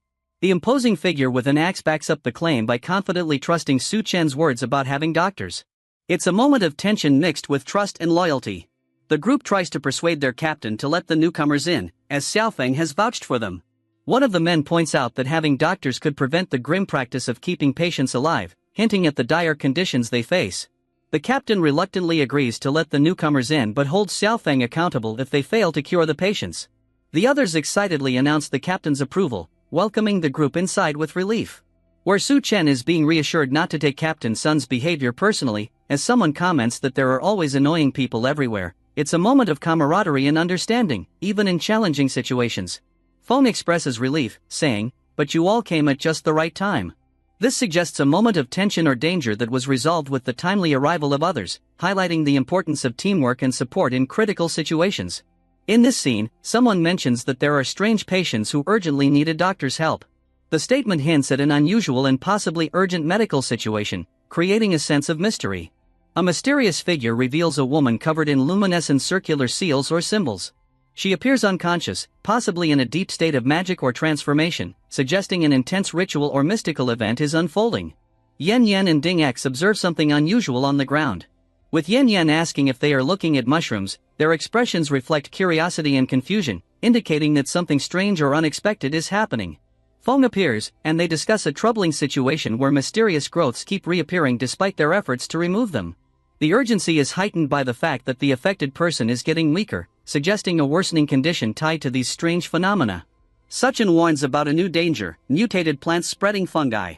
It's crucial to stay cautious around young plant shoots, as a simple prick could lead to serious infection. Ding is puzzled, asking if these mushrooms are using the person as nourishment, while Chen confirms it might be true. Meanwhile, Yen Yen decides to seek help to analyze the mushrooms and potentially develop a remedy. Chen realizes the looming danger of mutated plants. These monstrous plants, with sharp teeth and menacing vines, are a growing threat. If not dealt with swiftly, they'll expand rapidly and begin attacking humans, signaling the start of something far more terrifying. So here we see the devouring tribes plotting to overrun the safe zones, turning survivors into nothing more than livestock. Chen knows this threat is real, and they're planning to use this base to get ahead of the danger before it's too late. Things are getting wild. Someone charges through the crowd in a vehicle, yelling for everyone to move aside.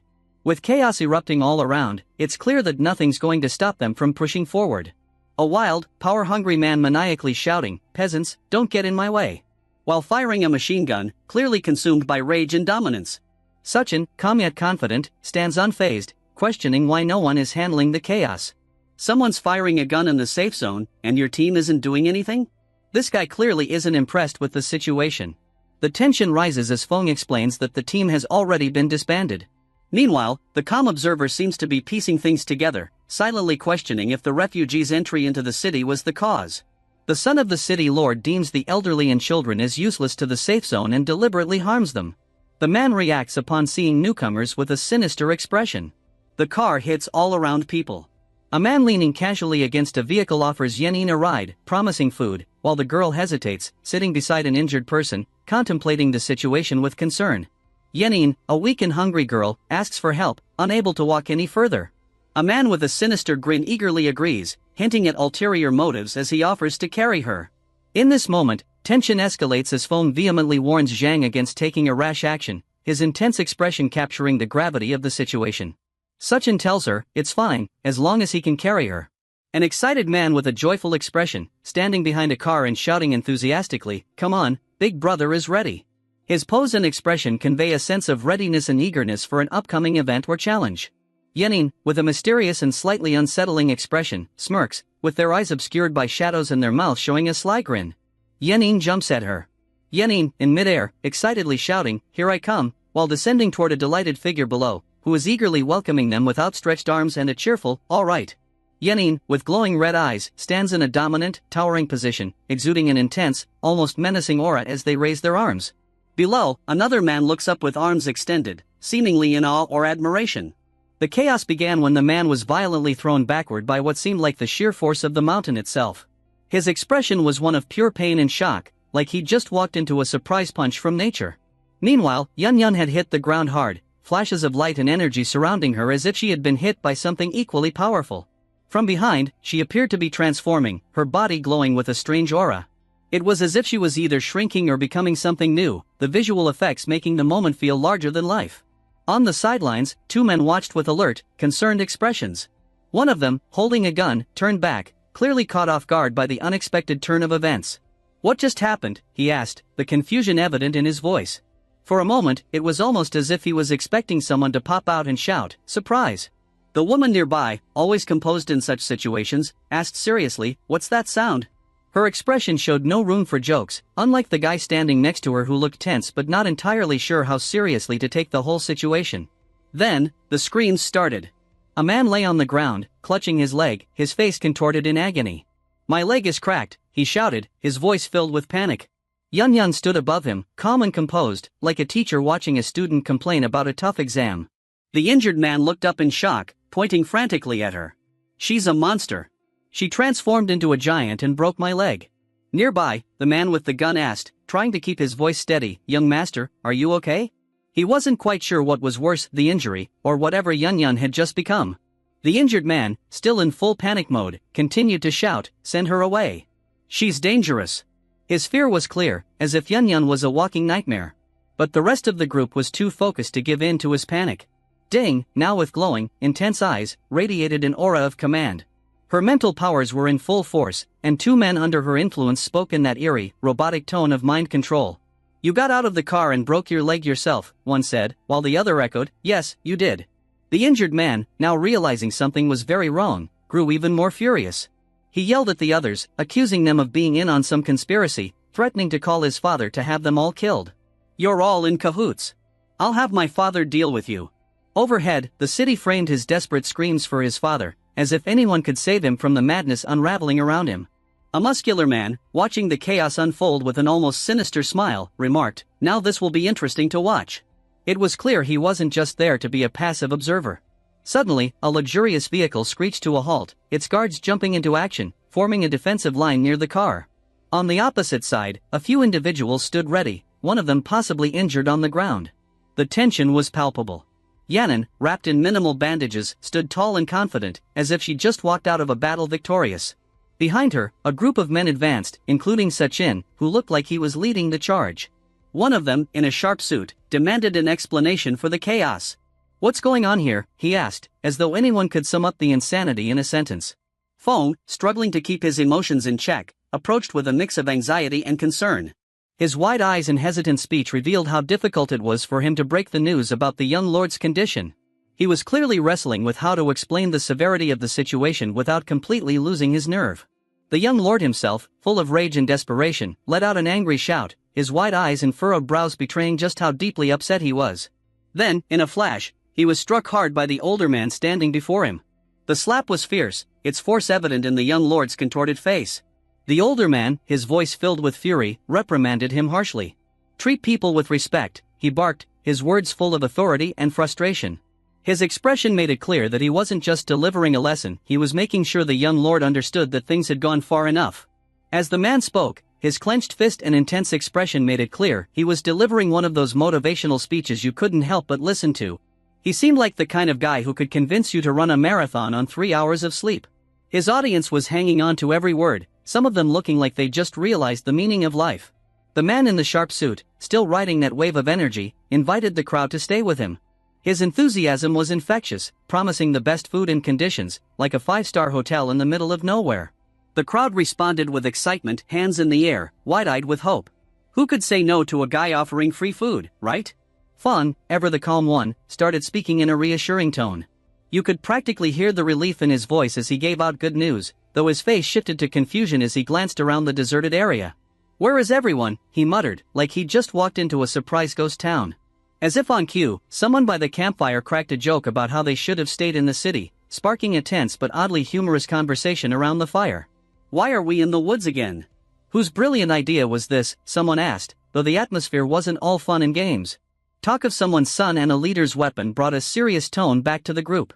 Still, nothing like spending a night in the woods together to bond over awkward silences and existential dread. Near the fire, Ding and Yen sat close, with Yen nervously admitting, "This is my first time doing this." Her face flushed as she asked Ding for guidance. Ding, ever the teasing one, leaned in, "First time camping, huh? Well, if you're scared of the dark, don't worry, I've got an extra flashlight." Yen blinked in surprise, blushing even more, before Ding added, with closed eyes and a thoughtful tone, "Although, I'm not sure I'll sleep much tonight." Yen, startled, blurted out, "Wow, impressive stamina." Before things could get any more awkward, Chen interrupted, alerting them that someone was approaching. Both women shifted their attention, expressions switching from playful to concerned. From the shadows emerged a bald man, his demeanor tense and alert. He called out for someone, clearly not thrilled about the sudden presence of law enforcement or whatever this was. His backup, holding weapons, didn't help ease the tension. A confrontation was brewing. Ding, with her pink hair and no-nonsense expression, stepped forward, glaring at the man. "You really think you're going to walk away after breaking the young lord's leg?" she asked, her voice cutting through the tension like a blade. Behind her, another man looked just as tense, as if expecting the situation to explode any second. Chen, always one for dramatic entrances, stood confidently. Run away? Me? He scoffed, casually rubbing his neck. I was just trying to avoid causing a scene. Wouldn't want to accidentally injure any innocent Tiger Squad members. His words were smooth, but his tone was sharp.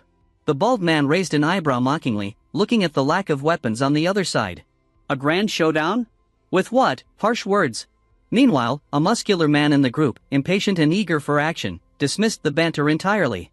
Enough talking, let's just take them down. Chen, however, was already on the move. With a clenched fist and an explosion of energy, he made his power known. His opponent's shock was written all over their faces, sweat dripping down as they scrambled to process what had just happened.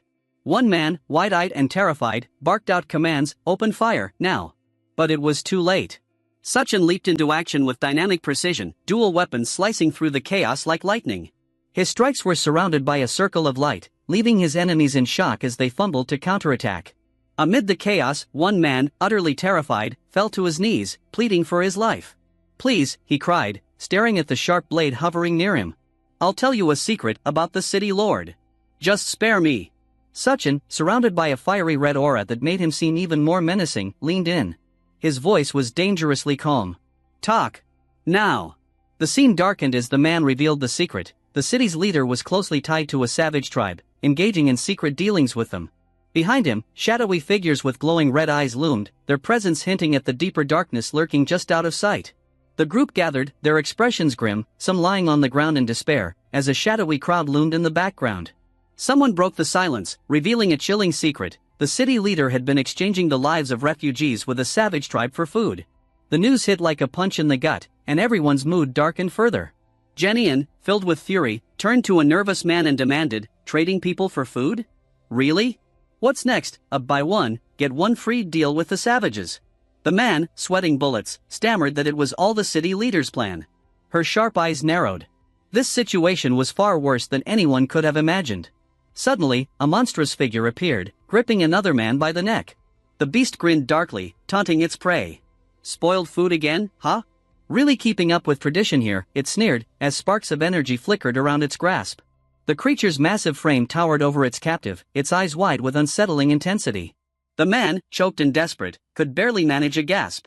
The beast, with its towering red presence, seemed unstoppable, and the group watched, paralyzed with fear. Nearby, Janian and Ding huddled close, their expressions a mix of shock and disbelief. Ding's usual confidence faltered as she covered her mouth, processing the chaos unfolding before them. Even the bald man, who had been pleading earlier, looked like he might collapse from the tension. But through it all, Chen stood with a confident grin, clearly enjoying the upper hand. In another part of the forest, a man dangled high in the air, screaming for help. Below him, a group of brutish creatures laughed at his helplessness. "Strange place to hang out, eh?" one of them mocked. "Should we beat him to death or just take him back for dinner?" The man frantically tried to explain himself, but a creature cut him off, declaring, "You're the next meal." With a swift punch, the brute sent the man flying, the force of the blow reverberating through the trees. If anyone had planned to save him, they were running late. Suddenly, Janian emerged from the shadows, his glowing eyes locked onto the brutish creatures. "Damaging my new toy, are we?" he scolded, effortlessly lifting the dangling man as if he were nothing. The smaller creatures trembled, recognizing Janian's dominance. "You'll do as a replacement toy," he sneered, gripping one of the creatures in his massive hand, leaving the others to quiver in fear. Meanwhile, Chen calmly observed from a window above. "These creatures have mutated so much," he remarked, "I doubt even bullets can pierce their skulls." Beside him, Ding smiled and raised her high-powered rifle. "Let's find out, shall we?" With deadly accuracy, she fired off a series of shots, each one hitting the exact same spot on multiple creatures, their heads exploding in perfect synchronization. One of the beasts, drenched in sweat, stammered, "How did 3 bullets hit the same spot?" Before the remaining creatures could retaliate, one charged forward in a fit of rage, but a massive hand caught it mid-air. The creature froze, its red eyes widening in disbelief as it realized the strength it faced was far beyond its own. Dark energy pulsed around the hand that held it, the overwhelming power radiating ominously.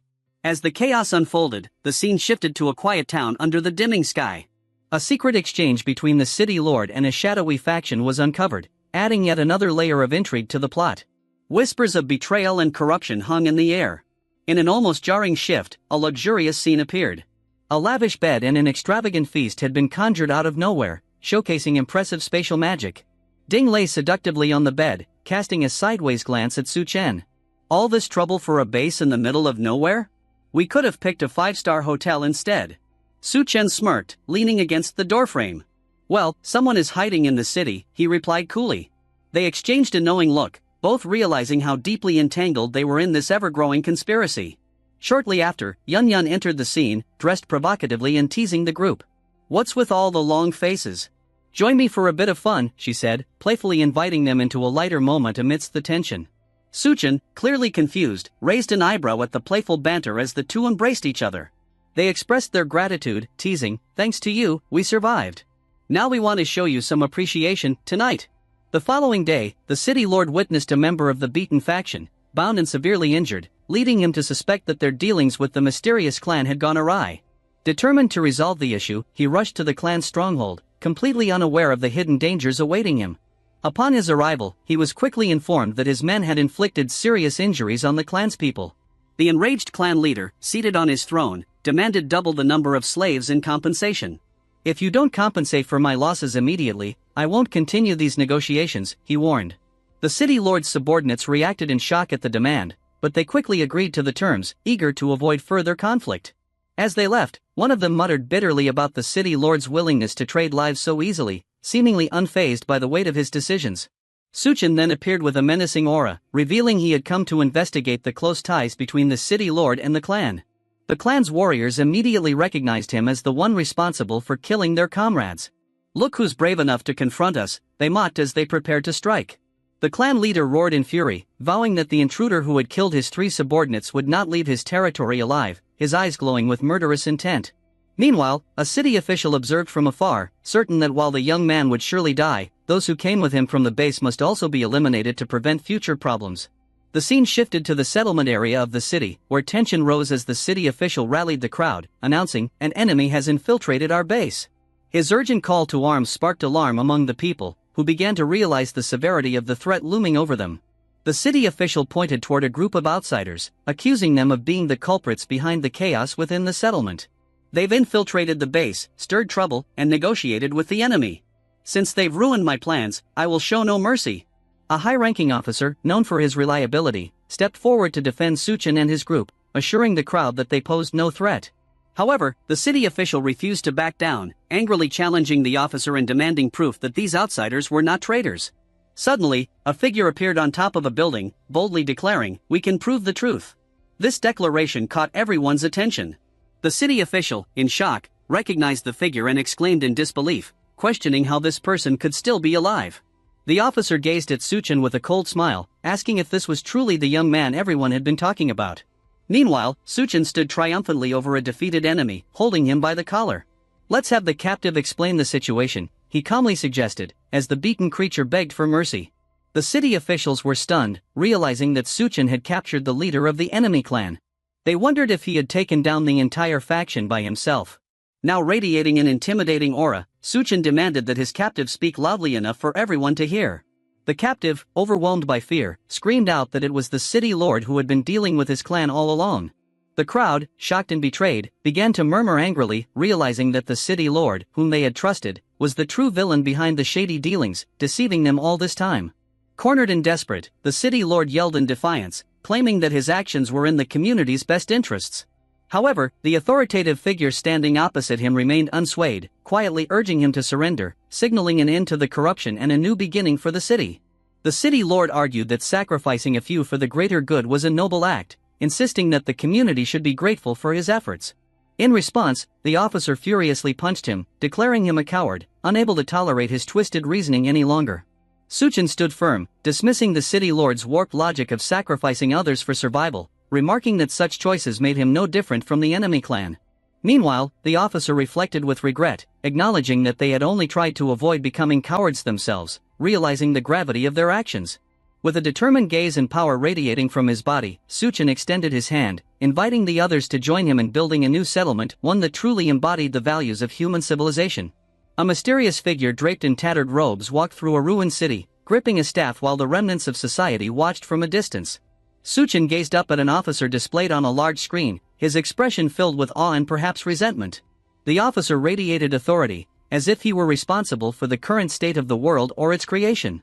Deep in thought, he stood next to the officer, both seemingly weighed down by the gravity of their decisions.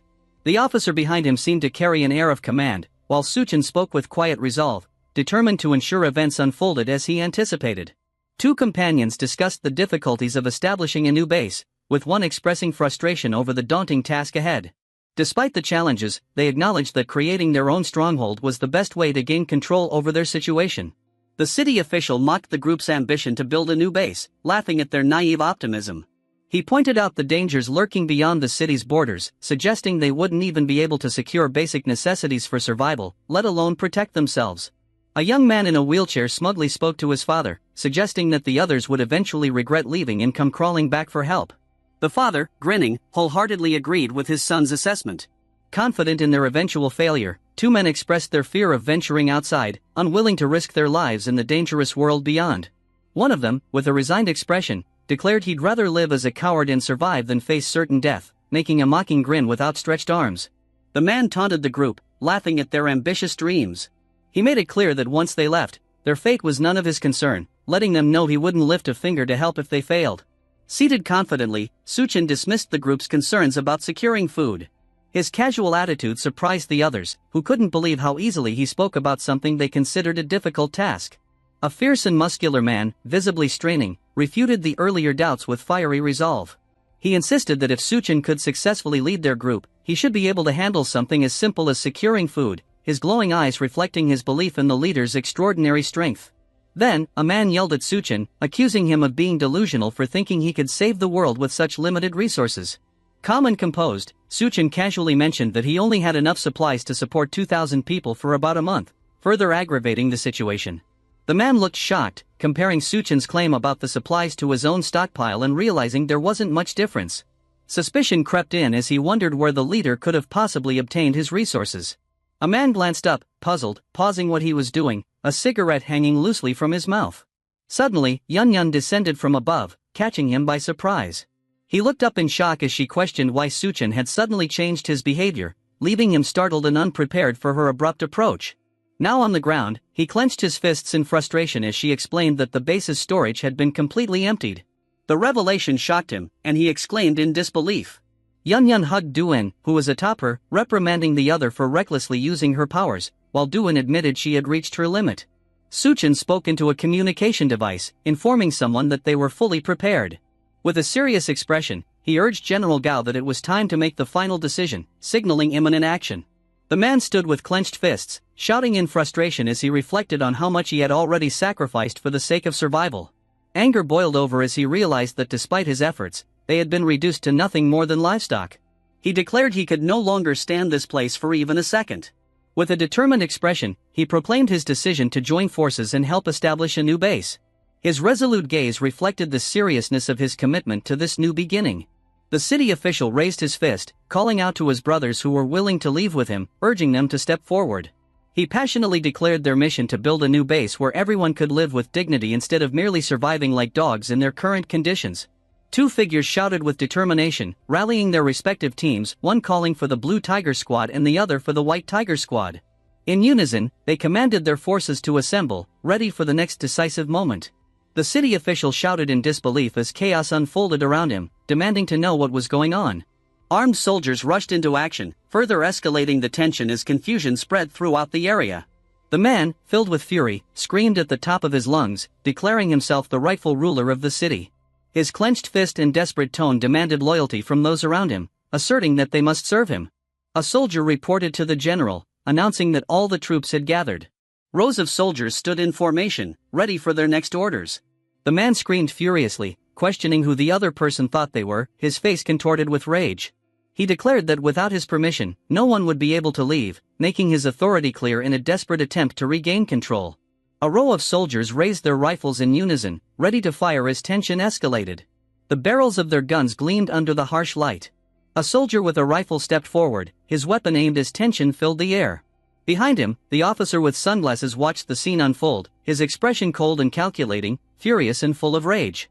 The man in the wheelchair fired his gun, screaming that Chen was responsible for his injury and vowing to kill him.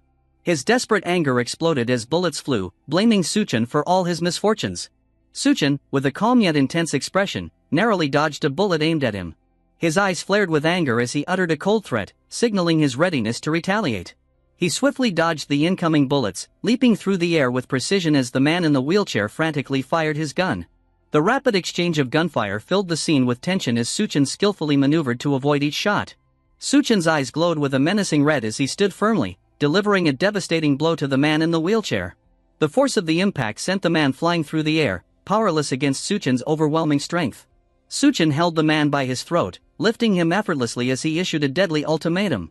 The man screamed in agony while Suchen coldly threatened to break his son's neck unless the city lord's forces laid down their weapons. The man's face twisted in fury and desperation, veins bulging as he gritted his teeth. His eyes burned with anger, knowing that Suchen had him cornered yet unwilling to submit easily. Finally relenting, the man commanded his soldiers to lower their weapons. Reluctantly, the soldiers complied, realizing they had no choice but to follow the order. Suchen spoke with quiet authority, instructing General Gao to lead the refugees away while he took charge of the situation. General Gao, with a sullen nod, agreed and promised to wait for Suchen at Cloud Peak University. The city official's expression was tense and deep in thought. Behind him, another soldier watched closely, acknowledging his command with a nod. The man offered a deal to Suchen, proposing that if Suchen released his son, he would allow him to leave peacefully. A sniper hidden on a rooftop aimed his rifle with precision, carefully watching the situation unfold below. His eyes narrowed and focused, ready to take the shot if needed. Suchen, speaking through his earpiece, calmly relayed critical information to Dunya. He directed her attention to the rooftop at the 12 o'clock position, signaling a potential threat. Dunya acknowledges the command and quickly takes position, readying her rifle while focusing on the rooftop target. Behind her, Yun stays still as instructed, aware of the danger ahead. A bright muzzle flash erupts as the rifle fires, sending a bullet speeding toward its target with lethal precision. The sniper is instantly taken out by the precise shot, his head exploding in a burst of blood and energy. The force of the impact leaves no chance for survival, ending the threat in an instant. The man, shocked and terrified, yells in disbelief as he realizes Suchen had a sniper in position. Suchen remains calm and unbothered, still holding the man's son by the throat as the situation unfolds in his favor. Suchen finally agrees to the deal, telling Zhang that he will return his son as per the earlier proposal. His hand loosens its grip, preparing to release the terrified young man. As Suchen throws the man's son through the air, Zhang looks up in shock, still processing the sudden release. Suchen, however, ominously remarks that he still has one more question left to address. Suchen's eyes glow with a terrifying purple light as he coldly asks if human flesh tastes good, his fingers poised ominously. The question drips with menace, leaving no doubt about the deadly consequences of his next move. Zhang looks down in shock and confusion as his body begins to freeze from Suchen's attack. His face twists in agony, unable to comprehend what's happening as the cold rapidly spreads through him. Zhang watches in horror as his son uncontrollably chews on a bomb, his face drenched in sweat. Zhang's wide terrified eye captures the horror he feels as he watches his son. A massive explosion erupts, engulfing everything in flames and sending shockwaves through the area, two hands gripping each other tightly, one appearing weakened, the other firm and unyielding. A towering man now consumed by rage roars with glowing red eyes as he vows to kill Suchen. His body, ripped and torn from the fight, exudes raw fury as he prepares to charge forward. Suchen stands confidently with his two companions, surveying the aftermath of the battle. One of them informs him of their arrival, while Suchen reflects on Zhang Jianshu, realizing he's not just a hidden enemy among humans, but a higher-level threat than expected. Suchen's eyes glow menacingly red as dark energy swirls around him, a cold warning emanating from his expression. He ominously promises that next time, his enemy won't be so fortunate, leaving no doubt about the danger he poses. As the group approached a supermarket rumored to be stocked with valuable supplies, their mission became clear: eliminate the enemies inside and transport the supplies back to their new base. The leaders signaled the group to charge into battle with fierce determination. However, they were taken aback by a shocking sight: the enemies had already been defeated, lying lifeless on the ground. They confirmed that the supplies were loaded in a truck and that there was enough fuel to take them back to their new base. One of the men expressed disappointment, feeling that the mission was too easy and a waste of time. Angrily, he questioned whether someone was inexperienced, suggesting that Suchen was unworthy of stealing his credit. Nearby, a communication tower stood tall under the vast sky, where Yenin and Dune waited impatiently, wondering why the team leader had not yet returned. Dune relaxed confidently, stating that the enemies in the supermarket had already been dealt with and all that remained was for the team to return with the supplies. Yenin expressed her frustration, fearing that the people under Suchen's care might die before they could receive proper treatment. As Dune spotted the approaching truck, he remarked that they could finally head back now that their mission was complete. The man informed his superior that the supplies had been safely delivered. Upon receiving approval for the successful mission, the people were in disbelief, realizing that Chen had truly found the supplies and solved their food problem. While they hailed him as their savior, the man bitterly scoffed at how skilled Chen was at manipulating people's minds. A soldier reported that a nearby hospital was occupied by a group of enemies, estimating their numbers to be around 80. The man declared his intent to show Chen who was truly capable of protecting the people. Someone expressed surprise at the plan to move the military supplies from the warehouse. The group discussed the nearby military base, now flooded and overrun with dangers, questioning how much they could realistically carry back with just the 3 of them. Chen insisted that they didn't need to explain further, only requesting to be taken to the military warehouse. Confidently, he remarked that getting a vehicle for the mission would be the least of their problems. The group was shocked as a vehicle materialized out of thin air, leaving them questioning whether it was magic or a special ability. Chen, now in the driver's seat, urged them to stop talking and get in the vehicle so they could depart. The yellow vehicle sped through the city streets, leaving a trail of energy behind as they raced toward their next challenge. The man, frustrated by the endless water, clenches his fists and vows not to give up until it's all drained. In his anger, he orders others to throw some useless individuals into the water as bait for the lurking creatures below. Despite their desperate protests, the group forcefully throws a person into the dark waters. Below the surface, dangerous creatures stir. The man exclaims triumphantly, "The water creatures are lured. All that's left is to open the gate and return victorious, city lords' rewards in hand." Nearby, someone grits their teeth, determined to change their fortunes in the apocalypse. "I've got nothing left to lose," he declares, stepping forward with resolve. Another person, equally determined, steps up, saying they too will give it their all. Unbeknownst to them, a figure hiding behind a tree recognizes the men as the city lord's lackeys. Realizing they're also after the base's supplies and military arsenal, she darts off to find Chen. "I know a way to avoid them," she tells him. "But we'll have to swim underwater to reach it." Without hesitation, the group dives into the water, swimming silently. The woman leads cautiously, but suddenly, she notices something unusual. Her eyes widen as glowing eyes appear all around them, dangerous water ghosts. Panic sets in as she struggles for air, but Chen reaches out to calm her. She gapes, wondering how he can still talk underwater. Chen brings her closer, creating a charged moment between them. She realizes he's sharing his air with her, saving her life in this critical moment. As they embrace, her heart races not just from fear, but something else entirely. However, the situation turns dire again as the water ghosts multiply, reaching out to grab her.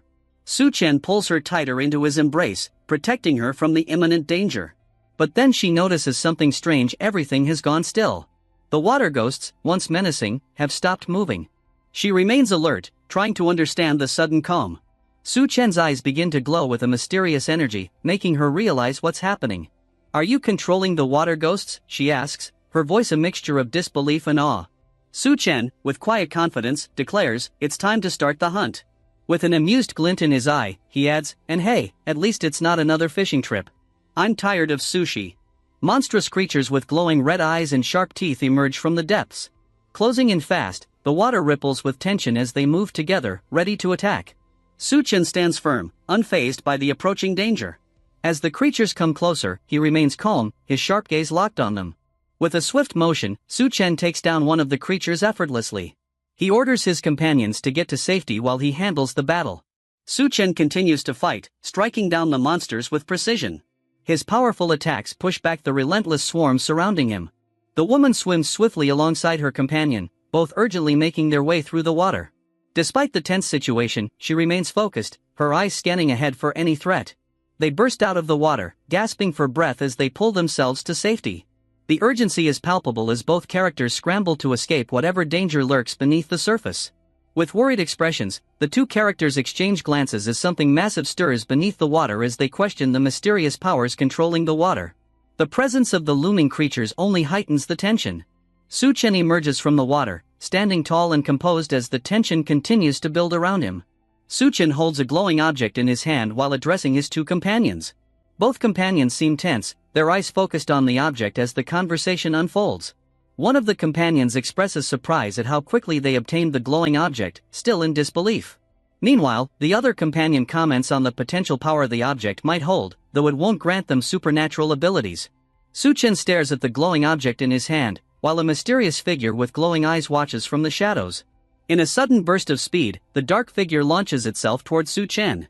His reaction is swift, but the intense encounter between them has only just begun. The mysterious cat dashes forward, catching everyone's attention with its glowing eyes and unexpected presence. The group is surprised, questioning how the cat appeared in such a dangerous situation.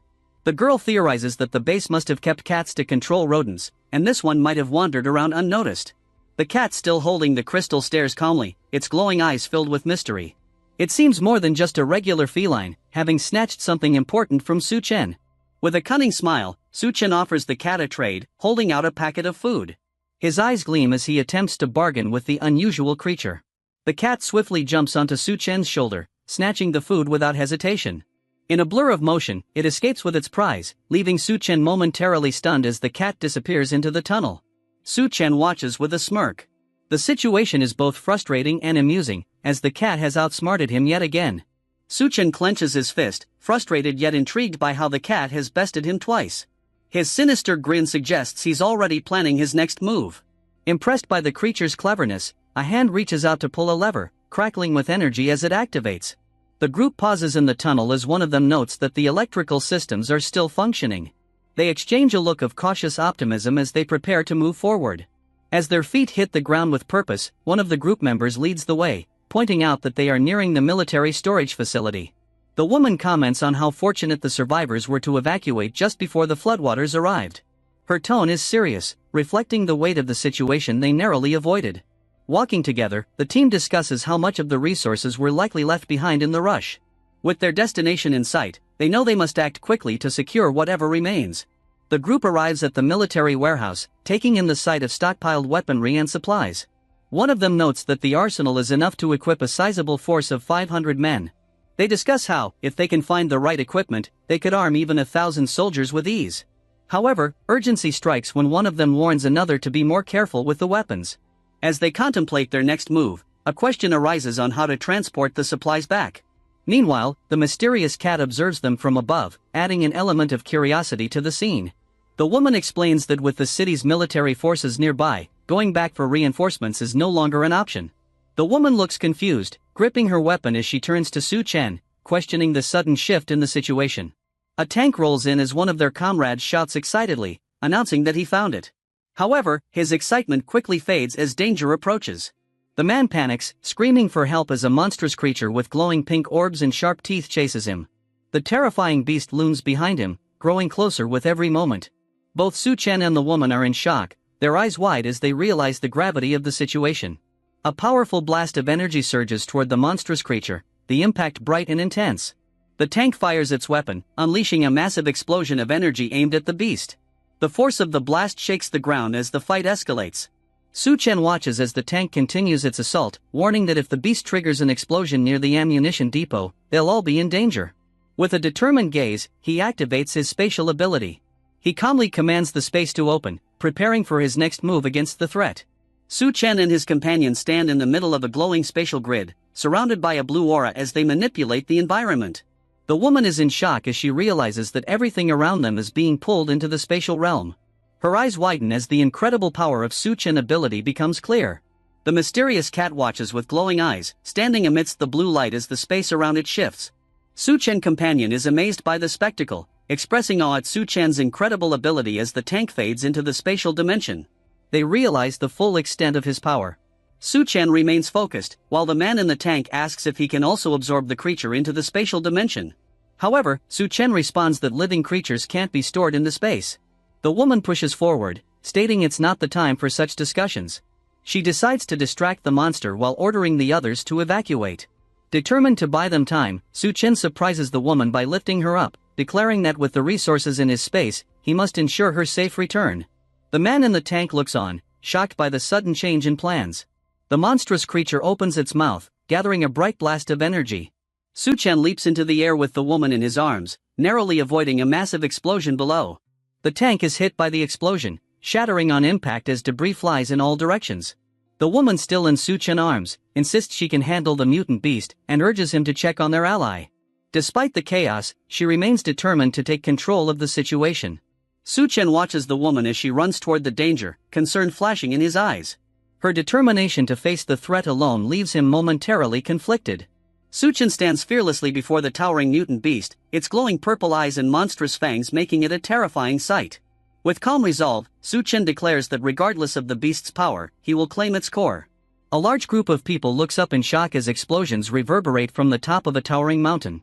The expressions of disbelief are clear on their faces as they try to understand what just happened. Confused and on edge, the man stares ahead while his companion points out that the sound came from the base. They stand still, trying to process the chaos unfolding around them. The water level starts to drop rapidly, and someone shouts that the explosion must have caused the ground below to crack. The sound of destruction echoes as the team watches the changes in front of them, enraged. The leader yells that someone must have entered before them and messed up the situation. His face twists in fury as he orders his men to chase and kill the intruders immediately. The leader angrily shouts at his group, demanding to know why they are ignoring his commands. In front of him, his lackeys looking crazed mention that they have spotted a rabbit, and it has been a long time since they've eaten meat. A sinister rabbit appears in the distance, its sharp teeth and glowing eyes making it seem anything but ordinary. The group hungrily debates whether they should eat the rabbit first before continuing on their journey. The leader looks uneasy, realizing that something about the rabbit's smile isn't right. His face grows more serious as he begins to sense danger. The rabbit suddenly transforms, its eyes glowing red, and its mouth widening into a terrifying grin. The creature now appears far more sinister than before. The group looks up in horror as the menacing rabbit looms over them. Their expressions reflect fear as they realize they've severely underestimated this foe. The leader eyes wide with terror, they stare at the creature above them. The creature's eyes burn with fury, glowing a menacing red as it stares down its target. Its terrifying grin only grows wider as it prepares for its next move. Chen charges in, fist raised with determination, ready to strike the monstrous opponent. His movements are swift and powerful, aiming to take the creature down in one hit. His punch connects with incredible force, landing squarely on the creature's face. The impact sends shockwaves through the air as the battle reaches a new level of intensity. The creature roars in pain as it reels back from the powerful blow. Its mouth opens wide, revealing a terrifying set of teeth as it prepares to retaliate. The creature swings his arm with a powerful aura. Chen soulfly dodges the attack. He lands on the ground with lightning speed, facing off against the large creature in front of him. As he stands calmly, he analyzes the creature, noting how tough its body is stronger than steel. Reflecting on his previous encounters, he realizes his physical strength is still not enough to match up completely. His hand is bruised from the impact, but his resolve remains firm. The creature's massive hand swings toward him, but Chen shows no fear. He stands his ground, waiting for the perfect moment to counter. The battle continues as Chen leaps into the air, facing the monstrous creature once again. Though the beast is powerful, Chen knows there's a way to defeat it. Chen charges forward with determination, planning to target the parasite lodged in the creature's brain. The creature's tendrils lash out, trying to defend itself from the incoming attack. Caught in the tendrils, Chen struggles to break free. He tries to maneuver his body as the creature's grip tightens around him. A powerful burst of energy explodes as Chen fights back with everything he has. The sheer force of the impact lights up the area. Chen lands on his feet, surrounded by blue energy after a difficult spatial jump. He remarks that it wasn't as easy as he thought, but he's ready for whatever comes next. A black cat appears out of the shadows. Surprising Chen, he recognizes the cat and seems confused by its sudden presence. The cat walks forward, its eyes glowing fiercely as flames surround its body. Chen warns the cat to stay back, sensing danger. The cat roars, showing its fangs as the fiery aura intensifies. The creature is far more menacing than it first appeared. Chen looks shocked, wondering if the cat is also a mutated beast. The flames flicker around him as he tries to process the situation. A voice calls out, worried if Xiaofeng is okay after the chaos of the recent battle. A woman appears from the wreckage, telling Xiaofeng to respond. She seems relieved to have survived, but is still tense from the situation. The woman reassures the others that she's fine, grateful for her quick reflexes. She almost ended up in a worse situation, but managed to escape just in time. She tells them not to worry as she gets ready to help them out. She prepares for the next step. A sinister smile appears from the shadows, revealing sharp teeth. Someone dangerous is watching, waiting for the perfect moment to strike. The woman turns, alarmed by the presence of someone lurking nearby. She shouts, demanding to know who's hiding in the shadows. From the darkness, a large man steps forward with a menacing grin, asking if it was them who opened the gate.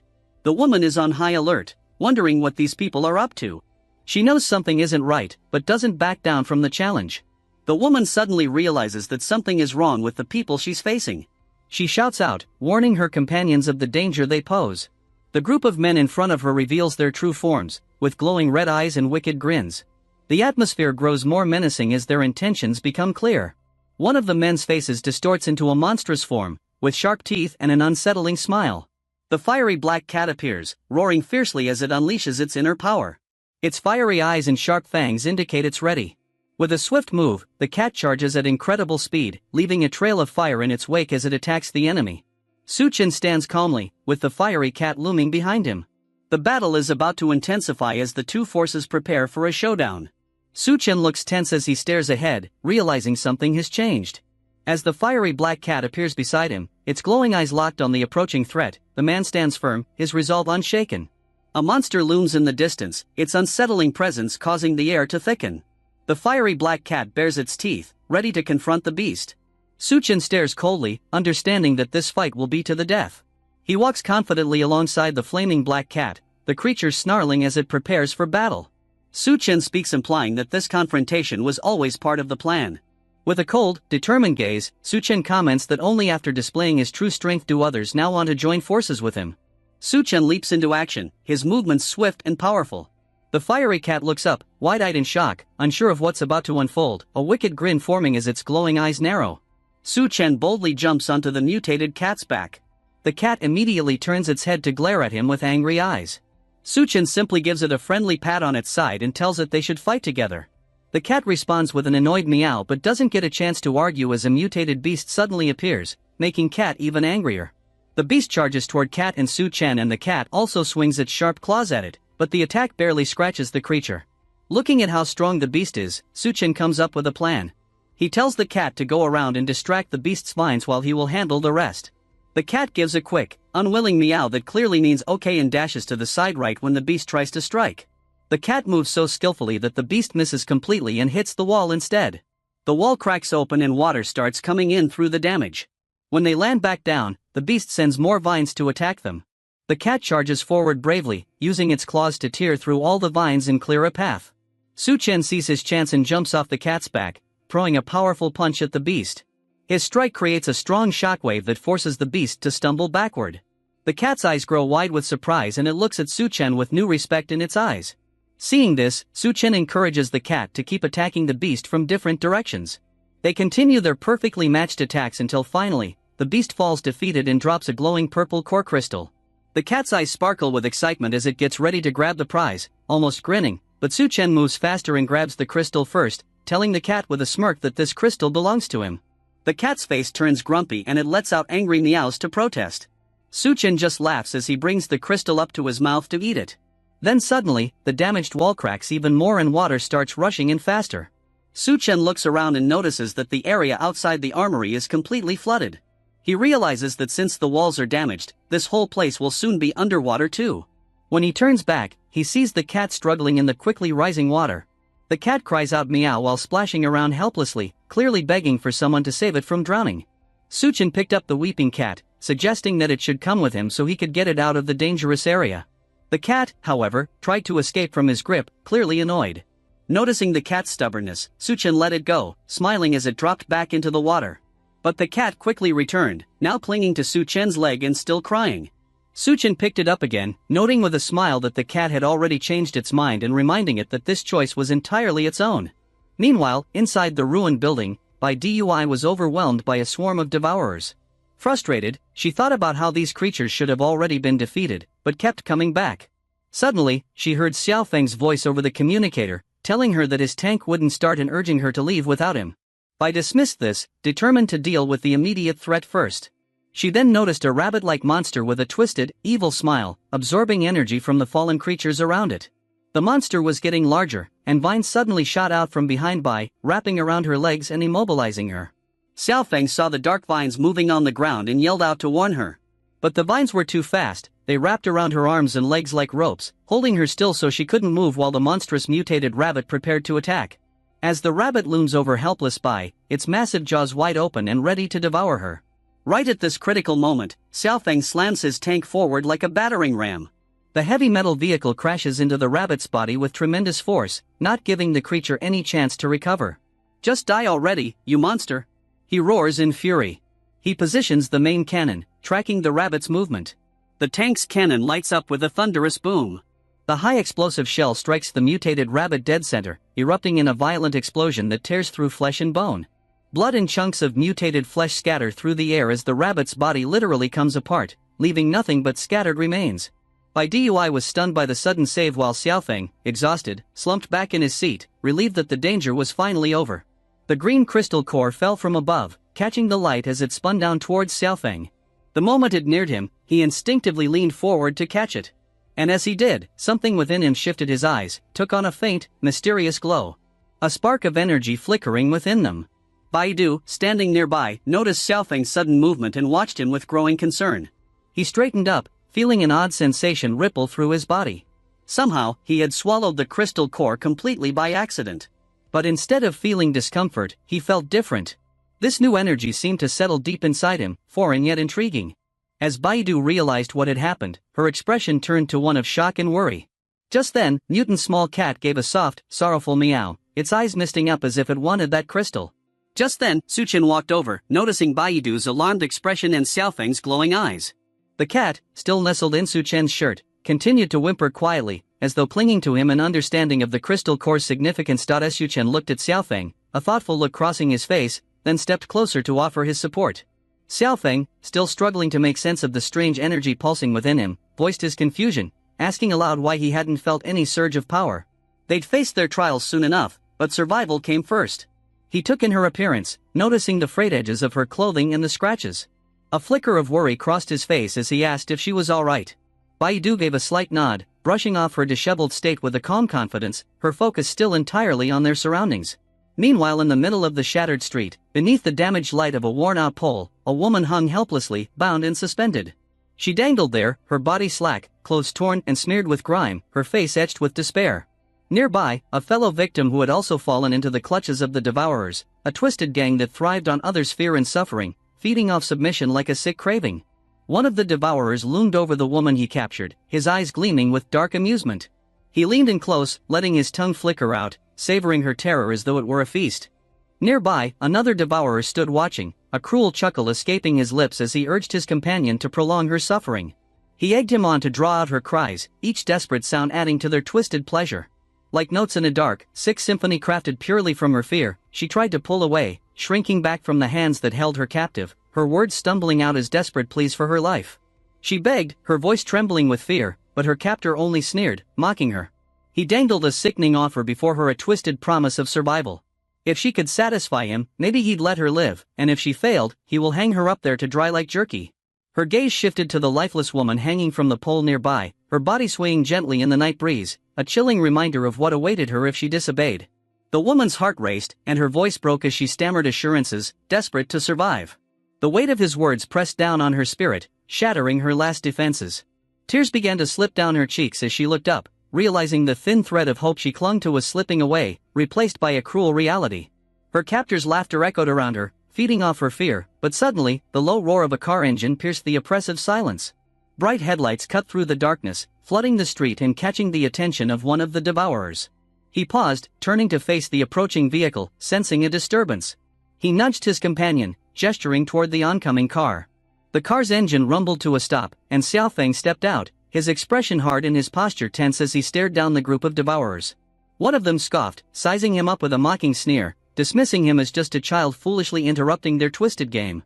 His companion, however, looked at Xiaofeng with a sharper, hungrier gaze, licking his lips as he imagined this young intruder as their next victim. Baidu, watching from the side, glanced over at Su Chen, who was still relaxed, seemingly unconcerned, and amusing himself by playing with the little cat. She furrowed her brow slightly, then said just moments ago, he had barely recovered from swallowing the crystal core, and now he stood, unarmed and alone, facing three menacing Devourers. The air was tense, thick with an unspoken danger, yet Su Chen remained calm.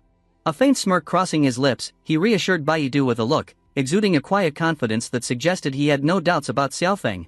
In his mind, Su Chen assessed Xiaofeng's potential. In his previous life, the name Feng Tian had carried the weight of raw, unstoppable power, a force capable of destruction as intense as a nuclear blast. Su Chen understood that real combat was the only way to bring out that hidden strength. As he glanced back at Xiaofeng standing in the middle of the battlefield, he noted the unyielding calm on Xiaofeng's face. There was no trace of fear or hesitation, only a determined stillness, as though he were waiting for the right moment to reveal his true strength. The devourers rushed at Xiaofeng, their cruel grins widening as they closed the distance, fists raised, eager to strike him down. One of them taunted him, mocking his silent defiance, while another sneered, vowing that this would be the last day he'd stand on earth. But Xiaofeng stood motionless, his expression cold and detached, giving nothing away. He seemed completely unfazed as the first devourer reached him, launching a furious series of punches, each one crashing down with the force of a sledgehammer. The others joined in, their strikes coming down relentlessly, each blow intended to break him. Watching from a distance, Baidu's worry grew with every strike, her eyes fixed on Xiaofeng as the devourers unleashed their brutal assault. He looked like he was taking hit after hit, struggling under the impact, her face full of concern. Could it be that Xiaofeng was really struggling? In fact, Chen believed Xiaofeng was starting to grasp the depth of his powers. As the assault continued, the devourers' expressions began to shift. One of the devourers paused mid-swing, a look of bewilderment spreading over his face. He muttered in disbelief, unable to comprehend how Xiaofeng had taken so many blows without injury. Their attacks should have shattered him, but there he stood, unscathed. Then, finally, Xiaofeng spoke, his voice low and chilling. He clarified, almost dismissively, that it wasn't that he was unaffected by their attacks. No, he had been absorbing the energy of their strikes, pulling it inward and transforming it into strength. As Thai attacked Xiaofeng, the green energy grew denser, expanding outward in tendrils that stretched toward the devourers, latching onto them and beginning to drain their strength. Each of the devourers felt the strange pull, their own power draining away as Xiaofeng's ability took hold, leaving them weaker with every passing second. One of the devourers gasped, feeling his strength slipping away, while another's voice rose in desperation, pleading to be released from Xiaofeng's grip. From a distance, Chen observed with a sharp, intent gaze, his thoughts turning over the true depth of Xiaofeng's potential. This was no ordinary ability. Xiaofeng was like a black hole, drawing in every bit of energy around him with a hunger that seemed limitless. His power didn't just defend, it consumed, making him an unstoppable force. Yes, Xiaofeng was truly Fengxian he knew. Out of nowhere, a powerful arc of movement cut sharply through the air, a double-bit axe, with precision, found in a sweeping curve, its blade gleaming in the dim light. In one swift motion, all three devourers' heads cleanly severed. The movement was so fast, so shockingly sudden, that Xiaofeng froze in place, his eyes widening in astonishment as he struggled to process what had just occurred. The axe swung back gracefully, coming to rest in the hand of its wielder, a tall, imposing figure who stepped out from the shadows. Captain Sunday. His gaze was intense. Behind him, a small band of followers stood silently, their expressions unreadable as they observed the scene. Captain Sun took a few measured steps forward. He said if he hadn't invented in time, you all would have been devourer of food. Now as repayment they need to hand over their food. Xiaofeng blinked in surprise, his mind still reeling as he tried to make sense of this unexpected rescue. Suqun, noticing Xiaofeng's confusion, placed a reassuring hand on his shoulder, guiding him gently but firmly toward their car. Suqun told him to wait inside, then lingered for a moment, heading back to their supplies to retrieve something. A short while later, he approached Captain Sun and handed him a small, sparse ration. Captain Sun glanced down at the offering, and his expression darkened with irritation as he realized it was merely dog food. Offense flashed in his eyes, but before he could react or voice his discontent, Suqun had already turned away, joining Xiaofeng and the others. Without further delay, he got into the vehicle and drove off. Captain Sun's anger was visible as he watched the car vanish into the distance, his jaw clenched tight. Standing close by, one of his trusted subordinates stepped forward, sensing the frustration in his leader. He spoke, suggesting that Captain Sun had let an opportunity slip by. Why hadn't he seized this moment to get rid of Xiaofeng? Captain Sun's gaze turned even darker as he admitted that he had indeed intended to finish Xiaofeng. Somehow, though, at the critical moment, the axe had swerved just slightly off course, missing its intended target. Meanwhile in the car, Chen glanced over at Xiaofeng, his expression thoughtful, curiosity evident as he finally asked about Captain Sun's intentions. Xiaofeng shrugged, barely looking up as he responded with casual indifference, explaining that Captain Sun was simply like that. He advised Chen not to overthink things, as it was just the captain's nature to be intense and watchful. Yet, while Xiaofeng seemed unworried, Chen's mind lingered on the recent events, and he hadn't intervened by throwing stone and changes the trajectory of axe. Xiaofeng would be dead by now. Then, his eyes flickered up to the rearview mirror. There, framed against the backdrop, was Captain Sun, standing a distance away, his piercing gaze fixated on their vehicle with an unsettling, dark intensity. Chen's instincts prickled. This was no simple grudge or rivalry. If Captain Sun was watching them with such a ferocious focus, then there had to be a deeper reason, a hidden agenda, that he was carefully keeping under wraps. Meanwhile at the construction site, workers moved about swiftly, tools clanging and voices overlapping as they worked on the partially built wall, its imposing height rising steadily under the relentless efforts of the base's crew. Amidst all the motion, one figure stood out unmistakably: Union, her towering presence. With practiced ease, Union lifted and placed heavy blocks, her movements smooth and efficient, as though the weight of the massive blocks was no more than a trivial burden. Union looked down at them, her expression humble yet slightly sheepish. She gave a small nod in acknowledgement, though there was a glimmer of concern in her eyes. With a light-hearted tone, she admitted that her strength came at a price. She consumed a considerable amount of food to keep herself going at this pace. She chuckled softly, adding that she hoped the base could keep up with her appetite. Just then, Union paused, her expression shifting as something in the distance caught her attention. She squinted slightly, then recognized the familiar shape of a car steadily making its way toward the site. A faint, warm smile touched her lips as realization dawned: it was Su Chen's car. A yellow vehicle barrels through, startling nearby bystanders who scramble to get out of its path. The car skids to a halt with a sharp screech, its tires kicking up dust as it comes to a stop. Su Chen steps out, followed closely by his cat that leaps down with a bold, curious expression. He warns the cat not to run around too much, worried it might scare the already anxious people around. The cat responds with a cheerful meow, seemingly unbothered. The woman with a confident stance observes it, commenting that the cat appears thrilled, as though it hasn't been outside for a long time. Standing beside her, a man asks his brother if he's worried about the cat running away. Su Chen, assured, explains that with all the treats and care he's provided, the cat wouldn't find such treatment anywhere else. Meanwhile, another person approaches, informing Su Chen that the empty warehouse he requested is ready. Su Chen glances at the building in satisfaction, confirming it's perfect for whatever he has planned. The man's expression shifts to shock as he realizes in disbelief that his brother has spatial abilities. The revelation leaves him momentarily speechless, trying to comprehend what this means. Moving forward with a newfound determination, he orders his companions to bring all the supplies they secured from the military base. Rows of crates and supplies line the warehouse. With these resources, one of them confidently declares that the safety of their new base is nearly assured. The man addresses Su Chen directly, questioning why he hadn't revealed his spatial abilities sooner. Su Chen meets the gaze of his teammates, conveying trust and solidarity. He assures them that they're all in this together now, emphasizing the importance of mutual trust. The group acknowledges this, with one of them affirming that without Su Chen's help, they wouldn't have a new base. The woman steps forward with an idea, suggesting that the new base should be named Dawn Light Base in honor of Su Chen's contribution. She explains that the name symbolizes hope and new beginnings, a fitting choice for their fresh start. The man who agrees wholeheartedly, expressing that it's the perfect name. Su Chen, slightly surprised by the quick decision, questions the simplicity of naming it so easily, but the others seem pleased with the symbolic choice. As Su Chen reflects on the base's new name, a somber expression crosses his face. He recalls that in his previous life, a base established by someone named Gao Wei had served as the last safe haven during the apocalypse. Now, with this base named after him, he feels a deep sense of honor. Nearby, the cat peers out from under a tarp, its curious eyes watching the group. In a sterile, dimly lit operating room, a woman with striking pink hair carefully holds a glowing, mysterious object with surgical tools. Her colleagues watch her intently, one of them expressing gratitude, acknowledging that this procedure wouldn't be possible without Senior Duan's assistance. She gives a faint smile, though her eyes hold a hint of weariness, admitting that the harsh conditions here make it difficult to treat severe cases. Despite her skill, the limited resources weigh heavily on her, underscoring the challenges they face in their current environment. She, holding a scalpel with a determined grip, expresses hope that clearing out the dangerous devourers from the nearby hospital could provide them with much-needed medical supplies.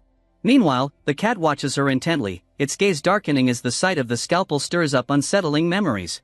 The blade's sharp glint seems to trigger something buried within the cat, a hint of past trauma lingering in its intense stare.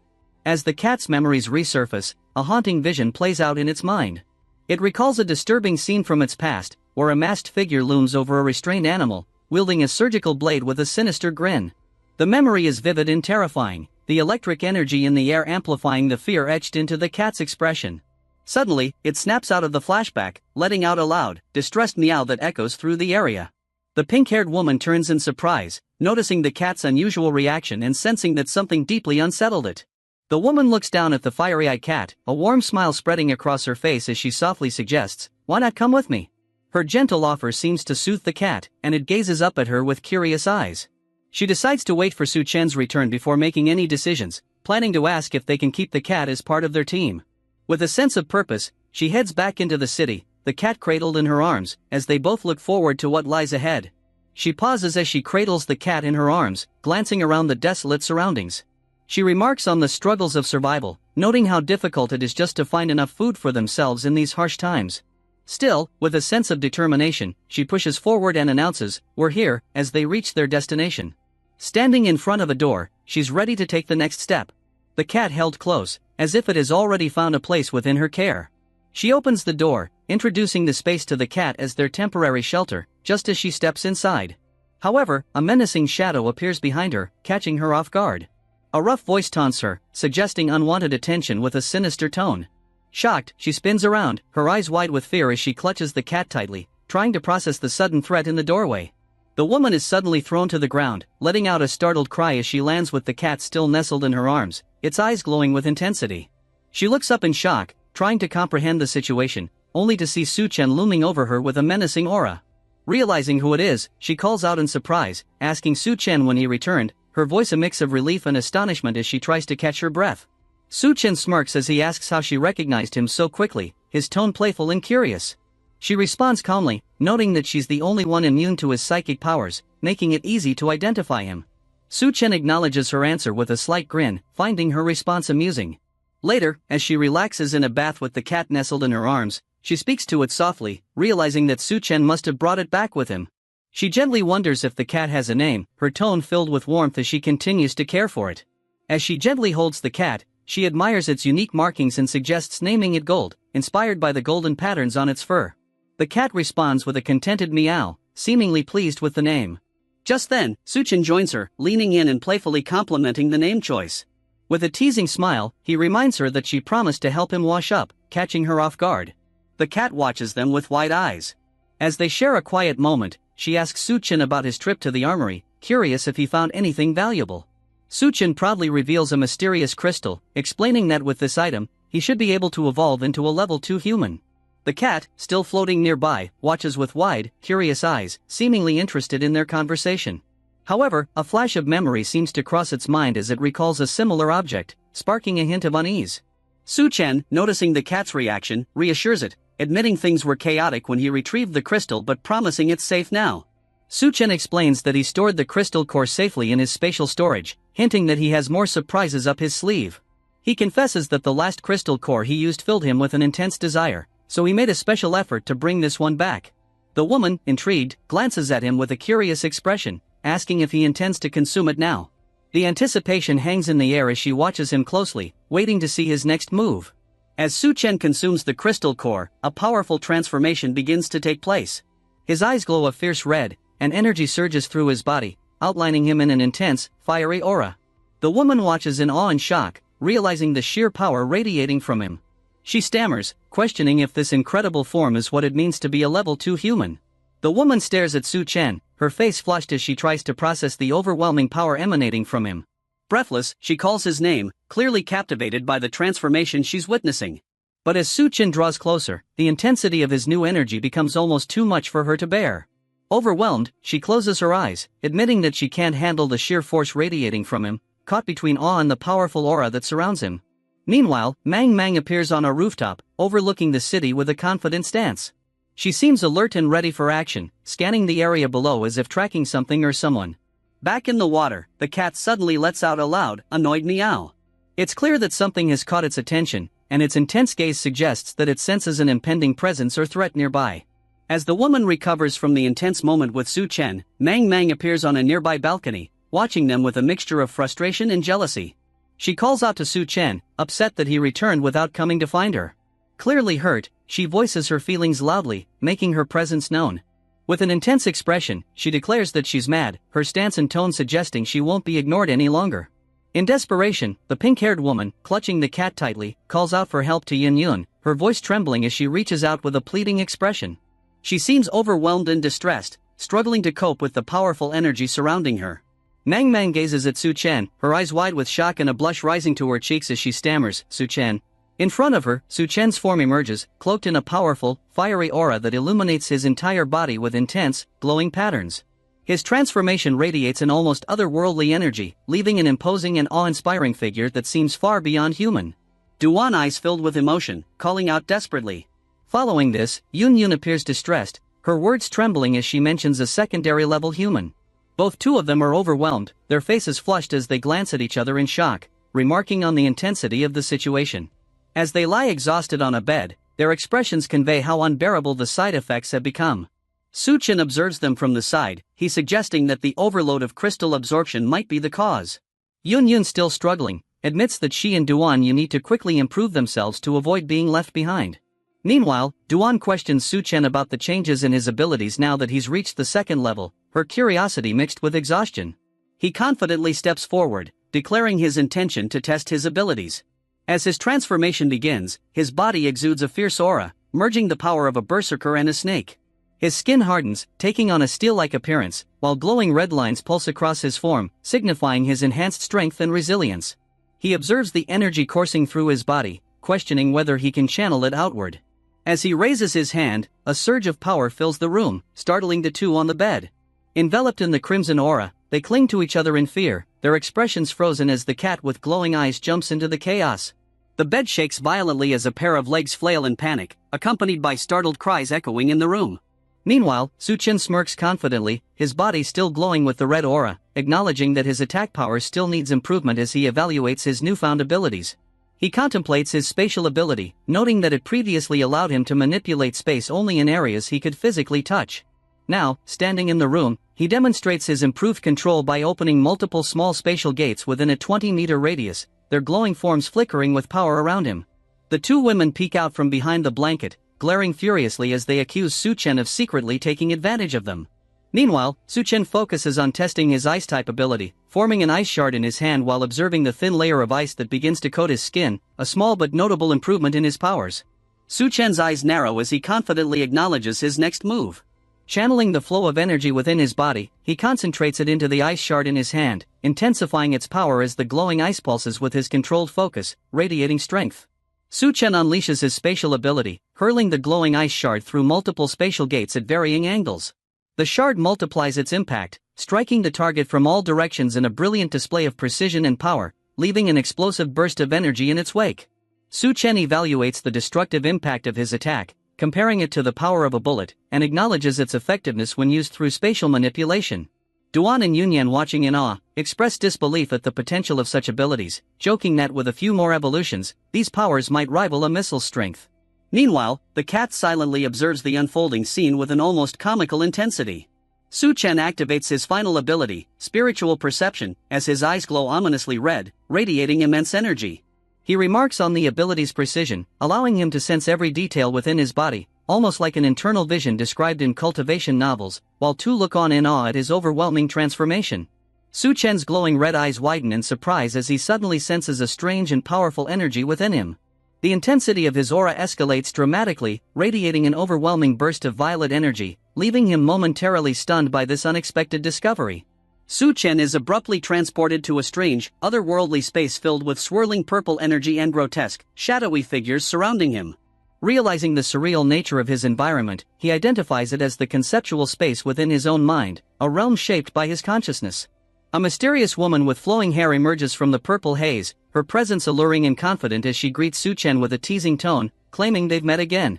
Chen stares at her in shock, recognizing her as someone he thought had vanished long ago, questioning how she could still exist in this surreal space. The woman's hair lashes out like tendrils, wrapping tightly around Chen and immobilizing him. She reveals the shocking truth that by consuming her crystal core, he allowed her consciousness to reside within his body, leaving Chen stunned as he struggles against her hold. The woman calmly explains that her physical body has now fused with Chen, solidifying their connection. Chen, realizing he's been outmaneuvered, expresses his frustration, noting that both his steel body and spatial abilities are rendered useless in this strange realm, leaving him at a disadvantage. As Chen returns to the room, the two women stare at him in concern, calling out his name with uncertainty.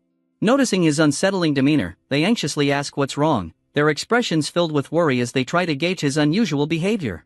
The mysterious woman confronts Chen, her tendrils keeping him restrained as she accuses him of not understanding her deep loneliness. Leaning closer, she softly admits how difficult it was to finally bring him into this space, her gaze filled with a mixture of longing and intensity. As the tension escalates, Chen suddenly pauses, realizing something crucial. His hand begins to glow with energy, and he remembers that he has one more ability left to use. Harnessing this power, he summons a brilliant energy whip, its radiant blue form crackling with potential as he prepares to turn the tide. The woman's eyes widen in surprise as the glowing energy whip moves towards her, her voice rising in protest as she demands Chen to stop.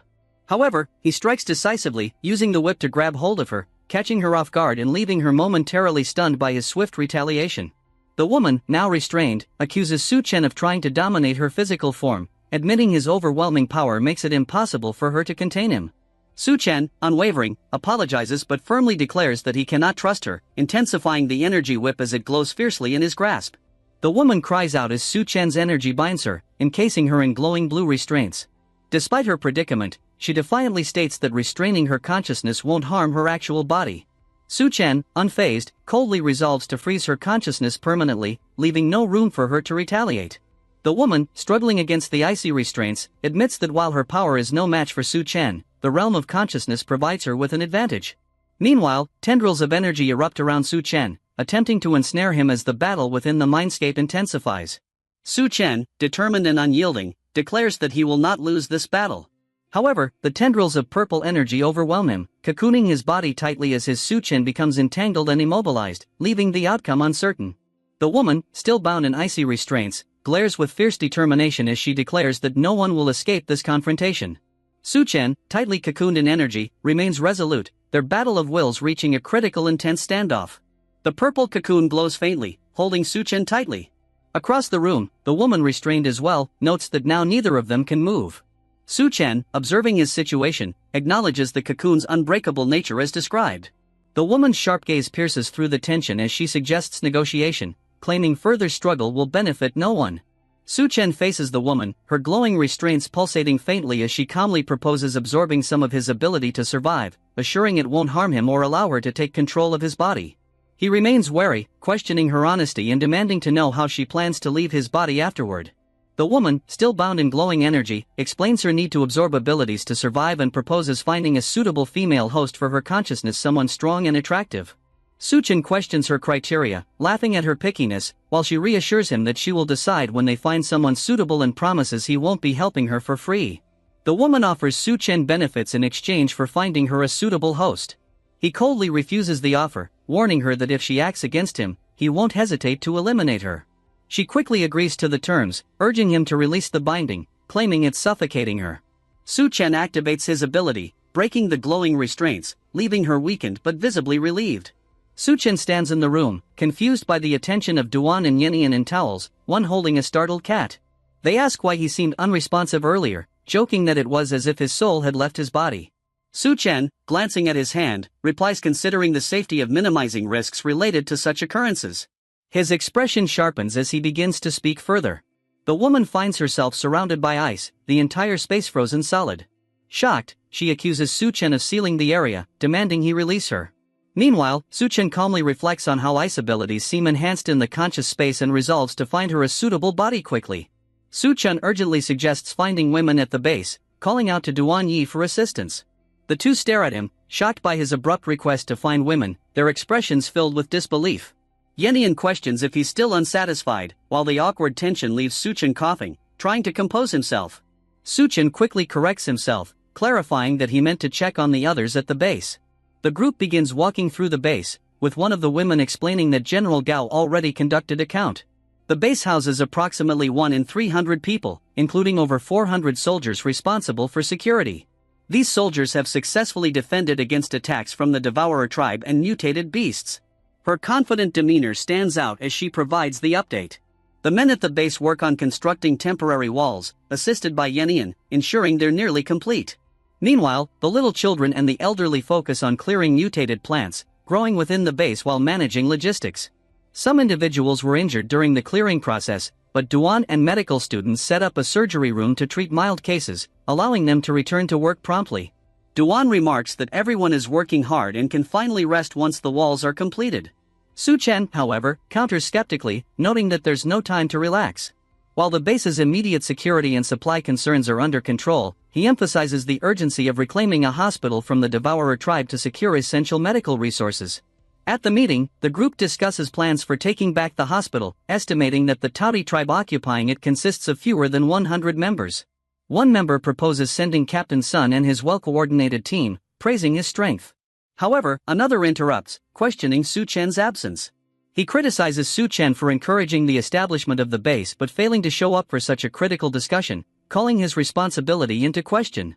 One of the leaders defends Su Chen, warning Captain Sun to respect his contributions, as the Dawn base wouldn't exist without him. Captain Sun grudgingly backs down with a huff. Privately, the leader reflects that Captain Sun's perspective is too narrow. Later, Su Chen approaches and declares his intention to hand over leadership of the base, explaining that he isn't interested in leading but trusts the leader to take on the role effectively. Su Chen warns that in a world full of disasters, even with a secure base, vigilance is essential to avoid destruction. The leader acknowledges his words, recognizing Su Chen's determination to pursue greater strength. He assures that Su Chen will step in if the base faces significant challenges or powerful enemies. However, Captain Sun expresses concern about the strength of the Devourer tribe at the hospital, worried about the potential losses and the burden of responsibility. General Gao assigns Lu Xiaofeng to assist with the mission and decides to include Su Chen to ensure success. Captain Sun reluctantly agrees to take on the task and leaves to prepare. Outside, one of Captain Sun's subordinates questions their sudden focus on the hospital instead of their previous plan to seize power.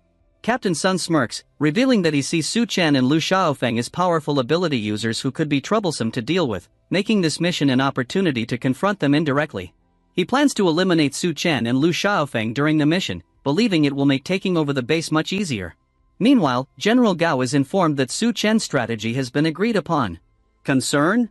He hopes Captain Sun doesn't stray onto the wrong path. Gao also checks on scouts sent into the city, with one subordinate mentioning his field team should have arrived. If Su Chen's predictions are accurate, they anticipate significant developments in the area. In the He City refuge zone, two men discuss their struggles. One suggests asking Su Chen for help in obtaining crystal cores due to his strength. The other firmly insists that growth must come from their efforts, reminding him that Su Chen has already saved them once. Frustrated, the first man vents about their endless fights with beasts and zombies yielding no rewards. Suddenly, the second man hushes him, noticing someone approaching. A group emerges from the forest, their presence tense and noticeable. Tianyue can hear footsteps. People are heading towards them. Well, the people aren't heading their way exactly. They are actually heading for the gates of the city the men are exploring. Two stupid-looking thugs arrive to bring female slaves as commodities to the city lord. Among these women is that masochistic psychopath who works for the Federal Bureau of Evolution, GI. Upon inspecting them, the guards take them to the city to meet with the city lord. The two goons already smell the money they are going to make and are quite thrilled. When they meet the city boss, the boss is contented with the women they brought in as commodities. He vows to spare the life of whoever can give birth to a male child for him. The girls are frightened and beg for mercy, but he tells them that they are nothing but baby makers and cannot beg for their lives. He tells this as he grabs one of the girls around the neck and begins molesting her in public. As he continues to breed her, someone reminds him of our MC and his group's attack strategy on the hospital. This enangers the city lord, and he commands all his troops to attack. He does not care what, as long as our hero dies. The informant then tells him that their people are too weak to fight due to starvation for a very long time. Another option is to forcefully transform all of them into devourers, but it takes a very long time. This discussion is taking place while the city lord's pig is still ravaging the body of a pauper maiden. It is during this time that our beloved masochistic psycho, Jia, who has sat quietly with the rest of the slave girls all along, chimes in and provides an idea.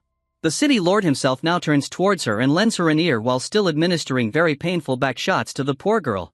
The goons who had delivered the girls to the city lord are now buried up to their necks in a manner where only their heads are seen at the surface. They are so bewildered and turn towards their boss, begging for mercy and explanations. The city lord just informs them that one woman is willing to assist him in creating a devourer army in a short period, but she requires their heads as ingredients for her potion. The goons attempt to plead for leniency, informing the city lord that the woman is deceiving him and seeking vengeance on them for selling her into slavery. The city boss concedes that could very well be the truth, and yet again, he would never actually know until he tries it. Now would he? One quick swing of his nail bat sends both their heads soaring away from their bodies simultaneously with one swing, soaring out of their bodies and splashing into a large mixture pool of blood. Where other human beings are being thrown in intact and alive, Jia applies a second-generation enhancement serum to accelerate the devourer evolution. She tips some into the blood pool, although it is slightly unstable. Additional human beings are subsequently thrown into this pool unwillingly, naturally. They are forced under and even drowned until nothing remains. Jia informs the horrifyingly next in line that they are lucky, since only the selected few get to enter the pool of blood, and only the most powerful warriors get to be serving the city lord. She is sure a complete full-fledged psycho. She vows to get revenge on our Suchen boy for sabotaging the evolution base, which resulted in her capture, enslavement, and constant torment. Just then, the first batch of the fully cooked devourers starts emerging from the blood pool. Meanwhile, the scouts who have been watching all this from behind the city walls can't believe their eyes. They just found out that the city lord is planning to turn everyone in the city into devourers. All 2,000 residents would become pawns for him. They must return the information they've just acquired to their headquarters, lest they all get fried. Then, a band of devourers suddenly materializes behind them, having seen them earlier while on reconnaissance. The moment they know they've been detected, they are in deep trouble. Chen makes a decision to act and divert them, and tells his partner to flee when he has the opportunity. But the predators reckon it's better if they both remain and are their lunch. The merrier, the better. At the base, young Xiaomei hastily greets our MC, and he inquires about her and whether she is being bullied. She informs him that nobody would ever dare approach his girlfriend, which is she, a joke, of course. Just as he finishes, General Gao arrives and tells our MC about their intentions for the next mission. He goes on to tell him that the task may be more than Sun and his troops can manage, and requests his assistance. Our boy readily agrees to the request without any quibble whatsoever. But our general is not yet finished. He still wants one more favor from our MC, Su Chen. Gao tells our MC that the hospital, since it is too near the base, will become a thorn in the backside sooner or later if not addressed. Furthermore, they desperately need the medical supplies that are piled up in there just waiting to be picked up, so he begs our boy to allow them to have some for the base. Our wealthy hero assures Gao that he'll only be taking what he needs and not anything more. He doesn't believe he needs all that much to start with in any case. Gao then presents him to the other ability users who are present in the base, such as Captain Bai's brother, and all of them are under his command in this operation they will be going through. All well and good, but the initial order from their new boss is to remain at the base and serve as lookout while he goes out and addresses the actual threat. They are tasked with keeping a close watch on his city for any suspicious activity that might happen. This takes the ability users' squad to their core. Our lad clearly has his reasons for issuing such an order. He believes that his city may undergo uncontrollable alterations due to his presence, and as usual, he is precisely right. In the meantime, our two scouts, Miao Puyuan and Tianai, back in his city, are still being encircled by extremely hungry devourers. They are attempting to maintain their own ground, but the monsters are not leaving them any fighting chance to take a breath. Tianai reminds him that they must put an end to this soon and asks his companion if he recollects all the crises and tests they had experienced on their field missions. Of course he does. He is the most seasoned in the field, after all. The devourers are tired of these games and are eager to get serious. But just as this is happening, Tianai produces yet another trick, sprinkling some lime powder in their eyes. This provides them with a slim margin of escape and a chance to make a dash for it. Just when they both believe they have the upper hand over the devourers now, a spear from behind skewers an unlucky Miao Puyuan right through the chest. It's a fatal strike. Tianai shrieks, but this is too late. His companion has fallen into the hands of the city lord, who emerged out of thin air and attacked him from behind. He toys with the thought of having the human he's just captured as a little snack, but he's far too scrawny for him to satisfy himself in even the smallest way, so he gives him to his men instead as a treat. Miao Puyuan is left in the clutches of the hungry feeding monsters, and his partner, Tianai, attempts to rescue him but is knocked at the back by another monster who had ambushed him. Just as Miao Puyuan is about to be eaten alive, he shouts at his partner and best friend to run away while he still can. And then he is torn limb from limb and devoured by the monsters in front of his partner's shattered eyes. Tianai vows to get even with his friend, and he seizes the momentary distraction opportunity his friend's sacrifice provided in order to escape, trying to leap into a river alongside them. They overtake his plan and attempt to thwart him by spearing him, but he gets away successfully and travels directly downward for the river. Despite being physically and emotionally injured, he makes a successful escape. The devourers are displeased with this. They actually crave eating meat, human meat, and don't particularly care how they obtain it. The city lord then instructs them to capture the Dawnlight base if they indeed crave meat. There are a lot of people there who would make great dishes.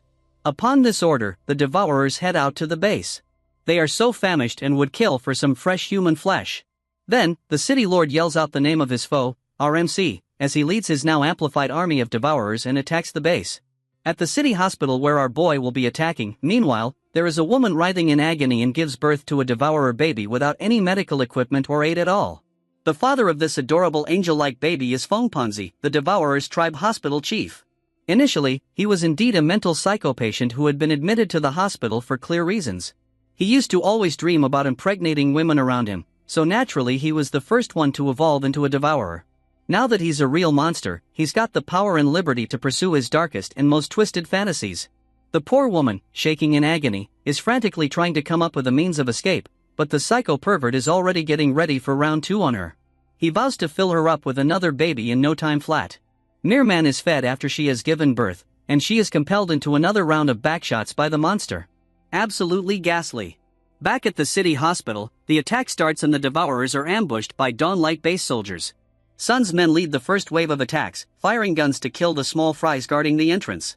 Then he gets down and insists the ability users, including our MC, sweep the rest of the route. Lu Xiaofeng protests this insistence, since they are only a few ability users present at the location. Sun provides his reasons behind his unreasonable demands. He may have much more men hiding behind him, but they are still mere mortals with some firepower in their guns. It's just right that the superhuman beings take the lead in the fight. Our MC sees this as a threat and attacks Sun, but the obstinate captain refuses to back down and defends his insistence. Our lad finally consents but threatens them that anyone who would stab him in the back never, ever ends up good, and he has evidence for that too. He tells his subordinates to advance, and he himself, along with his woman Duanya and Lu Xiaofeng, advances ahead to take over the job of clearing the way. Naturally, Sun has motives behind doing all this. His intention is to allow the ability users to fight the devourers first, after which he will knock them down and kill them when they are exhausted. His reasoning is that even an ability user will not have a chance against 100 guns following that sort of battle. One of his guys tells him they should leave alone the beauty goddess Duanya, and yeah, he says that it wouldn't make sense to eliminate a hot woman like her, so he tells them to leave her aside when they go on the rampage. Just at that moment, they find something is amiss. Our merciless hero and his men have vanished in thin air, leaving not a single clue behind. He promptly instructs his men to look for them at once and not to allow them to escape. They do not even suspect that the individuals whom they are eagerly looking for are standing right in front of them. Duanya tells a skeptical Xiaofeng that she can control common people's visual nerves, and that is what she is doing right now in order to make Captain Sun and his troops go into the present state of confusion. She confesses, however, that Captain Sun is an ability user as well, so he is not as susceptible to her abilities and may feel something amiss. Our MC takes initiative to deal with that specific problematic possibility, and employs his enhanced space ability, laying out various portals at given angles all around Captain Sun and his men, which they are not aware of. Once he has them laid out, he shoots ice shards towards them, laying down parallel attacks from various directions. The men are taken aback, and the captain tells them to get behind something, so they all charge ahead in a state of panic and confusion. They abandon our MC and his men, who are still under the cover of Duanya's strength. Our MC estimates charging head-on is better for folks like them in the first place, so why not nudge them along? As they charge forward, Captain Sun inquires if anyone sensed where the attack originated, but nobody knows. In the meantime, our lovable psychopathic beast, Fengpanzi, has just finished having some fun with his baby-generating toy. Or better still, it would be truer to say that the poor girl has done away with life altogether since she lies lifeless on the ground, having died.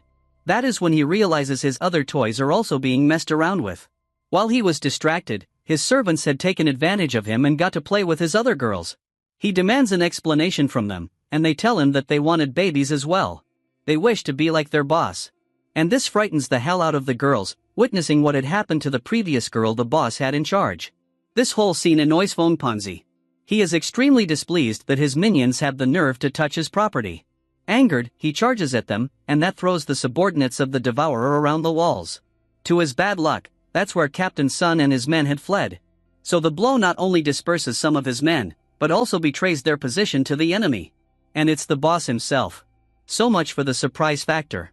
Captain Sun and his troops are shocked and terrified to behold the largest eater they had ever laid eyes on in their existence standing before them. But they are paralyzed with fear when they see that they are not only facing 1 or 2 dozen of those mutated beasts, but hundreds of them eager to take lunch. They are surrounded on all sides by the enemy. Captain Sun stands firm nonetheless, and tells them to open up fire. They start shooting, but the guns are merely illuminating and doing any harm whatsoever. They realize quickly that they are firing blanks, with only gunpowder and no bullets. Someone clearly screwed with their firearms. And that is just bad luck for them, because they are very much cooked at the moment. The Lord of the Devourers orders his devourers to cut them up and roast them for a proper lunch, and they happily do. They begin cutting down the men, and it is virtually way too simple for them. They encircle the captain, but he also stands firm. He seizes his battle axe and resists. He then commands his men to stand up and fight until death. This at least inspires them somewhat, and they start to form up and ready themselves to support him. He is really fighting his own weight in this battle, though the situation. He curses to come after our MC once he sorts out his situation at the moment.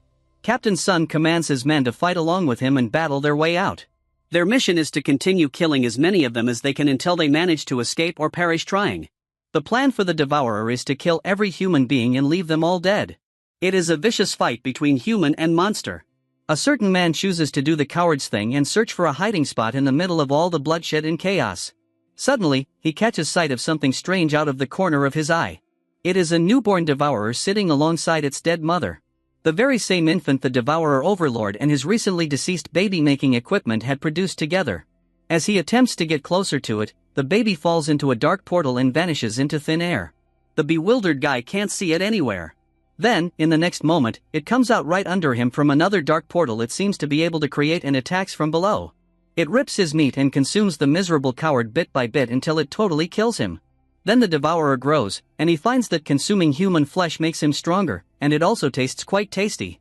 That's his first realization in this world and a quite grieving truth, to be honest. Back to the fight, the men are shocked at how powerful their captain actually is. He battles so violently and maintains his ground despite all the odds. He dispatches 10 devourers himself. Unfortunately, those are mere small fries compared to the rest of the devourers, not to mention the boss still pending for him. Funpogzi informs him of this, so he seizes the moment and attempts to eliminate the boss with a single sweep by throwing his axe. The boss catches his axe before it can hit, though, and that leaves him stunned. In his distraction, the bad devourer baby creeps up behind him. He sees it, but not in time. The child then attacks the captain with his arms, which had mutated into blades, and cuts off the captain's arms. The man yells in agony and the kid shoves him to the floor to slowly die. Before the kid can deliver the final blow, a kick from the side sends him crashing into the room. The kid is genuinely shocked and enraged at whoever kicked him.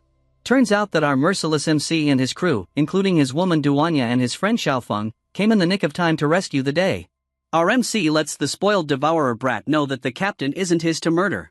One of Su Chen's crew gets noticed by the boss lord, who was earlier really starting to get tired. It's our beauty queen Duanya, and he knows she's his next baby maker the instant he lays eyes on her. He then vows to allow our boy to decide how he dies, because he brought him such a beauty goddess. In the blink of an eye, our boy is in the face of the devourer boss lord, and he complains that this boar-sized pig speaks too much.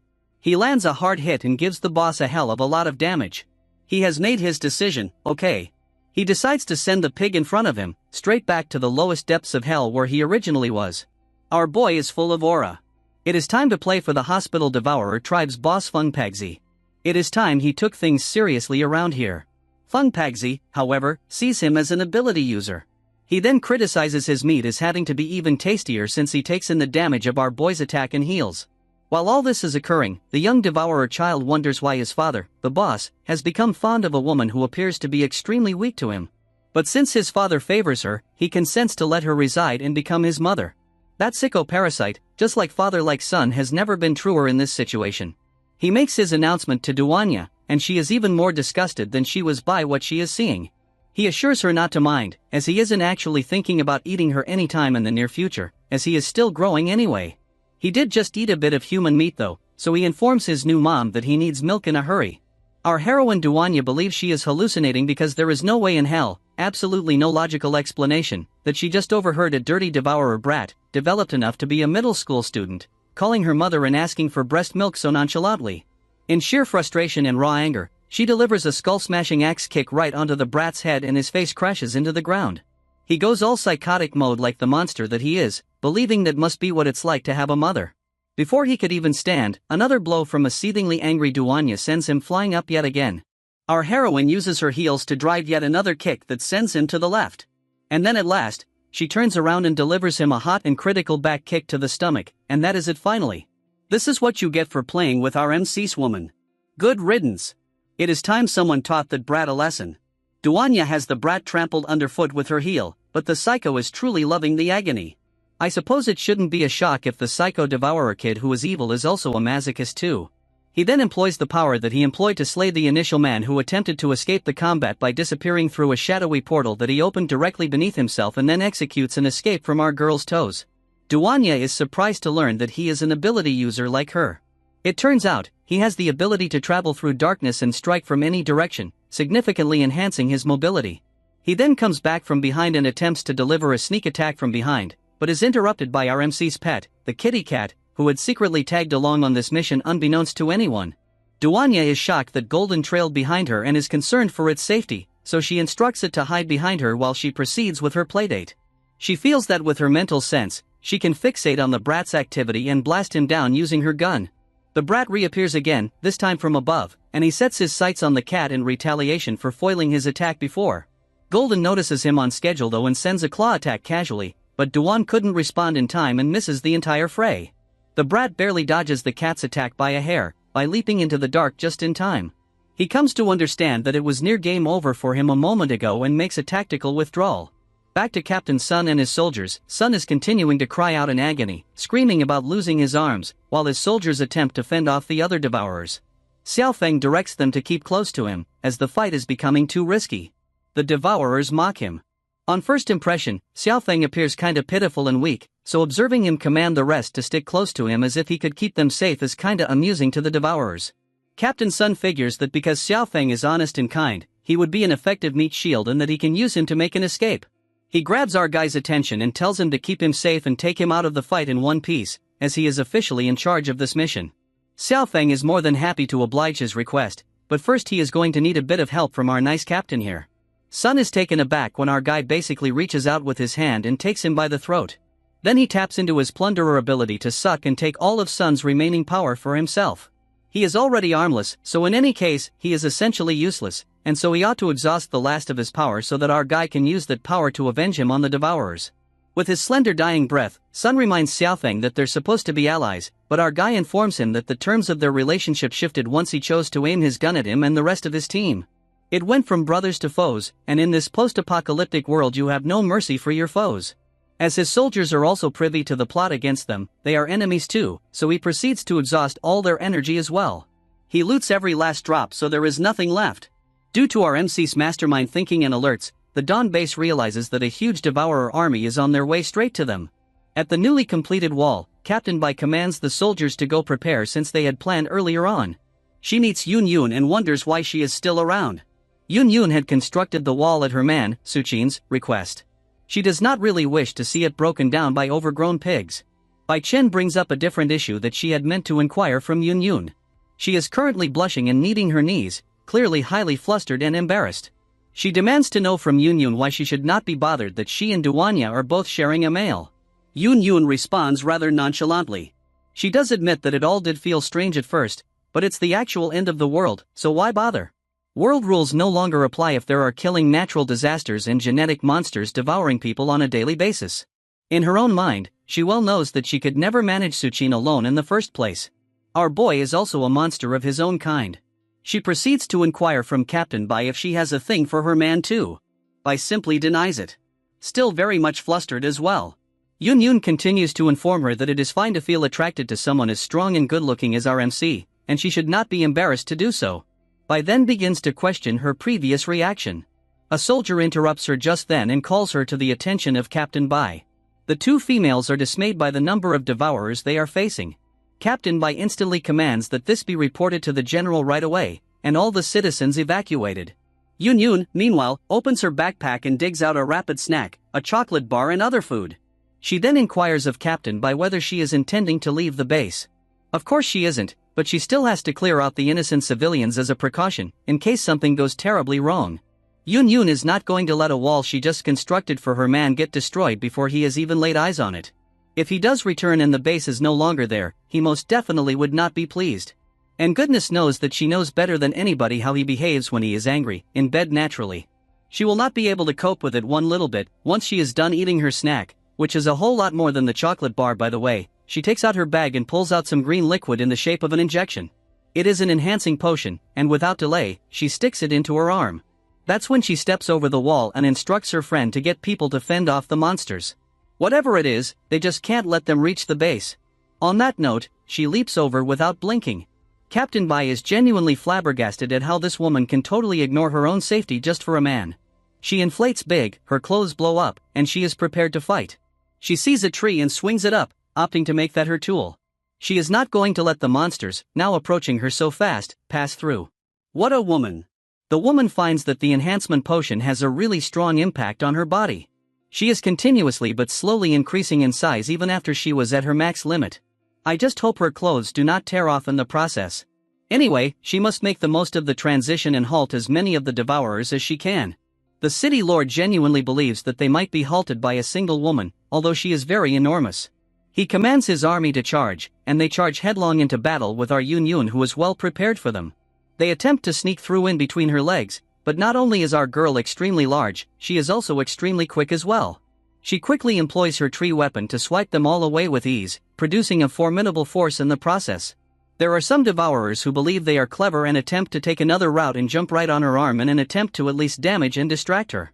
This isn't really working in their favor, however, as our girl quickly swats them flat like mosquitoes on her arm and keeps on clearing out the insects.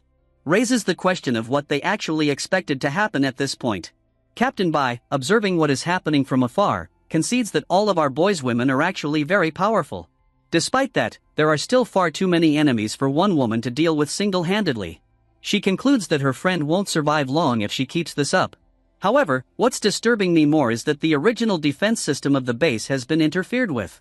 She can't just sit idly by and twiddle her thumbs while all of this is going on, so she runs along to go make something happen. Back to Yun Yun, she is successfully keeping the army from advancing and clearing them out as well. The devourers swallow their words and acknowledge to themselves that the gigantic woman is indeed a force to be reckoned with. They are now scared and start losing their will. Then a rescue arrives in the shape of our friend, the masochistic psycho, Jai. She comes to the rescue with the plan of defeating the giant lady. The devourers don't remember that she is with them though, and go ahead to attack her like the dumb creatures they are. She had already prepared for that potential scenario, and immediately proceeds with her plan regardless of whether the devourers are aware of it or not. She quickly sows seeds on the 3 devourers dumb enough to attack her. The seeds immediately begin to develop plants and produce flowers on their heads. The devourers are completely baffled at the moment, but she certainly is not. She has a precise idea of what she is doing. You understand, previously, she learned that the mutated plants blended with her blood would give temporary strength a lot. But the price of that strength was the life of the host. And boy, did it give the strength of the already powerful eaters a big boost, making them virtually as massive as our girl Yun Yun. Our woman soon discovers that she now has 3 adversaries nearly as large as herself, and they all come after her head. Their size and power become many-fold. The Lord is quite happy with this newfound turn of events, and orders the rest of his devourer troops to invade the base and do whatever they want to while the giant woman is occupied with her new playmates. The directive is to charge ahead, kill the men but spare the woman for future baby-making purposes. They obediently do so, but as soon as they attempt to move forward, they come face to face with highly deadly and explosive firepower. The tanks that are filled with highly heavy ammunition are now moving directly towards them with their instruction to fire at will at the devourers. They sure weren't anticipating this, and can't understand how the humans managed to get their paws on so much explosive weaponry. Yun Yun is glad to be able to see that reinforcements have finally arrived as she gazes down upon the tanks coming to her in the base's aid. But when she drops her guard to catch her breath for a moment, one of the giant flower-eater monsters lunges forward and attacks her using roots to tie up her hands. This interrupts her attention from the oncoming attack from the other one, but fortunately she's able to fend it off in time with her other hand and tree stick. The effect sends her back in any case, however, and she crashes against the wall. Her 2 hands are already occupied, and this keeps her from being able to move, so she can't dodge or deflect the 3rd blow from the 3rd giant flower-eating monster. Just as she thinks she is toast, an attack from a drone rescues her by the skin of her teeth. These attacks go on, and that provides our girl with ample time to breathe and reflect. Even she wasn't actually looking for drones. Captain Bai remains at a secure position in the war zone while operating the drones. She is thankful now more than ever before to our boy for giving them such mighty tools. Even though there are not many, they are still the only reason this base still exists till date. Let's now move back to our MC, who is still fighting with the hospital devourer Lord Fengpanzi. His attacks are being soaked up by the pig that's grown too large, and even though he's taking damage from them, they are still going to recover. He must concede that our boy is pretty powerful for a human at least, but alas, he does not think that he is powerful enough to actually hurt him. Not a chance. Now it's his turn to strike our boy. Meanwhile, parasitic Xiao, having been in our boy Su Chen the entire time, is curious what is happening in the outside world. Shou just can't help but continue to wonder about what is happening outside our MC's head. She accuses him of confining her there and so closing off her sense for the outside world. She is very inquisitive and wishes to see what is happening in the world around her right now. Therefore, she thinks it is high time to escape the ice prison our boy imprisoned her in. She accumulates all her strength and hair strands and shapes it into a drill, and she attempts drilling an exit hole out of the ice chamber. She had better not do something foolhardy that will distract our boy, who is still fighting for his life now against what appears to be his most challenging opponent to date. He sidesteps the attack of the beast but knows that the fight is getting difficult, and his pig companion is getting increasingly difficult to handle. So he needs to wrap this up quickly. Xiao is finally freed from her ice cage that is within our boy's mental space, and as expected, it diverts him from his present struggle. This provides Fengpangxi with an opening that he can now use to attack at last. Our boy, however, is again pulled out of the physical world, tearing off his clothes in the process, back into his world of the mind. She has done it this time. After all the opportunity she has had to pull him suddenly out of reality, it is only now that he finds himself in a serious fight to the death. As soon as he ends up in space, she ensnares him with strands of her hair before he can freeze her once more. She has been waiting for this, and without hesitation, she wraps her hair and body around him in an effort to ensnare him. Before long, they're both ensnared in her hair cocoon, again right there within his mind space. Our boy Chen wants to know what this lady is up to, and she explains to him that she is doing everything within her power to prevent him from unleashing his ice abilities upon her this time around. She is going to punish him for keeping her trapped in that ice cage for all this while. It is only then that she comes to realize that something is seriously amiss. She is touching something hard, something that hurts and is pressing up against her. She then berates him and calls him a pervert, asking him why he is not dressed. But he screams back at her, protesting that it is her fault for pulling him over here so abruptly without giving him any warning at all. His attire would have either been ripped off in the sudden transit or failed to develop at all due to how abrupt it was. She lets him know that that wasn't her plan in any shape or form. It is now too late for apologies, since she is stuck with a naked man in a very snug cocoon that is trembling as a result of the things happening outside the space in her head, in the actual world. She indicates that she has never felt what she is feeling at this moment, and this catches our boy by surprise, given what he learned in her memories from that zombie scientist. And she says that that was all just pretend experiences that didn't actually happen. They're both in a decidedly not proper place, and doing something I'm not supposed to mention. So let's go back to the real world for a moment, and let them have some much-needed privacy. Back in the real world, Fengpangxi is enjoying himself immensely leading on an unconscious Chen. Punching him onto the floor shakes the whole mental realm, which in turn violently shakes the cocoon, and that makes gravity trigger some more inappropriate behavior in the cocoon. She is pleading our MC to do something because she doesn't know how much of this she can even bear. The more that actual body gets harmed, the more violently the cocoon shakes, and it is seriously driving Xiao bonkers. Tossing the cocoon ball up and down so violently, you can only tell what kind of dirty things are happening there. Very dirty things. Alright, all seriousness aside, let them be with their immoral conduct now and turn our attention to the external world. Fengpangxi has grown tired of playing with a dead body and goes on to make our boy his next meal. Gunfire behind him prevents him from taking his first bite, and to his surprise, it comes from Duanya. The woman he had selected to be his dares him but does not actually care about all the nonsense he is spewing. He is carrying something that belongs to her, and she orders him to release her man. It's then that Fengpangxi understands that the supposedly woman he had picked is already defiled and had been handled by another man. He then recalls that previously, prior to the apocalypse, prior to all the craziness, prior to him having been accepted as a mental patient at the hospital, there existed this woman in his life, who was also the woman he fell in love with. The woman had sworn to marry him after 100 gifts. So he foolishly trusted her and gave her 99 gifts. When he approached the 100th, he was disappointed to hear that the woman was no longer available. She was already engaged to another man, and she didn't want to deal with him anymore. Even after she accepted his presence, she would never go out with someone as ugly and pathetic as him. And not to defend a gold digger or anything, but bro was really pretty ugly and fat to a sickening extent. No offense, however, even after all that, he still held his ground and insisted that she dump that mystery man and marry him as she had vowed instead. She ridicules the notion that he believes in any lifetime she would be leaving behind a second-generation rich man and marrying a loser like him instead, apart from the fact that she was already pregnant by the man. This was the reality which probably destroyed the last sane strand in his brain and turned him into the psycho he is today. In the present, however, the revelation that our beauty goddess is no longer a virgin sends him into a state of berserk, likely because it brought to mind his ill fate with women in his previous life. He pledges to cleanse her again while lapping up the corpse of his son's mother, whom he had molested to death. He then goes into full monster mode and begins to pursue Duanya, who is fleeing along with Golden in an attempt to divert the pig from injuring her man further and giving him time to get back to his body. Our unconscious boy needs to hurry up and get his body up and running again. Alright, now let's see what is happening with the last member of our protagonist's crew, Xiaofeng. He has just finished sucking the energy out of the men who betrayed them for all that is left of it. He sucks them dry until they all perish. Now that that's out of the way, he can tackle the rest of the devourers with his full strength. Just as he is about to begin, our beauty deity and the pet cat burst into the walls, pursued by a mad devourer with an enormously huge head and revoltingly long tongue. He swings his now very long tongue at them, but Duanya narrowly dodges it. It is then that she gets to observe the real form of our boy's pet Goldie when it turns into its beast form and takes her away from harm. It is no wonder that her man is adamant about having it as a pet. She realizes now that Goldie is an asset to them in combat. Xiaofeng, who thinks fast, attempts to loot the hospital devourer tribe lord's power, but can't, because the power difference between him and the beast is just too great, so great that it pains him when he attempts to loot.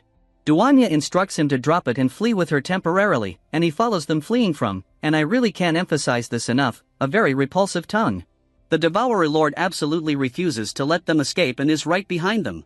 In the meantime, our young man's body, which is half naked and lying there, remains unconscious. Inside his head, the trembling has finally ceased, and things are settled now that his actual body isn't being harmed directly by the monster anymore. Xiao has freed him from the cocoon, panting from what she went through. Our boy then heads off to leave to attend to the issue outside, but cautions her to be on her best behavior until he returns. Regarding what just transpired between them, he assures her that he will return so that they may have a lengthy, serious talk about it. She informs him that she would even go as far as assisting him in the outside world, as long as it would ensure that he returns faster, since he needs to be responsible for what he just did to her, whatever it was. Heaven only knows what happened in that cocoon.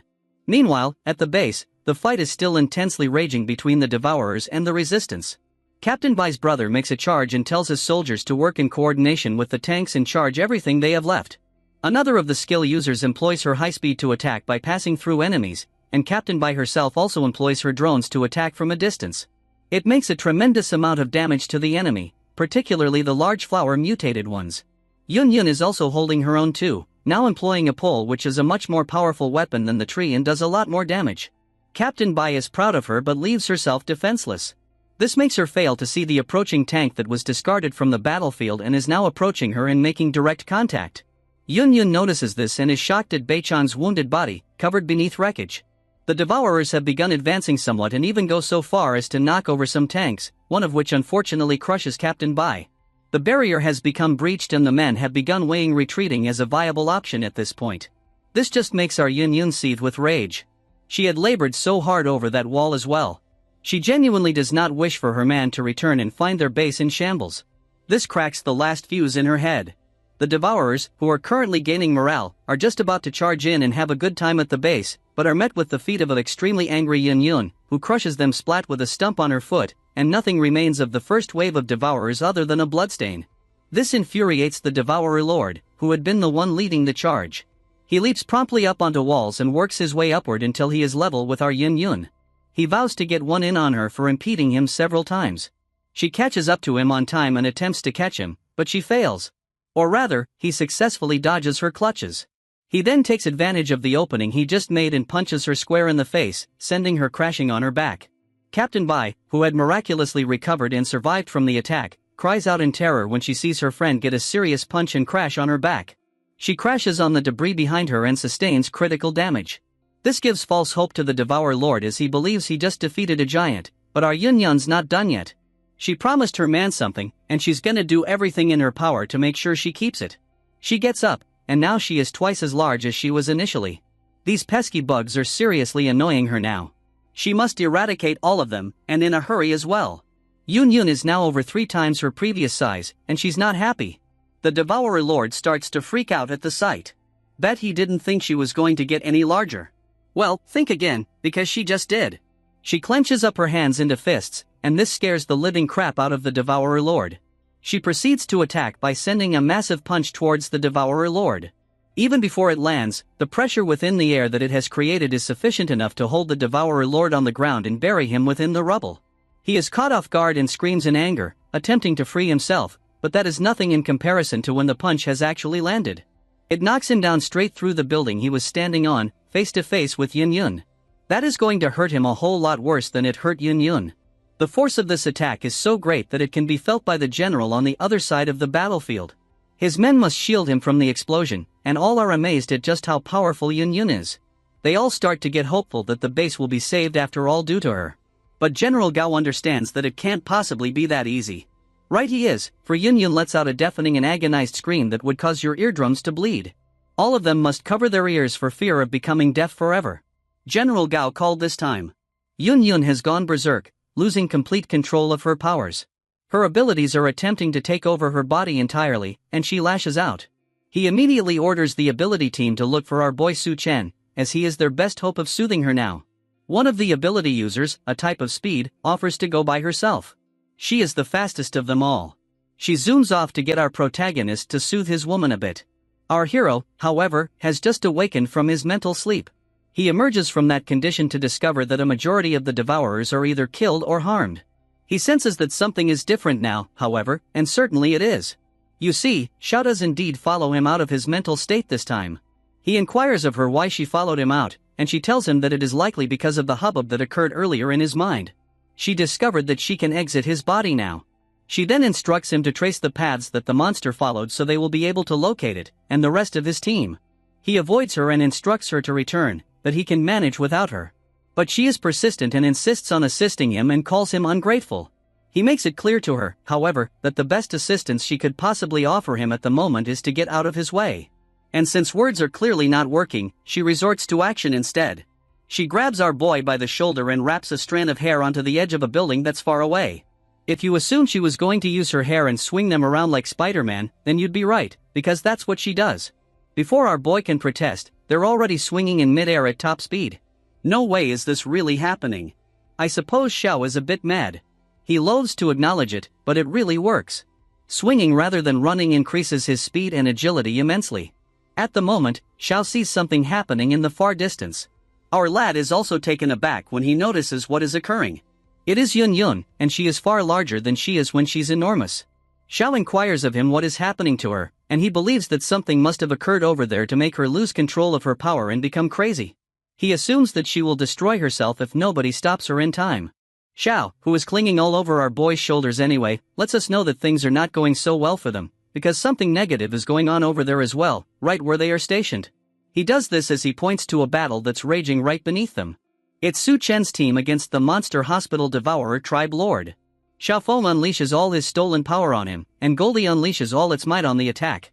But the sad reality is that a novice ability user who hasn't even mastered his ability fully yet, and a worthless cat that happened to mutate, are no match for a tier 2 devourer monster like Fengpengzi. With a flick of his tongue, he buries them both in the wall with a single strike. Then he walks over to greet our beauty goddess, Duanya, reminding her of his vow to get her clean once more. He strikes at her with his tongue and tears her clothes wide open. Xiao reminds us that Fengpengzi is a tier 2 devourer, and our brutal MC won't have too swift of a win in a fight with him either. In the meantime, Yun Yun is running out of time. He must decide which one of his lovelies to rescue, and pronto. The monster proceeds to use its tongue and is going to deliver the killing blow to Duanya, but Xiao's hair gets in the way just in time. Except this wasn't Xiao who did this. It was our MC. Without her consent or knowledge, he stole her power and utilized it to rescue his woman in time. There's no way he is going to let another man touch his property. Not this time, bro. It's time to go all Spider-Man on this pig that's gotten too big. Our cold-blooded MC doesn't think in terms of choice. He is going to rescue both his women at all costs.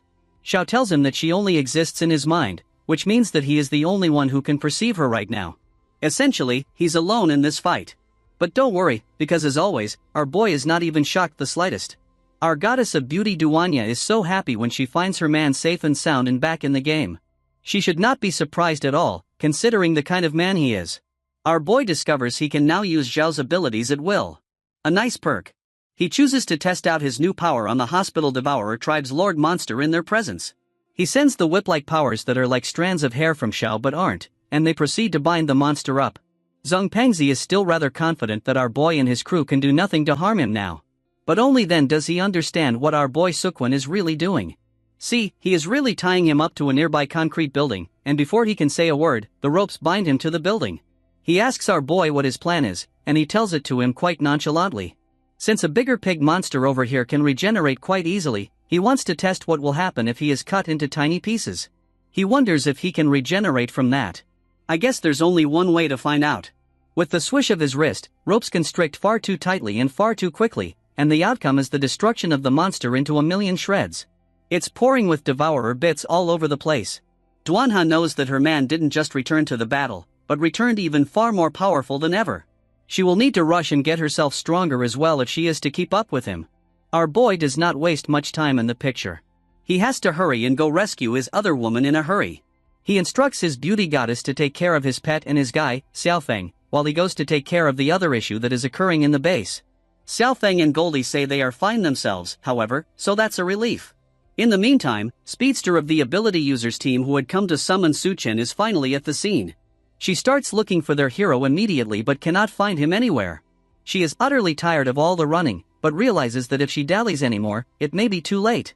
She is about to spot when she sees something rushing towards her, and pretty darn quick too. It is the savior she had been in search of, Chen, and he is looking rather serious.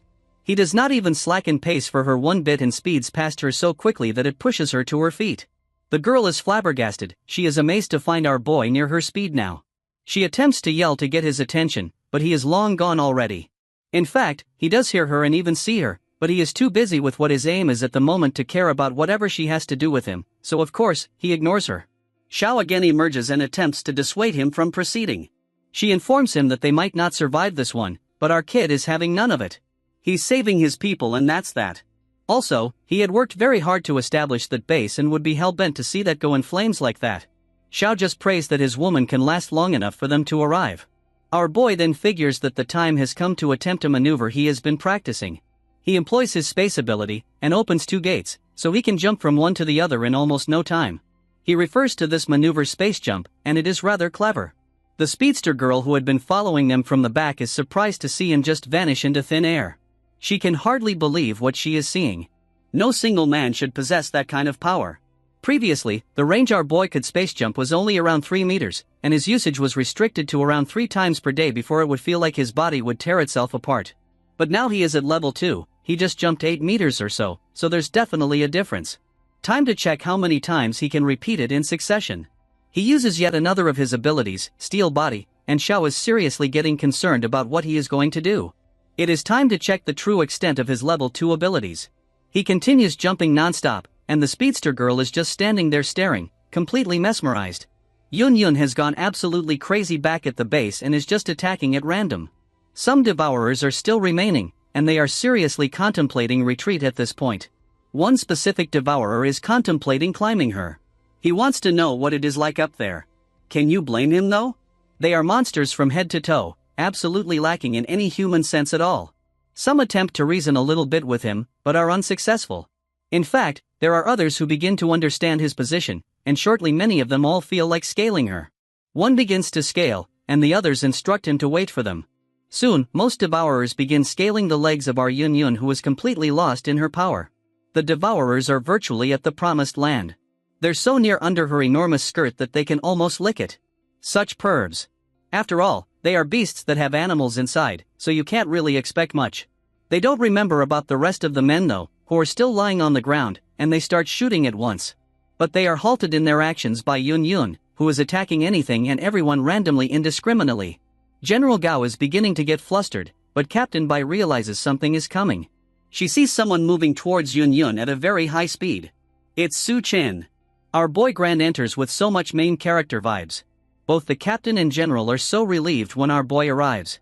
They have a much better chance of ending this mayhem now. Gao cautions our MC that his woman is still developing, and if she keeps going, she just might blow up. Literally.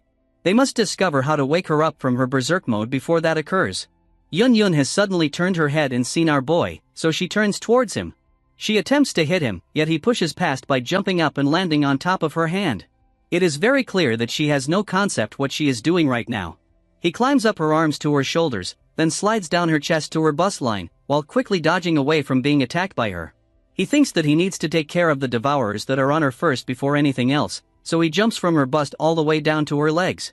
As he descends, Xiao observes and remarks on how well made and resilient her stockings should be to be able to support her size with only a few tears throughout.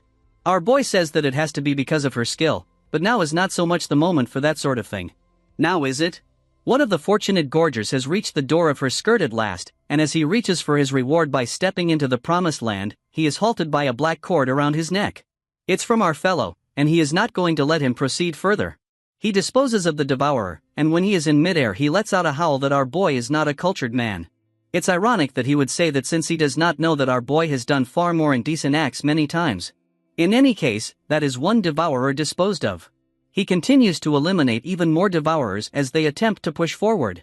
He zooms around with great speed, hurling devourers along the way. A few devourers on the ground congregate around our beloved masochistic psycho, G. They are enraged as they recall being human until she transformed them into beasts. They return for vengeance and strip her of her cloak. She brandishes her witch staff which she has been carrying with her and pokes it into one of the devourer's eyes. The others are even more annoyed now and attack, pinning her to the edge of a cliff. She reminds them to be thankful as she backs up a step and tumbles down off the cliff, shouting that she just bestowed a gift upon them as she descends.